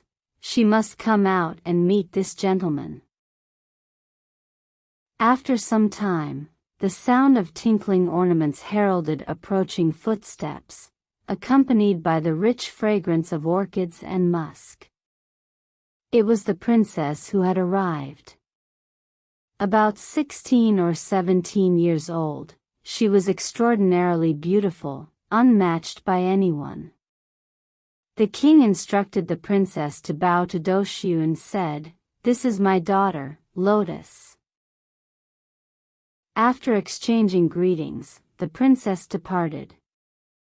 Doshu, deeply moved upon seeing the princess, sat there absent-mindedly, lost in his thoughts. When the king raised his cup to toast, Doshu did not seem to notice at all. The king seemed to sense Doshu's feelings and said, "My daughter and you seem to be a good match, but I feel ashamed as we are not of the same kind. What should we do?" Doshu felt conflicted and captivated by the princess, oblivious to the king's words. Someone sitting nearby nudged him and said, "Didn't you see the king inviting you to drink? Didn't you hear the king speaking to you?" Doshu, feeling ashamed and confused, excused himself from the table, saying, "Thank you for your hospitality. I seem to have inadvertently drunk too much and behaved improperly. I hope you can forgive me. It is late now, and the king must be tired. I must take my leave." The king stood up and said, "Meeting you has brought me great joy. Why are you in such a hurry to leave now? If you still have thoughts about this place, I will naturally invite you again." With that, he ordered a eunuch to escort Doshu out. On the way, the eunuch said to Doshu, "Just now, the king seemed to imply a marriage proposal between you and the princess. Why did you remain silent?" Doshu regretted deeply upon hearing this, lamenting with every step he took, and returned home in this manner. Suddenly, Doshu woke up, with the sunset fading. Sitting in the dim light, he repeatedly recalled everything vividly. After dinner, Doshu extinguished the lamp and went to sleep, hoping to relive old dreams. Yet the old dreams were elusive, leaving only regrets and sighs. One evening, Doshu slept together with his friends on a bed. Suddenly, he saw the eunuch from before coming in, delivering the king's command and inviting him to the palace. Doshu was overjoyed and immediately followed along. Upon meeting the king, Doshu bowed and paid his respects. The king pulled him up and invited him to sit beside him, saying, "I know you still long for this place. I am bold enough to betroth my daughter to you, believing you will not refuse." Doshu promptly expressed his gratitude. The king instructed his scholars and ministers to accompany Doshu to a banquet. As the feast was nearing its end, a palace maid came to report, "The princess is ready." Shortly after, dozens of palace maids escorted the princess out. She wore a red silk cover on her head and walked lightly, as if stepping on water ripples. The palace maids helped the princess to the carpet, where she and Doshu bowed to each other in marriage. Subsequently, the maids escorted the couple back to their residence. The bridal chamber was warmly arranged, with curtains and bedding fragrant and smooth. Doshu said, "With your company, joy fills my heart, and I can almost forget life and death. Yet I fear our wedding today might just be a dream." The princess chuckled and replied, "I am clearly here with you now. How could it be a dream?" The next morning, just as they woke up, Doshu helped the princess with her makeup and powdering. Then, he used a ribbon to measure her waist and his fingers to measure her feet. The princess laughed and asked, "Are you mad?" Doshu said, "I have often thought all of this might be a dream, so I want to remember every detail. Even if this is a dream, remembering the measurements of your waist and feet will allow me to cherish you always." While they were still joking and laughing, a palace maid rushed in and said, "A monster has entered the palace gates, and the king has already taken refuge in the side hall. Disaster is imminent." Doshu was shocked and hurried to see the king. The king took Doshu's hand, crying as he said, "You do not reject us, and we also wish to be forever in your favor. But today calamity strikes unexpectedly, and the fate of the country is about to end. What shall we do?" Doshu asked in astonishment why he said that. The king handed Doshu a memorial on the table. The memorial read, "The grand scholar of the containing fragrance hall, Minister Hei, has recently discovered extraordinary and unusual phenomena. He requests the king to relocate the capital early to maintain the vitality of the country. According to reports from the Yellow Gate officials, from the 6th day of the 5th month, a 1,000-foot-long giant python has entered the capital. It now lurks outside the palace, having devoured more than 13,800 people, both officials and civilians alike. Wherever it passes, palaces and towers turn to ruins. I, with courage, went to investigate and indeed saw this monstrous python. Its head is like a mountain, eyes like seas. When it raises its head, it can swallow palaces whole, and when it stretches, it can collapse walls and buildings. This is truly an unprecedented calamity, a disaster not seen in 10,000 years.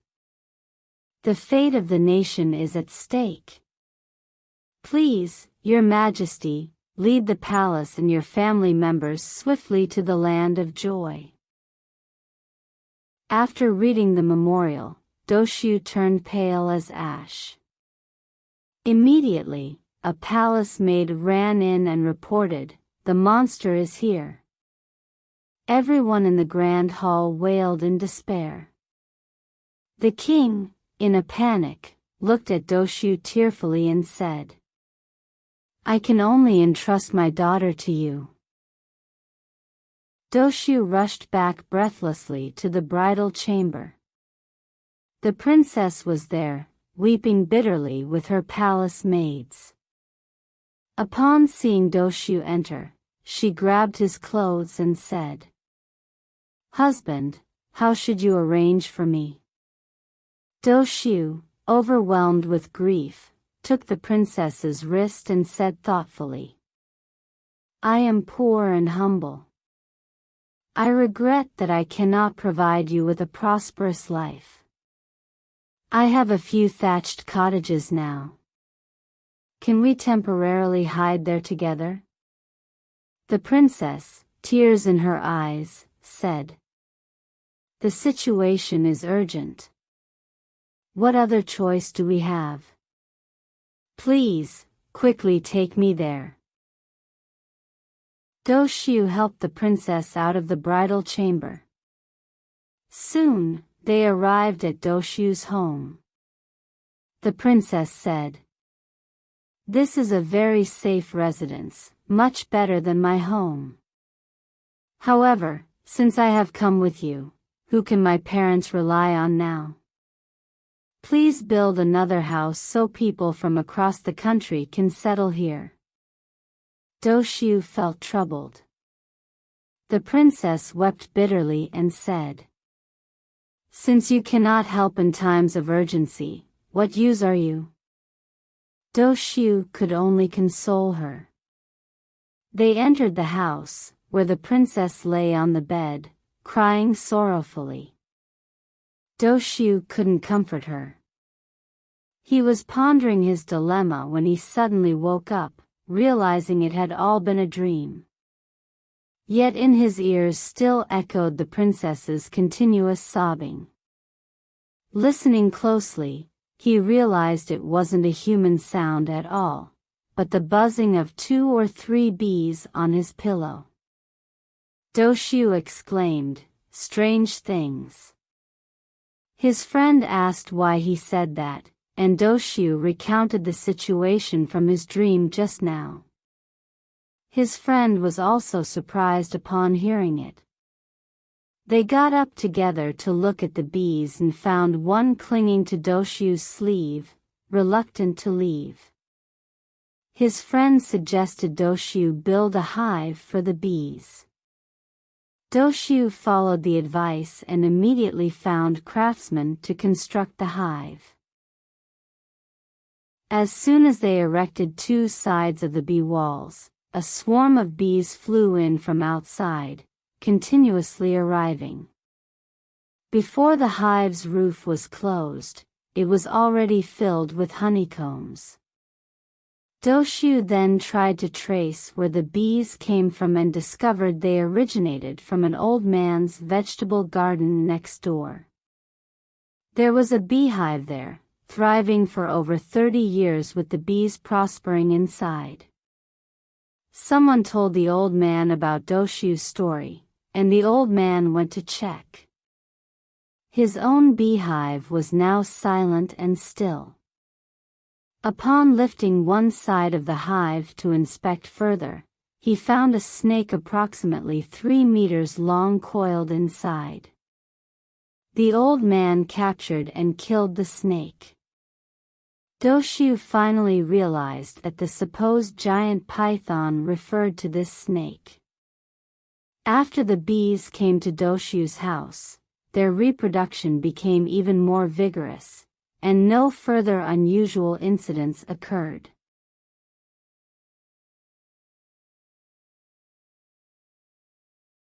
Scolding the duck thief. There was a man in the Baija village in the west of the city, who stole a duck from his neighbor and cooked it. However, that very night, he suddenly felt his skin itch, and by morning, he found himself covered in downy duck feathers that hurt when touched. Terrified and unable to find a cure, he dreamt that night of someone telling him, "Your condition is a punishment from heaven. You must accept the owner's scolding, only then will the feathers fall off." However, the man knew that his neighbor, an old man, was always magnanimous and never showed anger, even if he lost something. Left with no choice, he deceitfully told the old man, "Your duck was stolen by someone. He's most afraid of getting scolded. If you could scold him, it might warn him not to steal things again in the future." The old man just smiled and said, "Who has the time to scold a bad person?" As a result, the old man never scolded him. The man, feeling increasingly embarrassed, finally confessed the truth to the old man and asked him to scold him. Eventually, the old man agreed and scolded him, and the man's condition was cured. At the end of the story, the author comments, "The consequences of stealing are truly terrifying. Stealing a duck leads to growing feathers. However, scolding also has different outcomes. The old man scolded the thief and even reduced his guilt for stealing. It seems that there are different ways to do good. Although the old man scolded the thief, doesn't this also show his compassion?"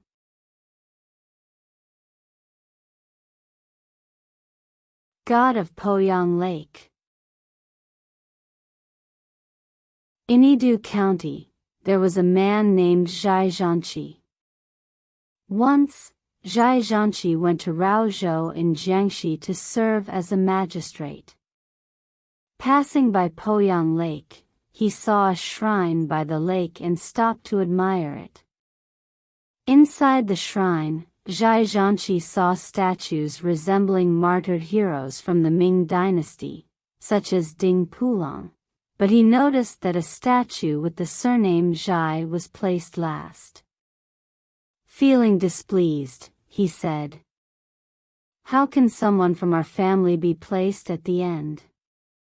He then swapped the Zhai statue with one at the front. Soon after, he boarded his boat to continue his journey.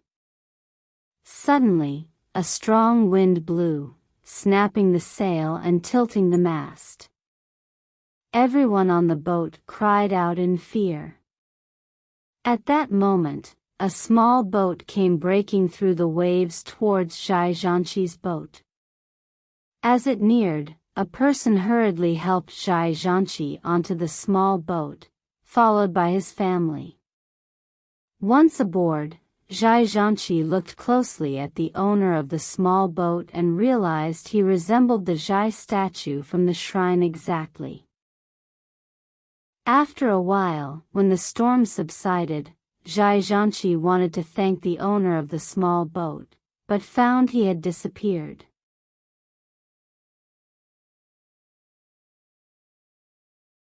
Son of the Liu family.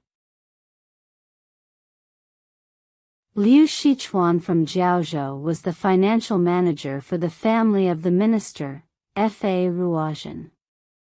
Liu Shichuan was well into his 40s when he finally had a son, and as a result, he doted on him excessively, always indulging him, fearing to contradict him. As the son grew older, he became even more extravagant and unrestrained, ultimately squandering all the wealth Liu Shichuan had accumulated. Liu Shichuan had a robust mule that he cherished dearly. One day, when Liu Shichuan's son fell ill, he said to his father, "That mule you raise is so fat, its meat must be delicious. Go kill that mule so I can eat its meat, and I'll get better." Reluctant to do so, Liu Shichuan considered killing an inferior mule instead. When his son heard this, he flew into a rage, cursed vehemently, and his condition worsened. Fearing for his son, Liu Shichuan killed his beloved mule and served its meat to his son, who then became happy again. However, the son only tasted a small piece of the meat and refused the rest. His condition never improved, and shortly after, he died. Liu Shichuan was deeply saddened and mourned, overwhelmed with grief. 3 or 4 years later, several villagers traveled together to Mount Tai to pay their respects. When they reached halfway up the mountain, they saw a man riding a mule approaching. His appearance bore a striking resemblance to Liu Shichuan's son. As he drew nearer, they confirmed that indeed, he was Liu Shichuan's son. The son dismounted from the mule, greeted everyone with a bow, and exchanged greetings. The villagers were astonished but dared not inquire how he had come back to life. They simply asked, "What are you doing here?" Liu Shichuan's son replied, "I have no particular business, I am just traveling around." He then asked the villagers which inn they were staying at, and they told him truthfully. After speaking, Liu Shichuan's son bowed politely and said, "It's unfortunate, I have a small matter to attend to now. I don't have time to chat today, but I will come to the inn tomorrow to see everyone." With that, he mounted his mule and departed. In the evening, when they returned to the inn, they doubted Liu Shichuan's son would actually come. The next morning, as they sat waiting in the inn, Liu Shichuan's son indeed arrived. He tied the mule to a post in the stable and approached the villagers with a smile. They said, "Your father thinks of you every day and longs to see you. Why don't you go home and visit him? Liu Shichuan's son asked in surprise. Who are you talking about? They replied, Of course, we mean Liu Shichuan. Upon hearing this, Liu Shichuan's son's expression changed suddenly. After a long pause, he said, Since he misses me, please go back and tell him, on April 7th, I will wait for him here. With that, he bid them farewell and departed. After returning to the village, the villagers informed Liu Shichuan of the situation. Upon hearing this, Liu Shichuan wept bitterly and proceeded as planned to the inn, where he explained his purpose to the innkeeper. However, the innkeeper tried to dissuade him, saying, Some days ago, I saw your son with an indifferent demeanor, seemingly harboring ill intentions. I'm afraid you cannot go to see him now. Liu Shichuan, crying uncontrollably, refused to believe the innkeeper's words. The innkeeper continued. It's not that I won't let you go, but spirits are capricious. You might encounter misfortune. If you insist on meeting him, please hide in the cupboard first. See how he behaves when he arrives. If you feel it's safe to meet him, you can come out then. Liu Shichuan thought it made sense, so he followed the innkeeper's advice. Later on, Liu Shichuan's son indeed arrived at the inn. He asked the innkeeper, Has Liu Shichuan come? The innkeeper replied, No, he hasn't. Hearing this, Liu Shichuan's son flew into a rage and cursed loudly. That old scoundrel, why hasn't he come? Shocked by his attitude, the innkeeper asked, Why are you cursing your own father? Liu Shichuan's son replied, He's not my father. Initially, we were business partners, but he secretly schemed to embezzle my wealth, behaving unreasonably. He never returned anything to me. Now, I won't feel satisfied until I kill him. What father are you talking about?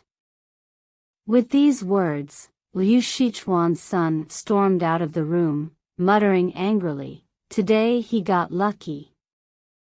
Liu Shichuan, hiding in the cupboard, heard everything clearly. He was so frightened that sweat poured down his back, and he dared not make a sound. The innkeeper called out to him, and only then did he cautiously emerge, ultimately returning home in a sorry state. The author concludes with these remarks. Suddenly gaining a lot of wealth is such a joyful thing. However, the later burden of repayment is indeed difficult to bear. Even after reincarnation, nearly exhausting the enemy's wealth, and dying again, still unable to forget the enemy, it shows how terrifying resentment can be for a person.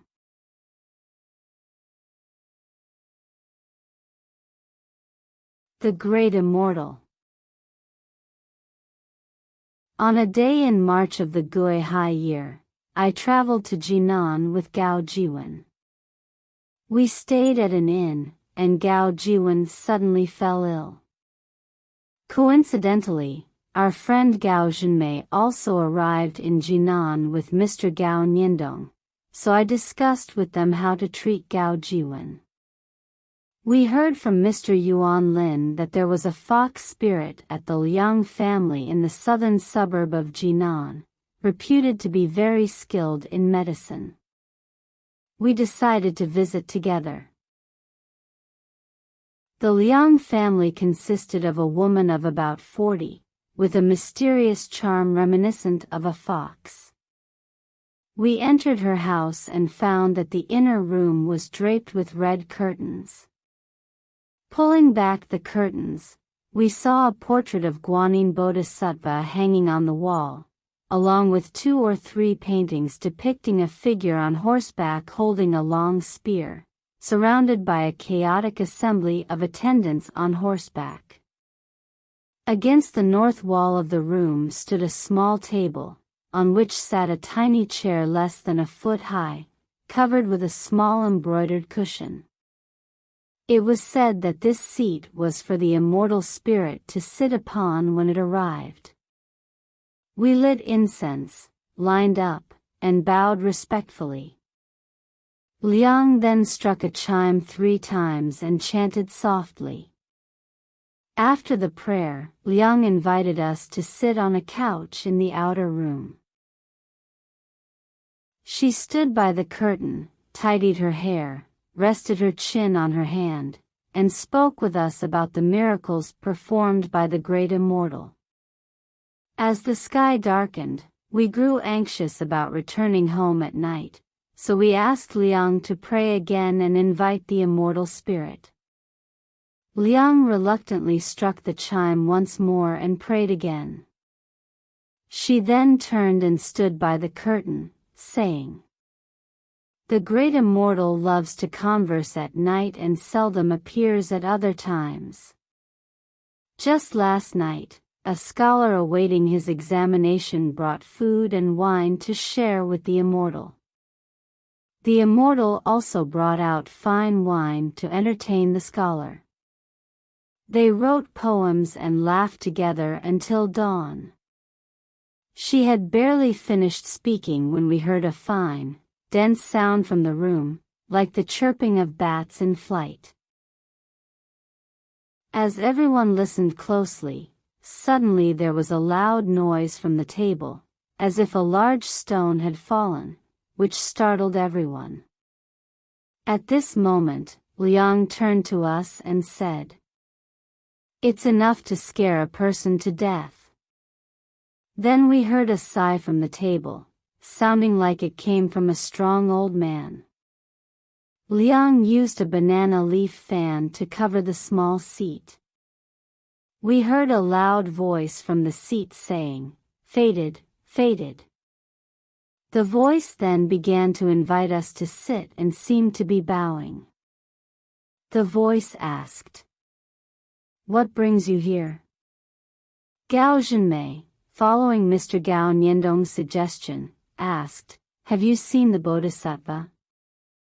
The voice replied, "I am very familiar with the way to the South Sea. How could I not have seen the Bodhisattva?" Gao Zhenmei then asked, "Has the king of hell and the underworld been replaced?" The voice replied, "Just like in the human world, there are changes." Gao Zhenmei asked, "What is the surname of the current king of hell?" The voice answered, "The surname is Chao." After these questions, we attempted to request medicine for Gao Jiwen. The voice responded, "When you return, perform a nighttime tea offering. I have obtained medicine from the Guanyin Bodhisattva, and I will now give it to you. It can cure any illness." Everyone then asked their own questions, and the immortal answered them one by one. After the questions were finished, we took our leave and returned. The next night, Gao Jiwen's condition improved slightly. Gao Zhenmei and I packed our belongings and returned home, without having the time to visit Liang again.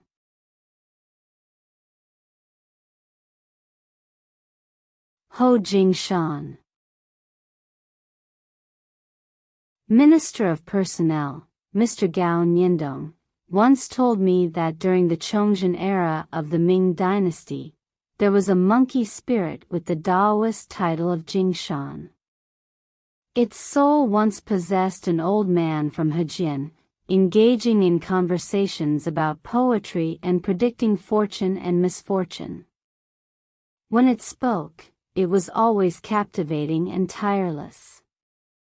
If people placed dishes and fruits on the table, the monkey spirit would jump out and eat and drink everything, making a mess of the cups and plates, although no one could see it. At that time, Mr. Gao Nyindong's grandfather was bedridden, and someone wrote a letter saying, "Ho Jingshan is an elderly man of Dao, you must meet him." After reading the letter, Mr. Gao Nyindong sent servants with a carriage to invite the old man. The old man arrived after a full day, but the monkey spirit had not yet appeared. Gao Nyindong then burned incense and made offerings. Suddenly, everyone heard someone on the roof exclaiming, "This is a good family." Astonished, everyone looked up at the roof. Soon, someone began speaking from the eaves. The old man stood up and said, "The great immortal has arrived." Everyone followed the old man to welcome the immortal and heard the sounds of bowing and greetings. After returning indoors, the immortal laughed heartily and engaged in an open conversation. At that time, Gao Nyindong and his brother were students who had just returned from taking the provincial exams. The immortal said, "Both of you did well in this exam, but you need to study the classics more diligently. Your path to officialdom is approaching." The brothers then respectfully asked about their grandfather's illness. The immortal said, "The matter of life and death is too profound to explain to you." The brothers understood and realized that their grandfather's illness was incurable. Not long after, Mr. Gao's grandfather indeed passed away. In the beginning, there was a man who trained monkeys and performed shows in villages to earn money. One of his monkeys broke free from its chain and escaped. The monkey trainer tried hard to catch it but failed, and the monkey ran straight into the mountains. Decades later, people still occasionally encountered the monkey in the mountains. It moved swiftly and would flee upon seeing people. Later, the monkey began to sneak into the village to steal fruits and food, but people still couldn't catch it. One day, the villagers spotted the monkey again and chased it through the fields, eventually shooting it dead with arrows. However, the monkey's spirit didn't realize it was dead and felt as light as a leaf, able to travel hundreds of miles in a single breath.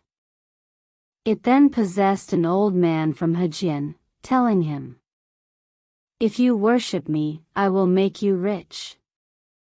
The monkey referred to itself as Jingshan. In Changsha, there was also a monkey with a gold chain around its neck, often seen in the homes of scholars and officials. Whenever it appeared, it was a sign of an upcoming joyous event. People would offer it fruits, which it accepted. But no one knew where it came from or where it was going. A 90-year-old man told everyone that when he was a child, he had seen the same gold chain around the monkey's neck, and the patterns on the chain were the insignia of a Ming Dynasty prince's household. In retrospect, this monkey must also have been an immortal.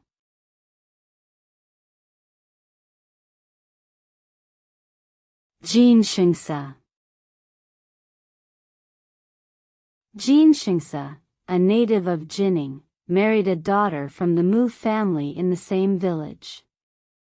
The Mu woman bore him a son, who had just turned 1 year old. Once, Jin Shingsa suddenly fell ill and felt he couldn't survive, so he said to his wife, "When I die, you must remarry, do not stay faithful to me." His wife responded with sweet words and solemn promises, assuring him she would remain faithful to him until death. Jin Shingse then shook his head, called his mother, and said, "After I die, please help take care of your grandson. Don't let your daughter-in-law stay faithful to me." Hearing this, his mother tearfully agreed. Soon after, Jin Shingse passed away. Mu's mother came to mourn at the Jin household. After crying, she said to Jin Shingse's mother, "Heaven has brought misfortune, and my son-in-law has suddenly died. But my daughter is still so young, what will become of her future?" At this moment, Jin Shingse's mother, deeply immersed in grief, found it hard to suppress her anger and, with great agitation, replied, "She must stay faithful to my son." Mu's mother, realizing her words were somewhat inappropriate, felt ashamed and said no more. That night, Mu's mother stayed with her daughter and privately said, "Which man couldn't be my daughter's husband? Why must you stay faithful to a deceased man? With your good looks, why worry about not finding a suitable partner in the future? A young woman not finding another husband early and simply clinging to a baby in swaddling clothes, isn't that foolish? If that old Mrs. Jean insists on you staying faithful, then don't show her any kindness in your daily interactions." Coincidentally, Jin's mother overheard some of the conversation between Mu and her daughter, making her even more furious. The next day, Jin's mother said to Mu's mother, "My son left a will, and he originally didn't want his wife to stay faithful. But now that she is so eager to remarry, I will definitely make her stay faithful to my son." Mu's mother, having no other choice, left in a rage. At night, Jin's mother had a dream in which her son appeared, tearfully urging her not to make Mu stay faithful. This left her feeling puzzled. Following her son's wishes, she sent a servant to inform the Mu family, agreeing that after the funeral, Mu could marry someone else. However, after consulting a geomancer, the Jin family learned that it was not auspicious to hold a funeral this year, so the burial was postponed. Meanwhile, Mu, eager to remarry and flaunt her beauty, continued to adorn herself with makeup even during the mourning period. While she wore plain clothes at her in-laws' home, she would change into new, colorful garments as soon as she returned to her parents' house. Jin's mother found her daughter-in-law's behavior excessive but chose to endure it, knowing Mu would soon belong to another family. Sensing Jin's mother's leniency, Mu became even more brazen. In the village, a rogue named Dong Gui became infatuated with Mu upon seeing her. He also bribed a neighbor elderly woman from the Jin family with money, asking her to convey his feelings of affection to Mu. In the middle of the night, Dong Gui climbed over the wall from the old woman's house to Mu's residence and engaged in an illicit affair with her. This scandalous relationship lasted over 10 days and became widely known, though Jin Shingse's mother remained unaware. At night, Mu had only a young maidservant, her confidant, attending to her. One night, while Mu was entangled with Dong Gui, there was a loud noise from Jin Shingse's coffin, resembling firecrackers. The maid, lying in the outer room, saw the deceased Jin Shingsa emerge from behind the curtains, holding a sword, and enter the bedroom. Shortly after, she heard Mu and Dong Gui's panicked cries for help. Not long after, Dong Gui ran out naked. Shortly thereafter, Jin Shingsa also emerged, grabbing Mu by the hair, while Mu screamed loudly. Awakened by the commotion, Jin's mother got up to investigate. She saw Mu naked and running away. When Jin's mother called out to her, Mu did not respond. Jin's mother pursued her but found the surroundings eerily quiet, with Mu nowhere to be seen. Returning to Mu's bedroom, she found the lamp still lit and a pair of men's shoes by the bed. She immediately called the young maid, who, trembling, came in and recounted the strange events in detail. Jin's mother was astonished by what she heard. Returning to Dong Gui, he fled to the old neighbor woman's house and crouched in a corner. After a while, when he could no longer hear any sounds, he finally stood up. Now, naked and shivering with cold, he had no choice but to call the old woman to ask for some clothes. At that moment, he noticed a room in the courtyard with its doors slightly ajar. Summoning his courage, he entered. In the darkness, he felt his way to the bed and touched a small woman's foot, guessing it must be the old neighbor woman's daughter-in-law. Instantly, he felt a surge of lust and climbed into the bed, intending to violate her. The woman, half awake, asked, "Husband, is that you?" He deceitfully replied, "Yes, it's me." She suspected nothing and began to embrace him warmly. The neighbor woman's son had gone to the northern village for some errands, instructing his wife to lock the doors and wait for his return. When he came back, he heard noises inside the house and grew suspicious. Listening closely, he recognized the lewd words and became enraged. Grabbing a weapon, he burst into the room. Dong Gui, terrified, tried to hide under the bed, but the neighbor woman's son, in a fit of rage, killed him. He then turned to kill his own wife, but she pleaded it was a misunderstanding, and he spared her. However, he didn't know who was hiding under the bed, so he called his mother over and shone a light, revealing that it was Dong Gui. Upon closer inspection, they saw that Dong Gui was barely alive. When they questioned him, he managed to confess the whole story. But Dong Gui, having suffered multiple injuries and losing a lot of blood, soon died.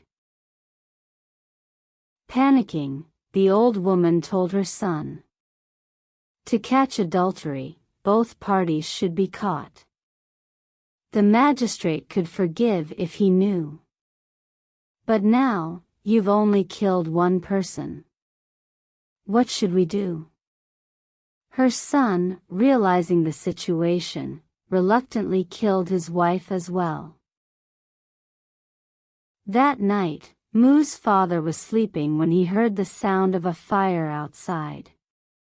When he went out to check, he saw that the eaves of the house were indeed on fire, and the arsonist was hesitating to leave. Mu's father shouted loudly, and the whole family came rushing out. Fortunately, the fire had just started and was easy to extinguish. Mu's father then ordered his family members to take weapons and bows to capture the arsonist. However, they saw the person leap over the wall like an agile monkey and disappear. Outside the wall was the Mu family's peach orchard, surrounded by high and sturdy walls. A few servants climbed up ladders to look, but they couldn't see the arsonist. They did see something trembling slightly at the base of the wall. When they asked who it was, there was no response, so they shot arrows at it, finding it soft and yielding. The family then brought lanterns to examine more closely and discovered a naked woman lying there, an arrow piercing her chest and forehead. Upon closer inspection with torches, they realized the woman was Mu. The family members, shocked, immediately reported this to their master. Mu's parents were terrified and couldn't understand why this had happened. Mu lay there with her eyes closed, her face ashen, barely breathing. Mu's father instructed someone to pull out the arrow from her forehead, but it wouldn't budge. A servant stepped on her head to get leverage and finally pulled the arrow out. As soon as the arrow was removed, Mu let out a weak moan, then blood gushed out, and she died. Upon seeing this, Mu's father was greatly terrified and could not think of any solution. At dawn, Mu's father told the truth to Jin's mother and knelt down to beg the Jin family for forgiveness. However, Jin's mother did not harbor any resentment or anger. She merely recounted everything she knew to Mu's father and allowed the Mu family to handle the burial of Mu. Jin Shengsa had an uncle named Jin Shengguang, who angrily came to the Mu family to scold and berate them for Mu's past misdeeds. Mu's father, ashamed and dejected, gave him some money to make him leave. However, people still did not know who had an affair with Mu. Soon after, the old neighbor woman's son confessed his act of catching the adulterers and killing them to the county magistrate, who merely gave him a slight reprimand and let him go. But his wife's brother, Ma Biao, did not believe the story and filed a petition to seek justice for his sister. The county magistrate then had to arrest the old neighbor woman. When she came to the court, she was so terrified that she confessed everything in detail. The county magistrate then summoned Jin's mother, who claimed to be ill, and sent Jin Shengguang to testify on her behalf. He recounted the entire course of events. Thus, the previous case was reopened, implicating Mu's father and mother, and all the details were thoroughly investigated. Mu's mother was found guilty of abetting her daughter's remarriage and was sentenced to flogging, but the county magistrate allowed her to pay to reduce her sentence, which led to the Mu family exhausting their fortune. The old neighbor woman was beaten to death for facilitating adultery, and the case was concluded. At the end of the story, the author has this commentary. He says, Jin Shengsa was truly a divine man. His repeated instructions for his wife to remarry were such a wise decision. He managed to exact his revenge without killing anyone, which only a divine being could achieve. The old neighbor woman led another man's wife into adultery, resulting in her own daughter-in-law being raped.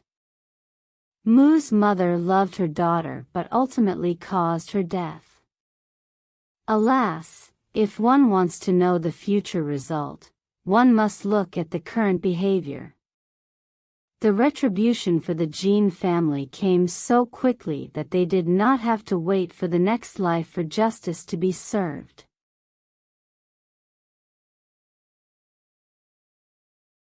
Peng Haiqiu. In Laizhou, there was a scholar named Peng Haogu. To study quietly, he often stayed in a villa far from home. One year, during the Mid-Autumn Festival, Penghaogu had not returned home and had no companions, so he felt very lonely.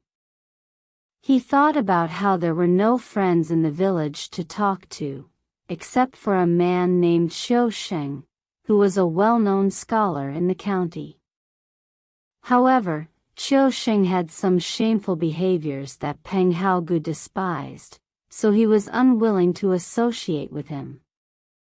When the moon rose into the sky, Penghaogu felt even more bored.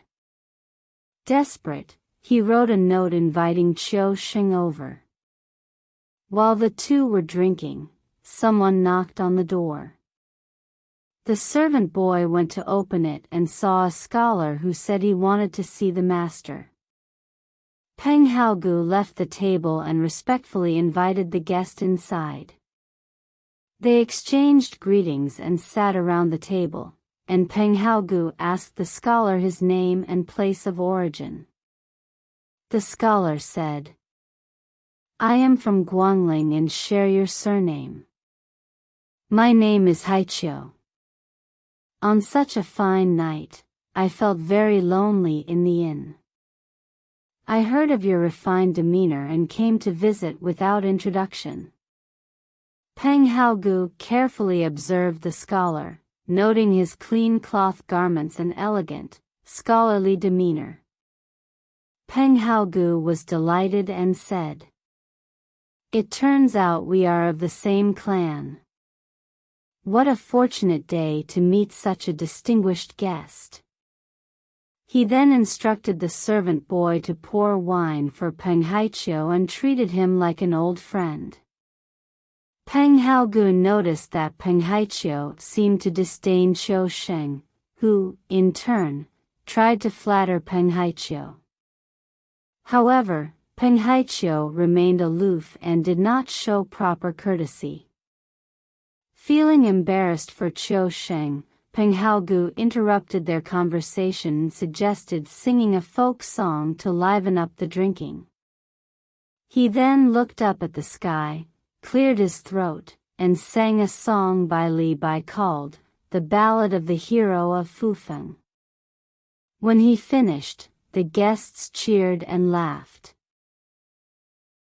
Penghaogu said to Penghaogu, "I don't understand music theory, so I can't harmonize with your elegant tune. May I ask someone else to sing a song for me?" Penghaogu replied with a laugh, "Please feel free to do as you wish." Penghaogu then said, "Is there a famous courtesan in Laizhou city?" Penghaogu answered, "There isn't." Penghaogu fell silent for a while and then said to the servant boy, "I just called someone, and she should be outside the door now. Please bring her in." The servant boy immediately went out of the gate and indeed saw a woman lingering outside. He then led her inside. The woman was probably a little over 16 years old and was as beautiful as a fairy.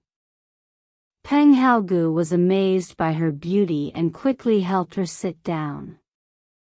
The woman was dressed in a willow-yellow cloak, and her fragrance filled the room. Penghaogu comforted the woman immediately, saying, "Thank you for traveling so far to come here." The woman smiled in response. Penghaogu was greatly surprised and wanted to inquire further.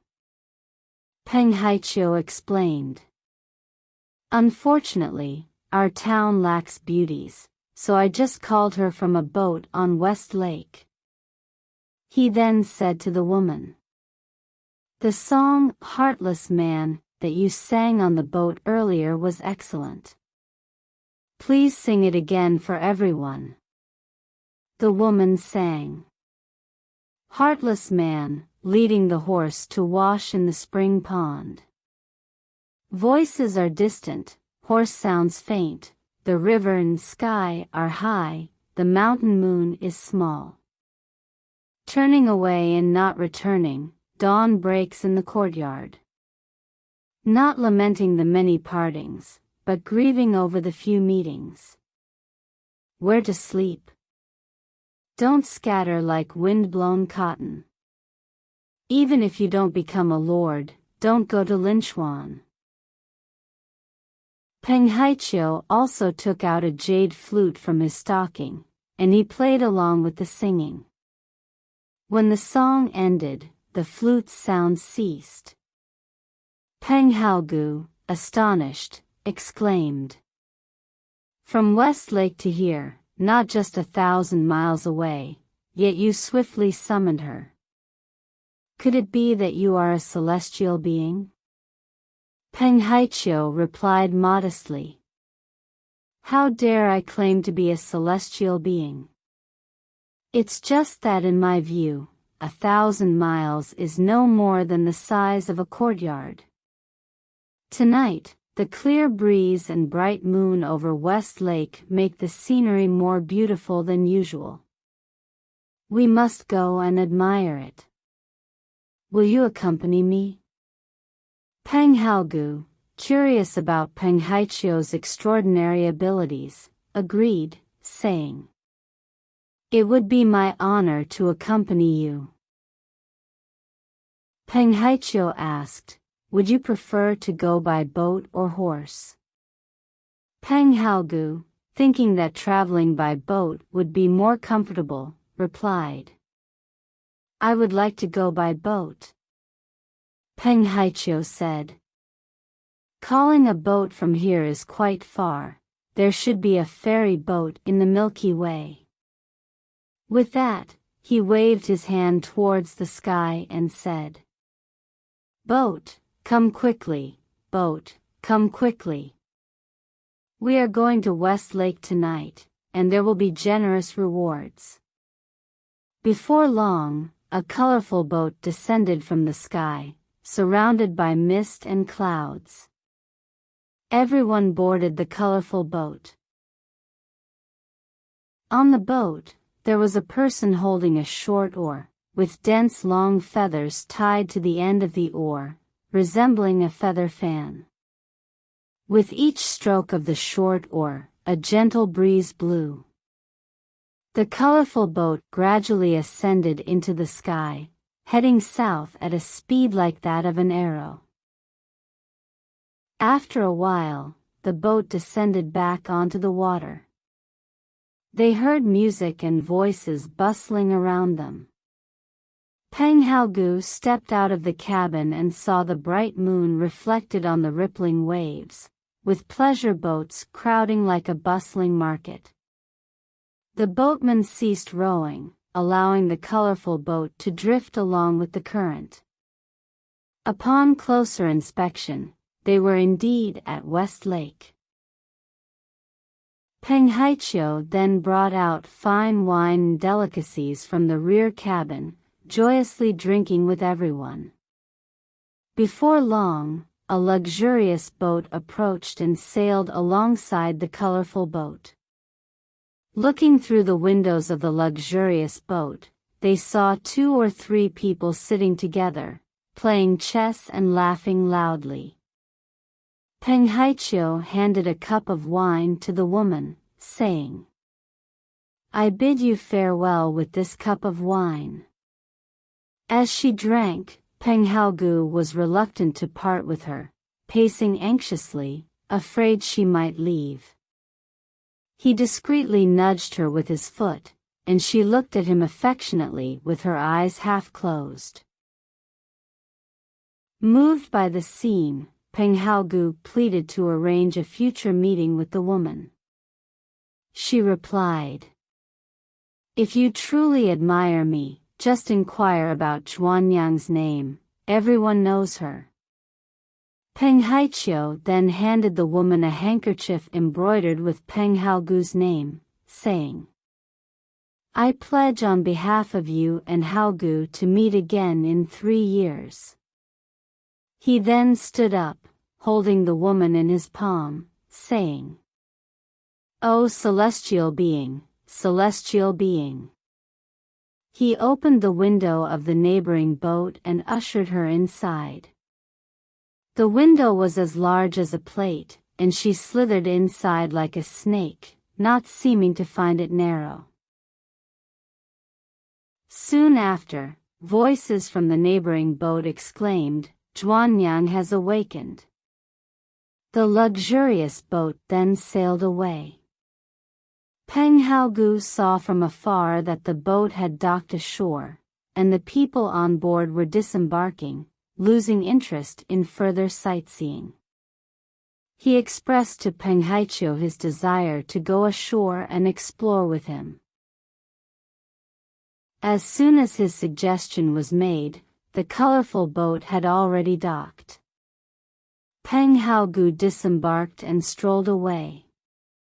He felt he had walked about a mile when Peng Haiqiu caught up from behind, bringing along a horse for Peng Haogu to lead. Peng Haiqiu quickly departed again, promising, "Wait for me while I fetch 2 more horses." However, Peng Haiqiu did not return after a long wait. By then, pedestrians were scarce, and Peng Haogu looked up to see the moon had set, with dawn approaching. He had lost sight of Qiu Sheng. Uncertain, Peng Haogu hesitated with the horse, torn between advancing and retreating. He urged the horse back to where they had docked the boat, only to find neither people nor boats in sight. Peng Haogu realized he had no money in his purse and became increasingly anxious. When day broke, he found a small pocket on the saddle embroidered with gold thread. He reached inside and discovered 3 or 4 taels of silver. He bought some food and waited patiently, inadvertently finding it was already noon.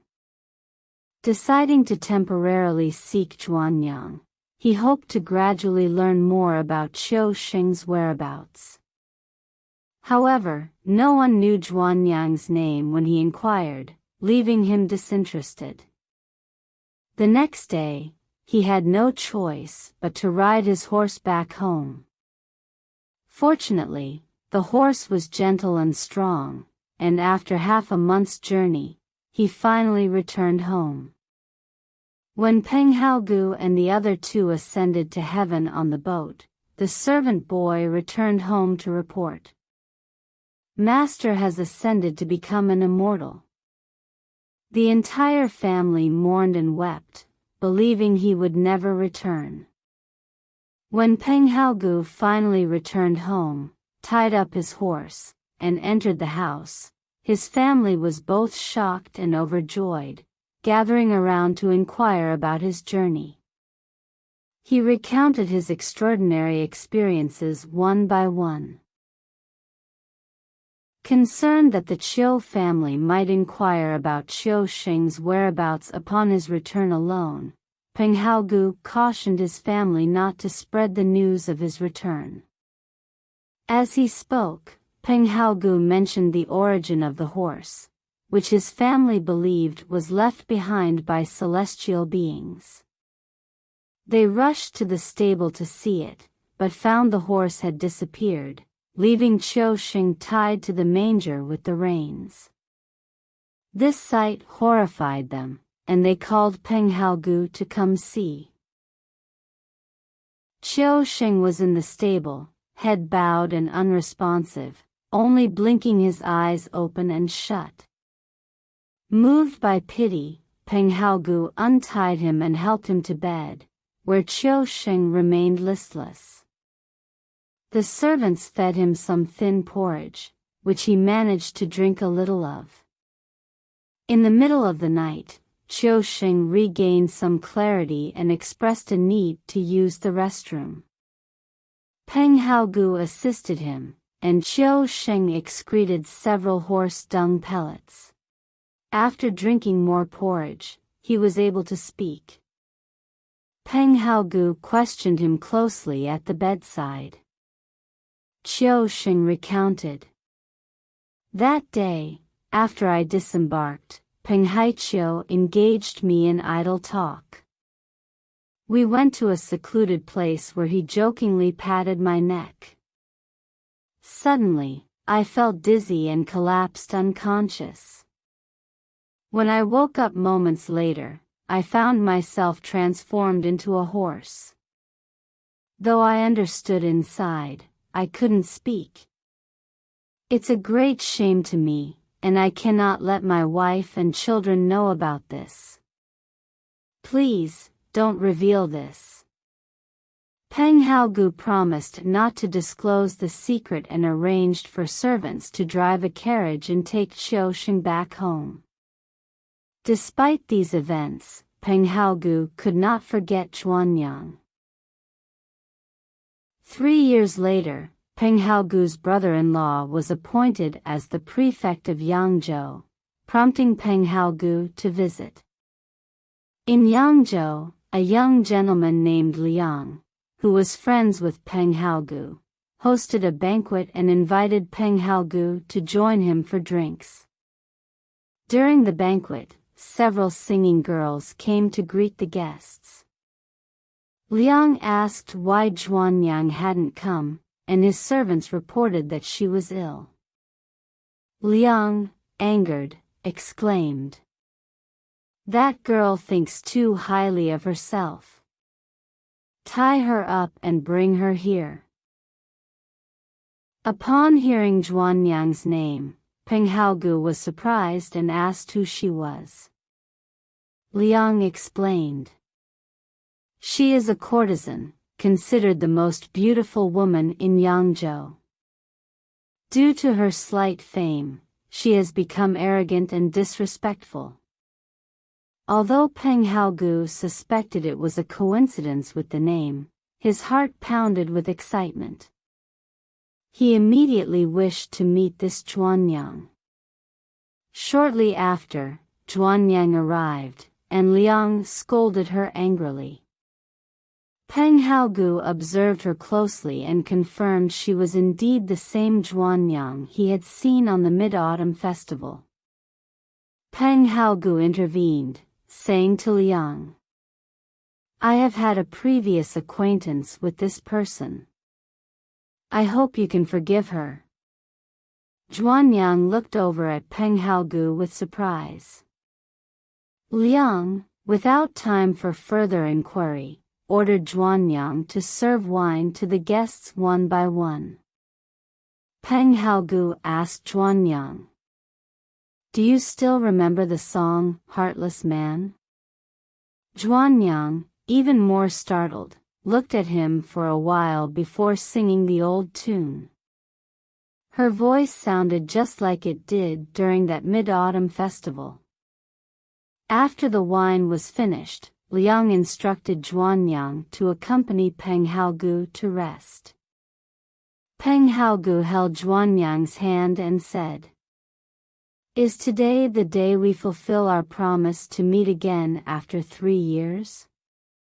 Zhuanyang replied, "The last time I went boating on West Lake, after drinking a few cups, I suddenly felt as if I were drunk. At that time, I was in a daze and vaguely felt someone leading me away, eventually arriving in a village. A servant led me in, and there were 3 people at the banquet, you being one of them.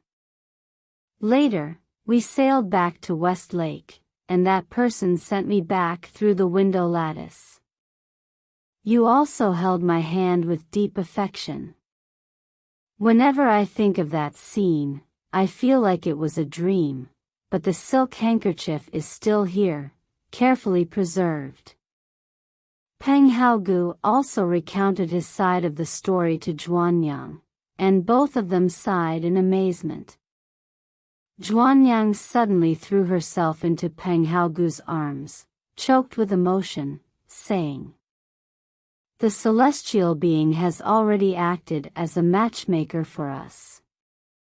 Don't think you can casually abandon me just because I am a worldly woman, and stop missing me, this person in the sea of suffering." Peng Haogu replied. The covenant on the boat, I have never forgotten a day. If you are willing to be with me, I will spare no expense, even selling my steed, to make it happen. The next morning, Peng Haogu shared their story with Liang and borrowed some money from his brother-in-law, the prefect. Eventually, he used 1,000 taels of silver to redeem Zhuanyang from her courtesan life and took her home. Later, they revisited the villa where they first met, and Zhuanyang still recognized the place where they had shared drinks years ago. At the end of the story, the author provides the following commentary. Qiu Xing unexpectedly transformed into a horse, which indicates that his past actions must have been very reprehensible. Even the deities despised his clumsy behavior, considering him more akin to a beast. Creatures like lions, elephants, cranes, and phoenixes have also been subjected to discipline. Isn't this the compassion of gods or sages towards them? Peng Haiqiu arranged for Peng Haogu and Zhuanyang to meet again after 3 years, perhaps to help Zhuanyang escape from her suffering.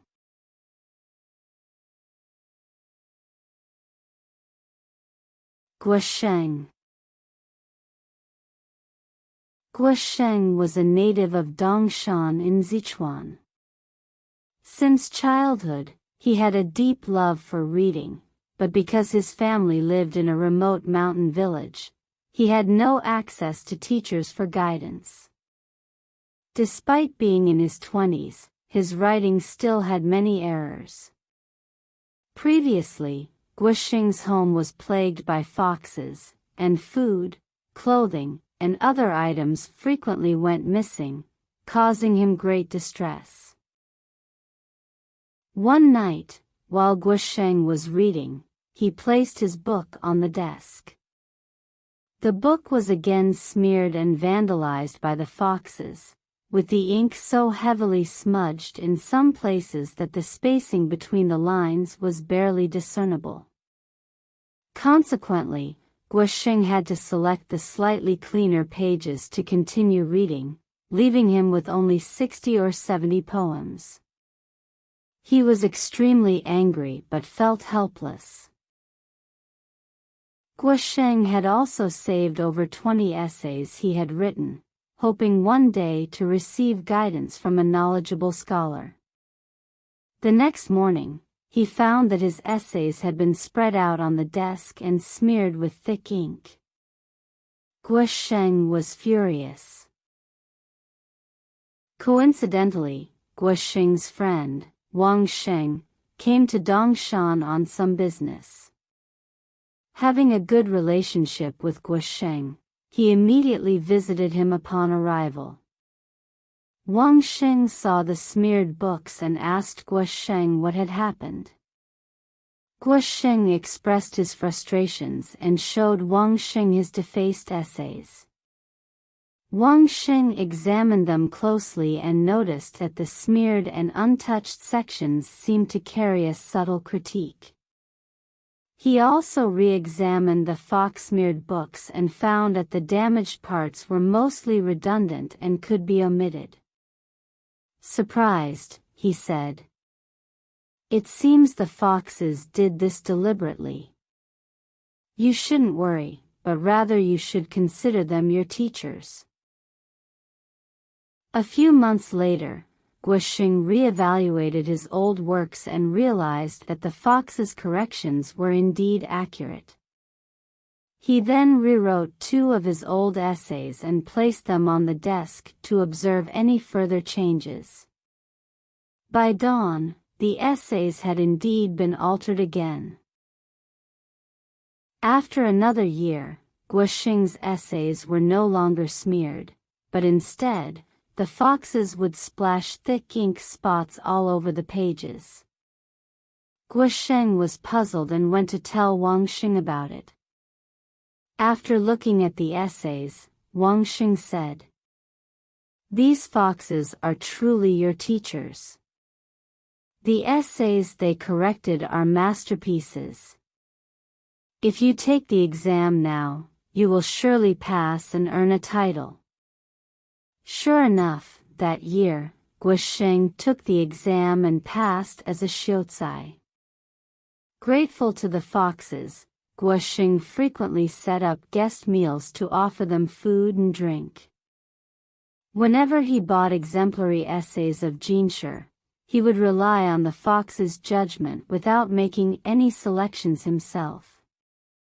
Subsequently, Guosheng took 2 more exams, both times achieving top scores, and was even specially admitted as a supplementary gongsheng in the provincial examination. At that time, the works of several famous scholars, known for their elegance and brilliance, were widely circulated and admired. Guosheng had a copy of their essays and cherished it greatly, but the copy was completely spoiled when the foxes poured about a bowl of thick ink over it, rendering almost every word unreadable. Guosheng then wrote some new essays himself, feeling pleased with his work, but all were smeared arbitrarily by the foxes.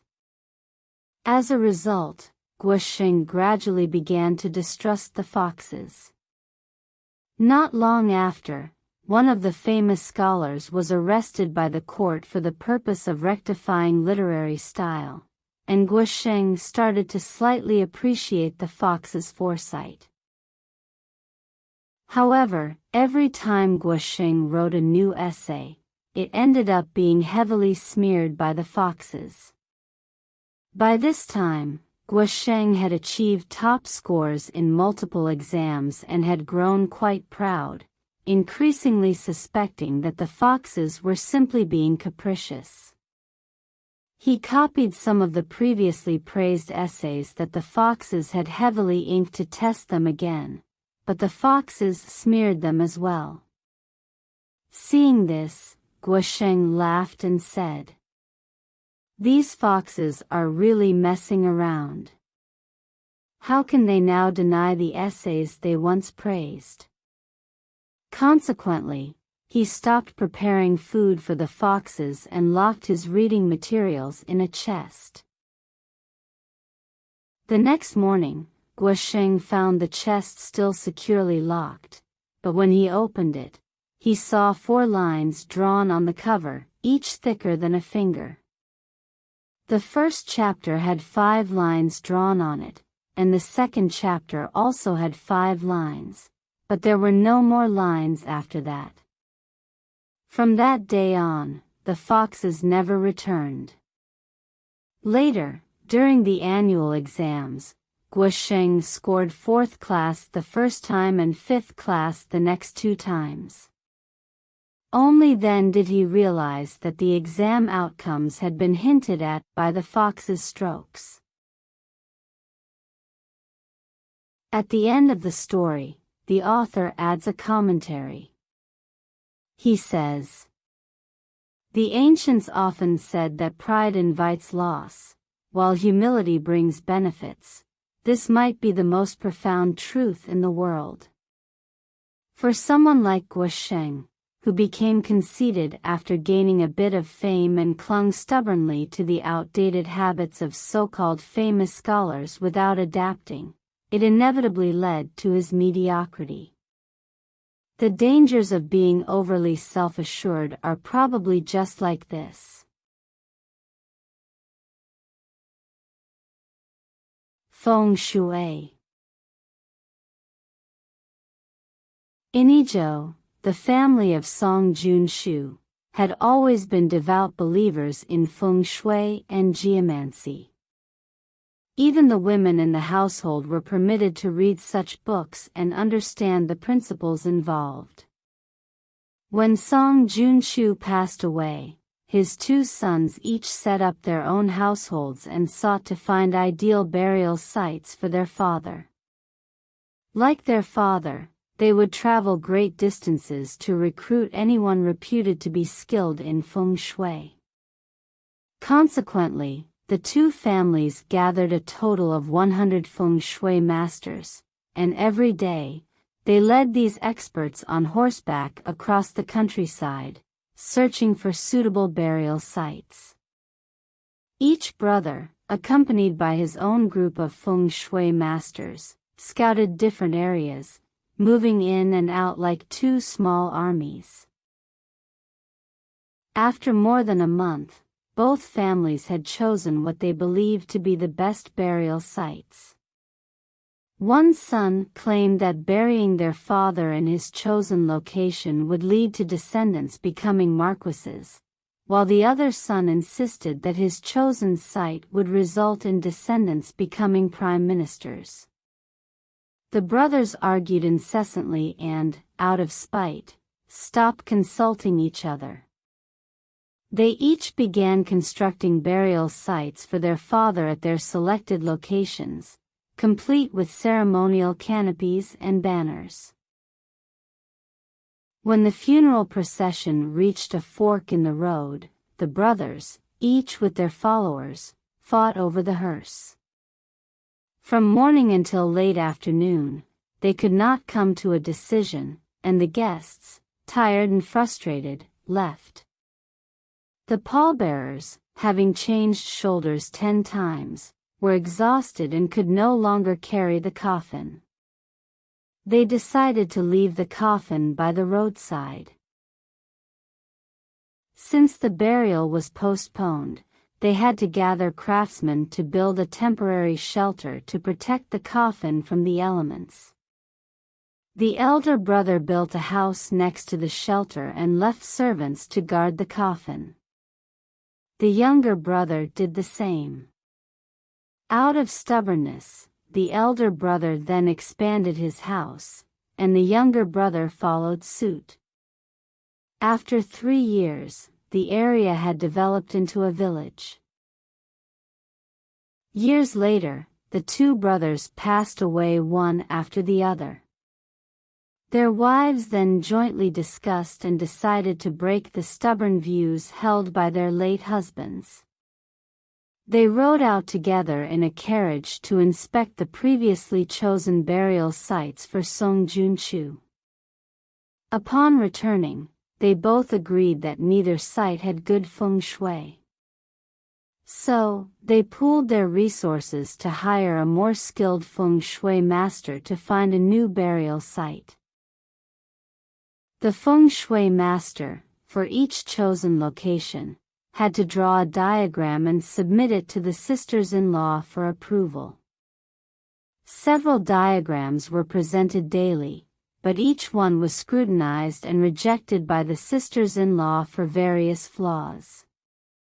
After more than 10 days, they finally selected a suitable burial site. The elder sister-in-law, upon seeing the diagram, happily remarked, "I think this place is suitable." She then showed it to the younger sister-in-law, who said, "This place will certainly bring a military scholar into our family." Eventually, the family buried Song Junchu there. 3 years later, as predicted, Song Junchu's eldest grandson passed the provincial military examination and became a military scholar.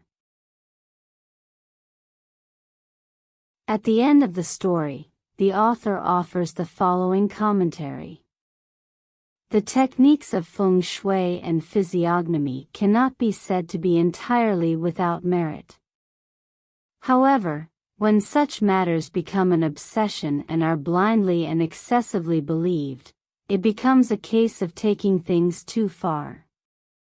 Moreover, the two brothers' stubbornness over the burial site, to the point of abandoning their father's coffin by the roadside, hardly counts as the most basic filial piety. How could they expect to rely on the feng shui of the burial site to bring blessings to their descendants? In contrast, the approach taken by the sisters-in-law is truly commendable.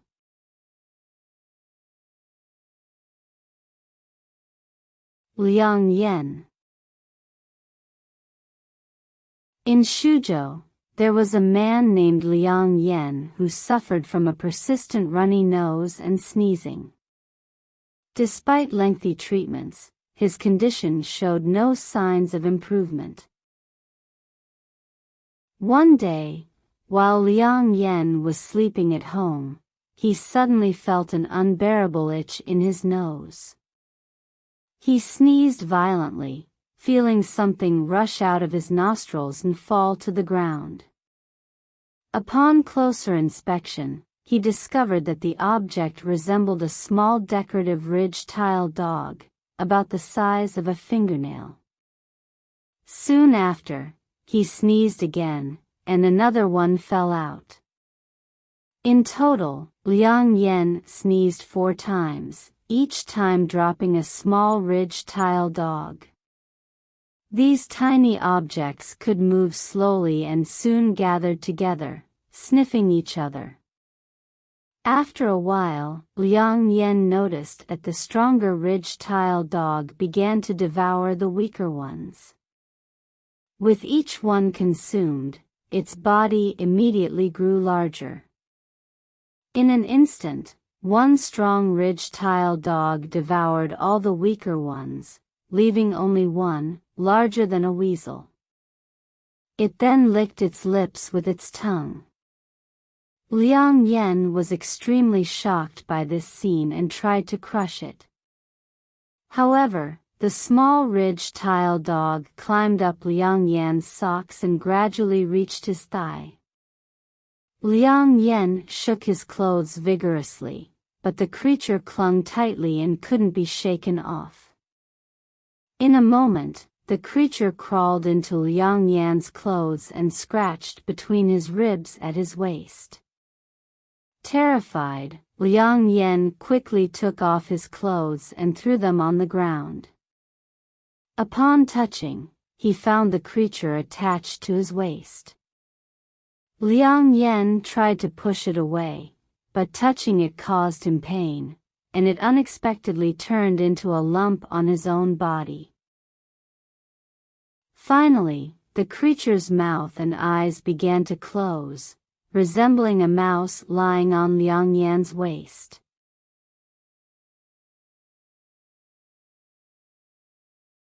The magistrate of Luqing County. Song Guiying was a native of Dongping County. He was appointed as the magistrate of Luqing County while serving as a tutor at the county school. However, during his tenure, he was notorious for his greed and tyranny, especially in his harsh enforcement of taxes, resulting in many deaths under his brutal punishments. The bodies of those who perished often lay scattered in disarray in the courtyard of the county yamen. There was a man named Su Baishan from our village who happened to visit him once and witnessed his cruelty firsthand. He sarcastically remarked, "Are you, as a magistrate for the common people, really carrying yourself with such arrogance?" Song Guiying misunderstood his intent, thinking it was praise, and proudly replied, "Indeed, I don't deserve it. Although my official position is not high, within 100 days of taking office, I have already killed 58 disobedient commoners." 6 months later, one day, Song Guiying was sitting at his desk working when suddenly he widened his eyes, stood up, and began to flail his arms and legs in a disoriented manner, as if resisting someone. He muttered to himself, "I deserve 10,000 deaths, I deserve 10,000 deaths." His subordinates had to assist him back into the office, but shortly afterward, he died under mysterious circumstances. Fortunately, there are ghost officials in the underworld who also manage earthly affairs. Otherwise, officials like Song Guiying, who killed for personal gain and boasted of their remarkable achievements, would continue to spread tragedy throughout the world. At the end of the story, the author also includes this commentary. The county of Lucheng was once the ancestral land of the Marquis of Lu during the spring and autumn period. Many of those who were killed there were people of strong character and resilience, so their spirits must have been heroes and champions. In today's world, as long as there is an official wielding authority, there will inevitably be a few despicable sycophants below them, who flatter and cater to their superiors. When officials gain power, these individuals will spare no effort in extracting resources from the people to satisfy the officials' extravagant desires. When officials face downfall, these people will coerce the surviving populace to plead for their retention in office. Whether corrupt or upright, every official, in every term, is bound to engage in these two practices. As long as those in power remain in office, the honest and humble common folk dare not disobey. This long-standing practice has become an unwritten rule between the people and officials, and among officials themselves. I believe such a rule would surely be mocked by the ghosts of Lucheng.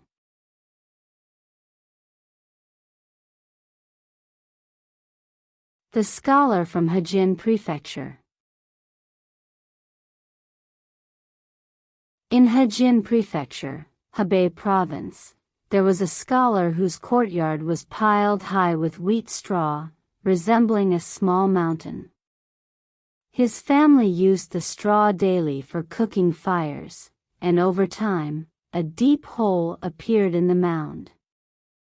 Later, a fox took up residence inside the hole and often met with the scholar, appearing as an old man during their encounters. One day, the old man invited the scholar for a drink and then insisted he enter the hole. The scholar felt uneasy but was forcefully dragged in by the old man. Inside, they discovered a splendid dwelling with exquisite furnishings where they enjoyed tea and fine wine. However, the light inside the cave was dim, making it hard to distinguish between noon and dusk.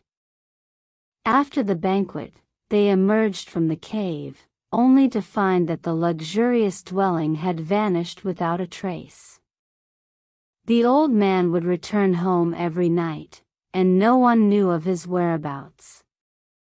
When asked where he went, he would say he was invited by a friend for drinks. The scholar requested to accompany him, but the old man initially refused. After repeated requests, the old man finally agreed. The old man took the scholar's arm and they walked as swiftly as the wind for about an hour, until they arrived at a city. Entering a tavern bustling with many patrons drinking merrily, the old man led the scholar upstairs. From there, they looked down upon the guests below, clearly seeing the food and drink laid out.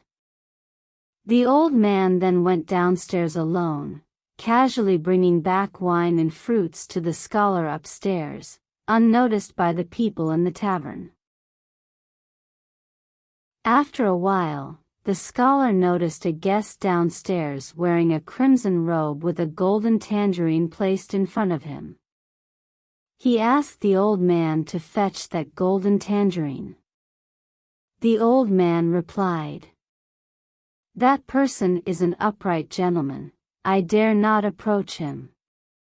The scholar thought to himself, according to the old fox man, he could get close to me because I am not upright. From now on, I must conduct myself with integrity. As the scholar pondered this, he suddenly felt dizzy and lost control of his body, falling headlong downstairs. The drinkers downstairs were startled and made a commotion, calling him a monster.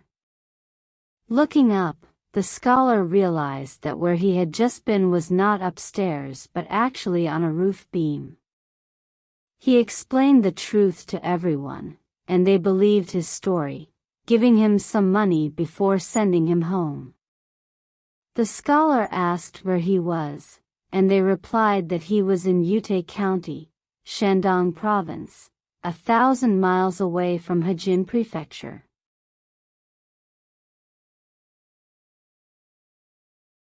Do Shi. In Jinyang, there was a young man from an official family named Nan Sanfu. Nan Sanfu owned a villa about 10 miles away from his home, which was in a quieter location. He almost always visited the villa by horseback daily. One day, it happened to rain, and while traveling to the villa, Nan Sanfu passed through a small village. Seeing that a farmer's courtyard was spacious, he decided to go in to seek shelter from the rain.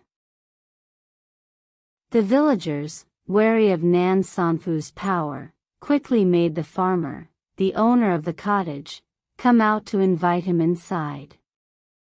The farmer acted with restraint and utmost respect. Upon entering the cottage, Nan Sanfu found the interior very cramped. After sitting down, the farmer began to sweep and clean with great diligence and then served him honey water as tea. Nan Sanfu told the farmer to sit down, and only then did the farmer feel comfortable taking a seat. Nan Sanfu inquired about his name, and the farmer introduced himself as Do Tingzhang. Soon after, the farmer brought out wine and a stewed chicken, providing a thorough hospitality. A young woman, of marriageable age, was preparing the dishes for the guests. She frequently moved outside the door, and even though Nan Sanfu was inside, he could see her appearance. The girl, about 15 or 16 years old, was exceptionally beautiful and graceful. Nan Sanfu, seeing her, guessed she was the farmer's daughter and was immediately smitten. After the rain stopped, Nan Sanfu returned home, restless and fervently thinking about Do Tingzhang's daughter. The next day, Nan Sanfu visited the Do family with gifts of grain and cloth, intending to express his gratitude and strengthen their relationship. From then on, he frequently visited the Do household, bringing wine and food, chatting with Do Tingzhang, and spending time there. Do Tingzhang's daughter, Do Shi, gradually became more familiar with Nan Sanfu and did not shy away as much. Sometimes, she would enter the room to serve the guests. Whenever Nan Sanfu gazed at Do Shi, she would lower her head and smile. Nan Sanfu's infatuation with Do Shi grew stronger, and he made sure to visit the Do family every few days. One day, while Do Tingzhang was away from home, Nan Sanfu stayed at the Do residence for a long time. Do Shi came out to attend to the guest. Seeing that no one else was around, Nan Sanfu seized Do Shi's arm and spoke in a mocking tone. Do Shi, both embarrassed and anxious, sternly refused, saying, "Although my family is poor, I must adhere to proper etiquette in marriage. How can you, relying on your noble status, treat me so disrespectfully?" At that time, Nan Sanfu's wife had already passed away. He clasped his hands and bowed, saying to Do Shi, "If I can win your affection, I promise never to marry anyone else." Do Shi insisted that Nan Sanfu swear an oath, and Nan Sanfu swore by the heavens and the sun, vowing never to break his promise. Only then did Do Shi agree to marry him in the future. From that day on, whenever Do Tingzhang went out, Nan Sanfu would visit the Do home to be with Do Shi. Do Shi urged Nan Sanfu. Secret meetings between men and women cannot last long. Now that my family is under your protection, it is good. If you and I become a happy couple, my parents will be proud and will likely easily agree to your proposal. You should arrange this matter quickly. Although Nan Sanfu agreed wholeheartedly, he soon thought that a farmer's daughter was not worthy of him. So he found an excuse to delay the matter. Just then, a matchmaker came to propose marriage for a daughter from a wealthy family. Initially hesitant, Nan Sanfu eventually decided to marry her when he learned that she was beautiful and would bring a substantial dowry. However, not long after, Do Shi became pregnant. She increasingly urged Nan Sanfu to marry her, but Nan Sanfu never visited Do Shi again. After a while, Do Shi gave birth to a son. Do Tingzhang, upon learning of this, angrily beat Do Shi. Do Shi then revealed the truth, saying, Nan Sanfu promised he would marry me. Hearing this, Do Tingzhang released Do Shi and sent someone to ask Nan Sanfu, but Nan Sanfu refused to acknowledge the matter. Knowing this, Do Tingzhang abandoned the baby and beat Do Shi even more severely. Do Shi secretly implored the neighboring women to inform Nan Sanfu of her suffering, but Nan Sanfu still ignored her. Do Shi was forced to flee her home at night, retrieve the abandoned child, and fortunately found that the baby was still alive. She carried the child and went alone to Nan Sanfu's home. After knocking on the door, she told the gatekeeper, If your master can go to my father and tell him he will marry me, it will ensure my survival. Even if Nan Sanfu does not care about me, does he not care about his own child? The gatekeeper relayed her message to Nan Sanfu, but Nan Sanfu instructed him not to let Do Shi in. Do Shi could only lean against the gate of Nan's residence, crying sorrowfully until the early morning. By dawn, when the servants opened the gate, they found Do Shi, holding the baby, lifelessly sitting there. Do Tingzhang, enraged by the incident, filed a formal complaint with the authorities, claiming that Nan Sanfu had acted immorally in demanding severe punishment. Nan Sanfu, terrified, offered a bribe of 1,000 taels of silver to escape any legal consequences. After this incident, the wealthy family that had initially proposed marriage to Nan Sanfu began to dream of Do Shi.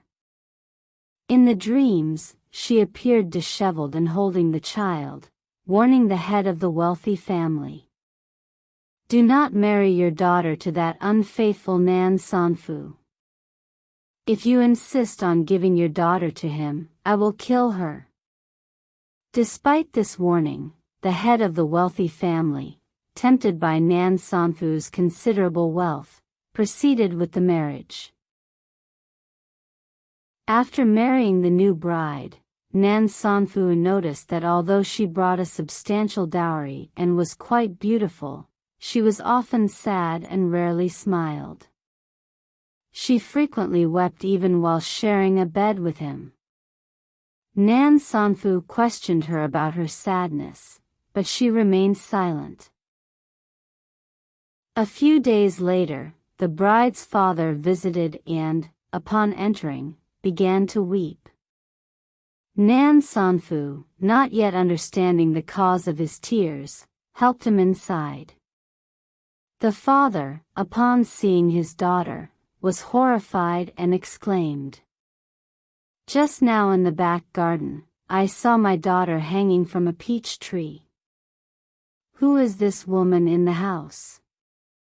Upon hearing this, the bride's face turned pale and she fell dead. When they examined her, they discovered that she was actually Do Shi. They rushed to the back garden and found that the new bride had indeed hanged herself from the peach tree. Nan Sanfu was deeply shocked and went to inform Do Tingzhang. Do Tingzhang opened his daughter's grave and found that her body was missing. Still filled with anger and grief, Do Tingzhang reported the incident to the authorities, but the local officials deemed the case too fantastical to prosecute. Nan Sanfu also used generous gifts to bribe Do Tingzhang, begging him to drop the lawsuit.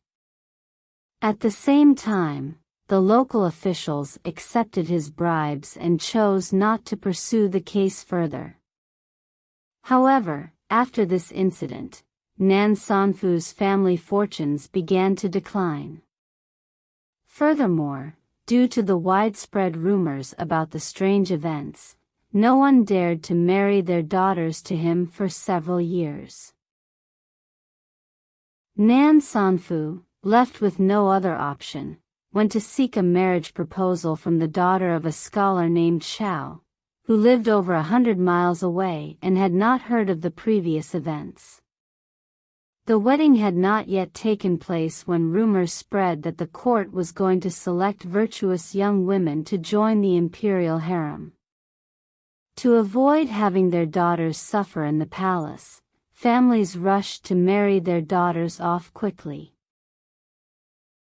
One day, an old woman arrived at Nan's home with a sedan chair, claiming to be delivering the daughter of Scholar Chao. She helped Chao's daughter, Miss Chao, into the house. The old woman explained, "The selection of concubines for the palace is imminent, and we can't afford to follow all the formalities. I'm bringing Miss Chao ahead of time." Nan Sanfu asked, "Why haven't I seen any of her family members?" The old woman replied, "A small amount of dowry and the guests who will accompany it will arrive later." With that, she hurriedly left. Seeing that Miss Chao was quite elegant, Nan Sanfu engaged her in light-hearted conversation.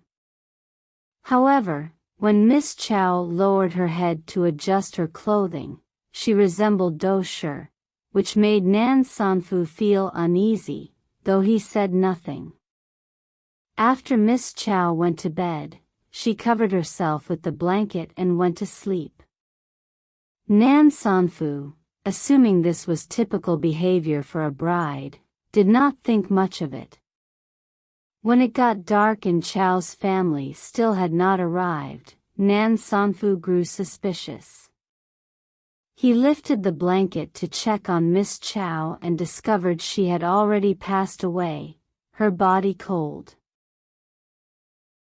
Shocked and unsure of what had happened, Nan Sanfu quickly informed Scholar Chao. Scholar Chao, however, stated that his daughter was still at home and had not been sent to Nan Sanfu's place. The strange news spread further. Coincidentally, a recently buried daughter of a scholar named Yao had her grave robbed overnight, with her coffin destroyed and her body missing. When Yao heard about the strange incident at Nan Sanfu's, he went to investigate and found that the supposedly dead Miss Chao was actually his own daughter. Discovering his daughter naked and lying there, Yao assumed Nan Sanfu was responsible for grave robbing and was infuriated. He brought the matter to the authorities, and despite Nan Sanfu's previous bribery attempts, he was found guilty of grave robbing and sentenced to death. At the end of the story, the author added this commentary. According to traditional customs, marriages without parental consent or matchmaker involvement are deemed immoral, even if they result in marriage after a relationship. How much worse is it for cases where someone makes promises and then abandons them? Nan Sanfu ignored Do Shi's suffering and her desperate cries at his doorstep, demonstrating extreme cruelty. Ultimately, Nan Sanfu's fate was indeed a fitting punishment for his actions.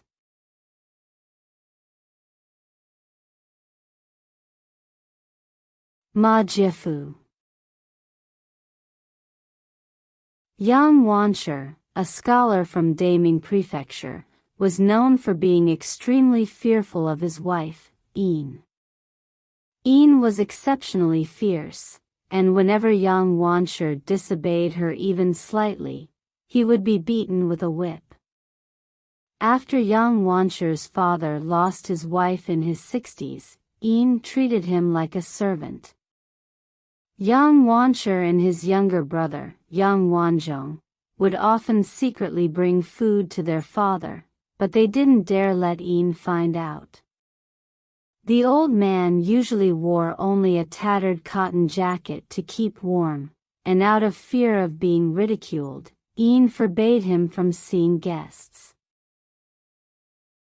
Yang Wanshi, at 40 years old, still had no sons, so he took Wang as a concubine, but he didn't dare speak a word to her all day.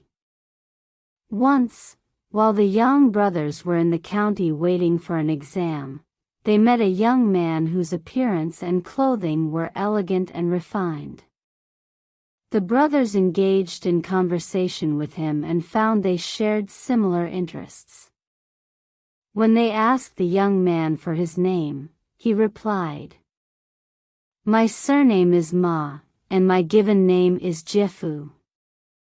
From then on, the three of them became increasingly close, eventually burning incense, forming an alliance, and swearing brotherhood. About half a year after the two brothers parted ways with Ma Jiefu, he suddenly came to visit the Yang family, accompanied by his servants. At that moment, old Yang was squatting outside the door, basking in the sun and picking lice from his clothes. Ma Jiefu thought the old man was the Yang family's old servant, so he gave his name and asked him to inform the master. Hearing this, old Yang put on his tattered cotton jacket and went inside. Just then, someone passing by told Ma Jiefu, "That old man is actually the father of the Yang brothers." Ma Jiefu was taken aback, and just as he was processing this, the Yang brothers, dressed simply, came out to greet him. After they all exchanged greetings in the hall, Ma Jiefu requested to meet their father. Yang Wanshi could only decline, saying that his father was feeling unwell. The three of them then sat close together, chatting and laughing until they lost track of time. As it got late, Yang Wanshi mentioned several times that dinner had been prepared, but no food appeared. The brothers took turns going in and out, urging the servants to bring the meal, but all that came was a weak servant carrying a pot of wine. The wine quickly ran out, and the three continued to wait for a long time. Yang Wanshi, anxious and embarrassed, kept going back and forth to the kitchen, his face flushed with heat and sweat. After some time, the same frail servant finally brought out a meal, but it was coarse rice, half-cooked, and tasted awful. After the meal, Yang Wanshi hurried away, leaving young Wanzhong to accompany their guest in the guest room. Late at night, as the two of them chatted, Ma Jifu scolded young Wanzhong, saying, "Earlier, I thought you two were men of great character, which is why I swore brotherhood with you.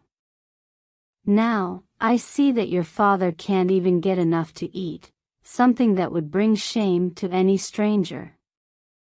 Hearing this, young Wanzhong began to weep and said, "Our family circumstances are difficult to explain in such a short time. Misfortune has befallen the Yang family. My brother married a fierce wife who tyrannizes everyone in the household. If you weren't such a sincere brother, I wouldn't dare to reveal such a disgraceful secret." Ma Jifu, shocked and dismayed, remained silent for a long while before finally saying, "I had planned to leave early tomorrow morning, but now that I've heard such a strange tale, I can't leave without seeing this woman for myself. Please lend me a spare room so that I can cook my own meals." Young Wanzhong agreed and immediately prepared a modest side room for Ma Jifu. Late at night, he secretly brought Ma Jifu many vegetables and grains, fearing that Yin would find out. Ma Jifu, understanding his predicament, graciously declined these offerings. Ma Jifu then invited old Yang to stay and eat with him and even went to the city to buy new clothes for the old man. The Yang family, father and sons alike, were moved to tears by Ma Jifu's actions. Young Wanzhong had a 7-year-old son named Shir, who liked to sleep with his grandfather at night. Ma Jifu patted the child and said, "This child's fortune and longevity will surpass that of his father, though his youth will be marked by hardship." Before long, Yin heard about old Yang's newfound comfort and was furious. She cursed Ma Jifu for meddling in others' family affairs. At first, her tirades were confined to the inner courtyard, but gradually, she began to curse right in front of Ma Jifu's quarters, even doing so when Ma Jifu was present. The Yang brothers, drenched in sweat and pacing anxiously, did not dare to intervene, while Ma Jifu acted as if he hadn't heard a thing. When Yin discovered that young Wancher's concubine, Wang, was 5 months pregnant, she ordered her stripped of her clothes and severely beaten. After the beating, she forced young Wancher to kneel, put a woman's headscarf on him, and chased him out with a whip. Ma Jifu happened to witness all of this from outside. Deeply ashamed, young Wancher was frozen in place, but when Yin pressed him further, he finally left the house. Still unsatisfied, Yin followed him outside, arms akimbo, stomping her feet, and continuing to curse, while a crowd gathered to watch the spectacle. At that moment, Ma Jifu pointed at Yin and sternly commanded, "Go, go." Yin immediately turned and ran as if she were being chased by a ghost, leaving behind her pants, shoes, and even her foot bindings scattered along the road. She ran barefoot into the house, her face as pale as death. After taking a moment to compose herself, the maidservants brought her shoes and socks. She put them on and began to wail loudly, but no one in the household dared to ask her about it. Ma Jifu then dragged young Wancher over and removed the headscarf from his head, but young Wancher stood stiffly, holding his breath as if terrified that the removal of the headscarf would bring about some calamity. Ma Jifu forcibly untied the scarf, but young Wancher remained uneasy, afraid that Yin would blame him for allowing someone else to take it off. Only after he was certain that Yin's crying had stopped did he dare to enter the house, though he approached with hesitation. Yin, without saying a word, suddenly got up and went to her bedroom to sleep alone. Only then did young Wancher feel a sense of relief, secretly marveling at what had happened along with his brother. The family found the situation strange and gathered to discuss it. Yin overheard their murmuring, which only deepened her shame and anger. In her fury, she whipped all the servants. Yin then called for Wang, but Wang, severely injured, was unable to get up. Yin, thinking that Wang was pretending, began to beat her in bed, causing Wang to bleed profusely and suffer a miscarriage. Young Wancher wept secretly in front of Ma Jiafu, who comforted and consoled him. Ma Jiafu then ordered his servants to prepare food and drink, and as the night wore on, he still did not allow young Wancher to return home. Yin sat in her boudoir, seething with anger that her husband had not yet returned. Just as her fury was at its peak, she heard the sound of someone prying at the door. She hurriedly called for her maidservant, but the door had already been broken, leaving a gaping hole. A giant figure entered, his shadow looming over the entire room. The giant's face was terrifying, like that of a demon. Moments later, a few more figures entered, each holding a sharp blade. Yin was petrified at the sight and tried to scream, but the giant pressed his knife against her throat and threatened. "Scream, and I'll kill you." Yin then offered to ransom her life with money, but the giant replied, "I am a messenger from the underworld. I have no need for earthly riches, I only seek the heart of a wicked wife." Terrified, Yin kowtowed repeatedly, so fervently that her forehead began to bleed. The giant traced his sharp blade across her chest and began to recount her misdeeds, asking, "I will tell you one thing, you decide if you deserve to die for it." With each sin he listed, he slashed at her body, and by the time he finished, Yin's body was covered with dozens of cuts. Finally, the giant said, "Since the concubine Wang was carrying a child, who was also a descendant of the Yang family, how could you bear to beat her until she miscarried? This is a crime that cannot go unpunished." With that, he ordered the others to tie Yin's hands behind her back and cut open her chest.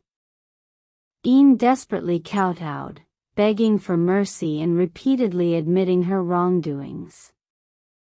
Just then, the sound of the central door opening echoed from outside. The giant said, "Young Wancher has returned. Since she has shown remorse, we will spare her life today." With that, the figures in the room suddenly disappeared in a chaotic rush. Shortly after, young Wancher entered the room and found Yin naked, bound, and covered in crisscrossing knife wounds on her chest. He quickly untied her and asked what had happened. After hearing the story, he was shocked and secretly suspected that Ma Jiafu had been involved. The next day, young Wancher mentioned the incident to Ma Jiafu, who was also surprised. From that point on, Yin's domineering attitude gradually waned, and for several months, she did not dare utter a single harsh word. Seeing this, Ma Jiafu was very pleased and privately told young Wancher, "To tell you the truth, don't let this slip out. A few days ago, I used a small magic trick just to scare her a bit. Now that you and your wife have reconciled, it's time for me to bid farewell." With that, he left the young household. Every night, Ian would ask young Wancher to stay with her, smiling and flattering him. Young Wancher, who had never experienced such affection from his wife, was bewildered by her sudden warmth, feeling both uneasy and elated. One night, Ian recalled the terrifying image of the giant and began trembling with fear. Trying to appease her, young Wancher hinted that the whole incident was just an illusion, not real. Ian immediately sat up and pressed him for details. Realizing his slip, young Wancher knew he couldn't take back his words and reluctantly confessed the truth. Upon hearing this, Ian flew into a rage and unleashed a torrent of curses. Young Wancher, terrified, knelt beside the bed, begging for forgiveness, but Ian ignored him. He pleaded until the middle of the night, when Ian finally said, "If you want me to forgive you, you must cut as many wounds on your chest as I had on mine. Only then will I be satisfied." With that, she actually got up to fetch a kitchen knife.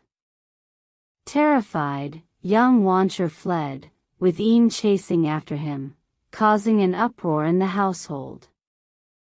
The entire family was awakened by the commotion. Young Wanzhong, not knowing why his sister-in-law wanted to kill his brother, tried to protect him with his body, moving left and right. While Ian was cursing, she suddenly noticed Yang's father approaching. Seeing him dressed in new clothes, her fury intensified. She rushed forward and slashed at him with the knife, cutting his clothes into strips, slapping his face, and pulling out his beard. Finally, young Wanzhong could no longer bear it and threw a stone at Ian, striking her on the head and knocking her to the ground, unconscious. Young Wanzhong said, "I have killed the wicked woman, and I am willing to pay for it with my life. But at least father and brother can survive. What more could I regret?" He then threw himself into a well, and by the time they pulled him out, he had already died. After a while, Ian unexpectedly regained consciousness. When she learned that young Wanzhong had died, her anger subsided. After young Wanzhong was buried, his wife vowed never to remarry, so she could care for their son, Sheer. Ian, however, continued to torment her sister-in-law, denying her food and eventually forcing her to leave. Sheer was left alone, helpless, and endured daily beatings from Ian. He was only allowed to eat cold leftovers after the rest of the family had finished their meals. This went on for 6 months, and the child became so weak that he was barely clinging to life. One day, Ma Jiefu suddenly arrived. Young Wancher instructed the family not to inform Ian. Ma Jiefu was shocked to see that Yang's father was still dressed in rags as before and was deeply saddened to hear of young Wanzhong's death. Sheer, upon hearing that Ma Jiefu had arrived, came to greet him and affectionately called him Uncle Ma. Ma Jiefu could hardly recognize him and stared at him for a while before recognizing him. Ma Jiefu, astonished, said, "Child, how have you become so emaciated?" Young Wancher's father hesitated but eventually recounted the events. Ma Jiefu, angered, said to young Wancher, "I told you before that you were not human, and I was right. You and your brother only have this one child left. If he dies, how will the Yang family have any descendants? Young Wancher had no reply and stood by, silently weeping. After talking for a while, Yin learned that Ma Jiefu had arrived. She was too afraid to confront Ma Jiefu directly, so she called Young Wancher into the inner room, slapped him, and forced him to sever his ties with Ma Jiefu. Young Wancher came out with tears in his eyes and clear handprint marks on his face. Ma Jiefu, furious, said, "Brother, you can't stand up to your wife? Can't you just divorce her? She beats your father and caused the death of your brother, and you still endure it quietly. Are you even human?" Young Wancher stood up, seemingly moved by Ma Jiefu's words. Ma Jiefu further provoked him. "If she doesn't leave, you should use force to drive her away. Even if you have to kill her, don't be afraid. I have a few friends in high positions who will surely help you and ensure you're not wronged." Young Wancher agreed, and in his rage, he quickly went to the inner room. He happened to collide with Yin, who scolded him, "What are you doing?" Young Wancher, panic-stricken, fell to the ground and said, "Ma Jiefu told me to divorce you." Yin, infuriated, began searching for a weapon, while Young Wancher fled in fear. Ma Jiefu spat at him and said, "Brother, you are hopeless." He then opened his chest and took out a small spoon of medicine, mixed it with water, and handed it to Young Wancher, saying, "This will make you fearless of your wife. I usually don't use it because it's harmful to humans. But since it's absolutely necessary now, you should try it." After drinking the medicine, Young Wancher soon felt his anger burning like a raging fire. Unable to endure it for even a moment, he rushed into the inner room, shouting like thunder. Before Yin could even ask, Young Wancher kicked her several feet away and then pummeled her with his fists, landing blows as if it were raining. Yin was nearly beaten to a pulp but continued to curse. Young Wancher took out his sword and, despite Yin's threats, cut a palm-sized piece of flesh from her thigh and threw it on the ground. As he was about to cut more, Yin begged for mercy, but Young Wancher ignored her pleas and continued. Seeing Young Wancher's ferocity, the family members rushed to pull him away with their lives at stake. Ma Jiefu came forward, grabbed Young Wancher's arm, and comforted him. Young Wancher, still furious, repeatedly tried to go back inside to deal with Yin, but Ma Jiefu stopped him. Gradually, the effects of the medicine wore off, and Young Wancher returned to his disheveled state. Ma Jiefu advised Young Wancher, "Don't get discouraged. Rebuild yourself and make a fresh start. Fear of something isn't formed overnight, it builds up over time. My help this time is to give you a new lease on life. You should change your old habits and behave differently. Don't get discouraged again, or I won't be able to help you." He sent Young Wancher back inside to check on the situation. Yin, trembling and scared, had her maid assist her to kneel and apologize to her husband. Young Wancher stopped her from doing so and informed Ma Jiefu of everything that had happened. The Yang family was very pleased with the outcome. As Ma Jiefu prepared to leave, young Wanshur and his father tried to persuade him to stay.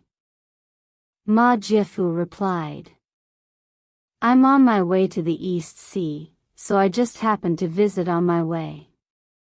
We can see each other again when I return." More than a month later, Ian had recovered and was serving her husband with respect.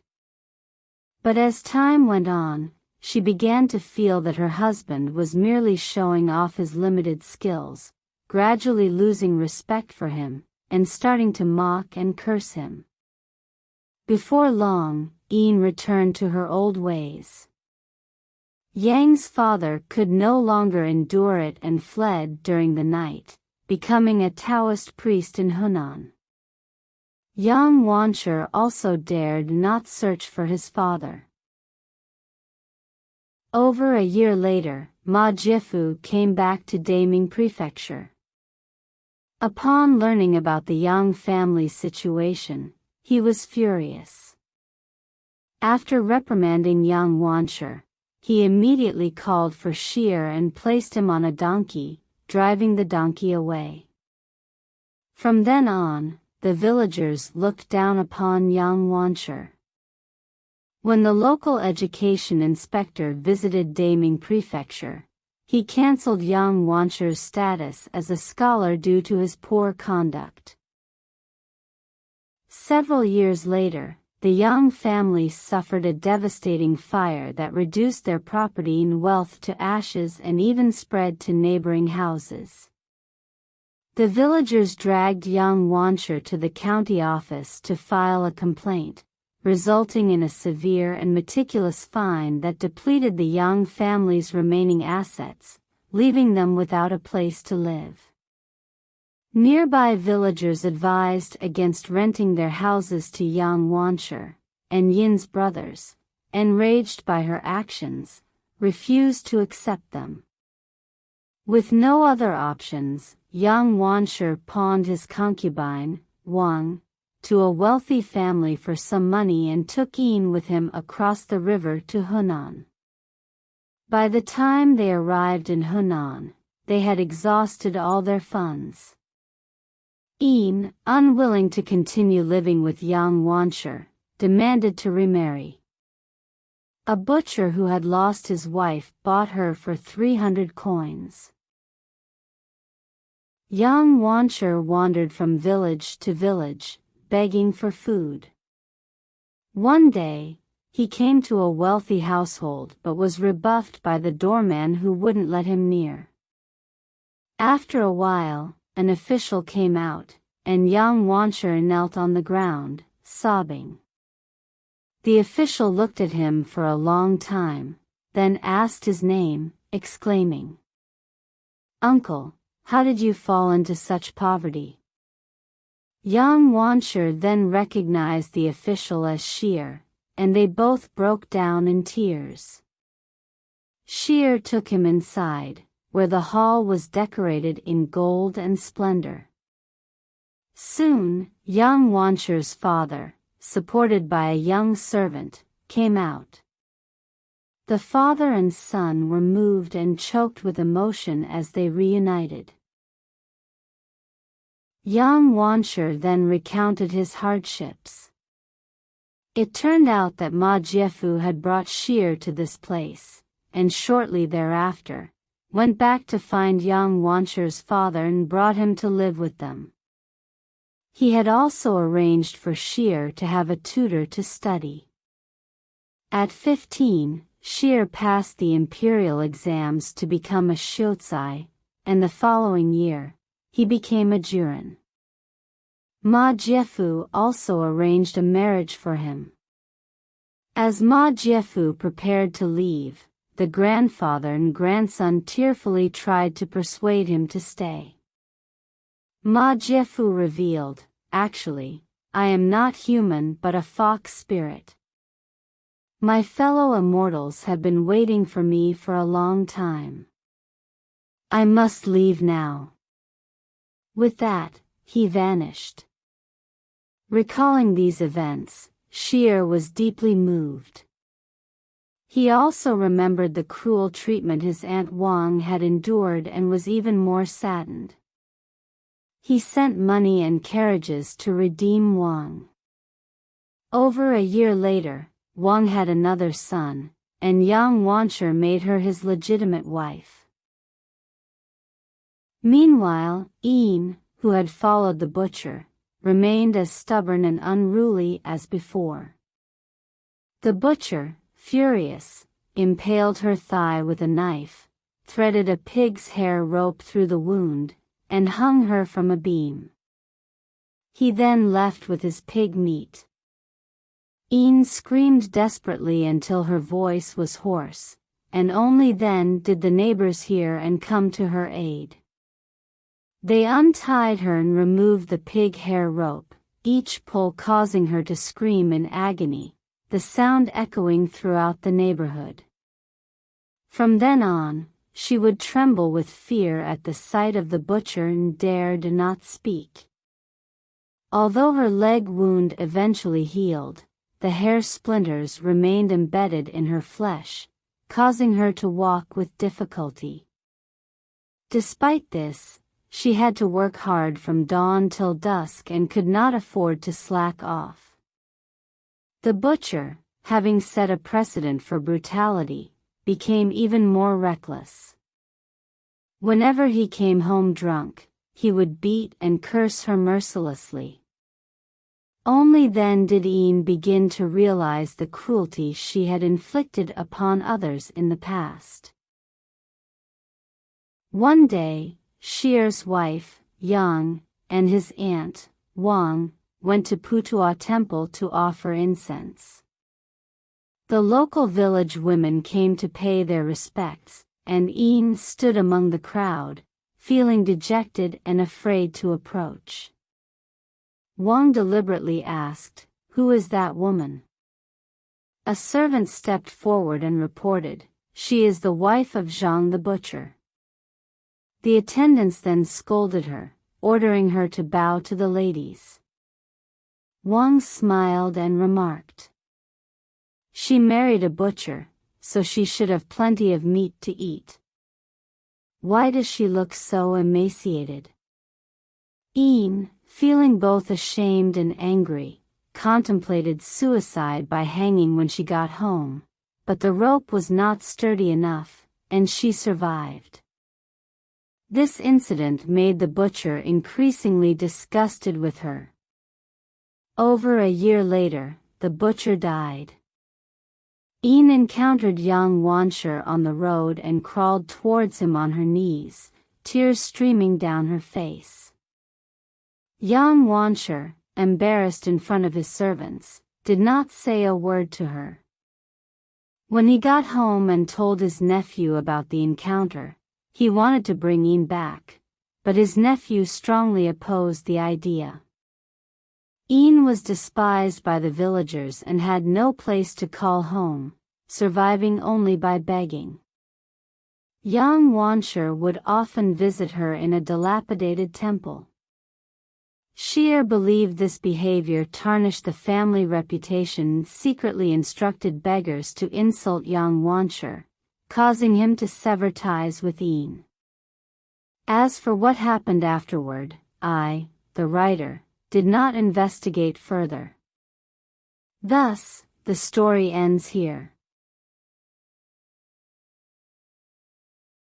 Alright. That's all for today's collection of strange tales.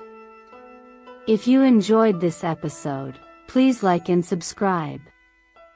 Don't forget to leave a comment and share with your friends. Have a wonderful day, and we'll see you in the next episode.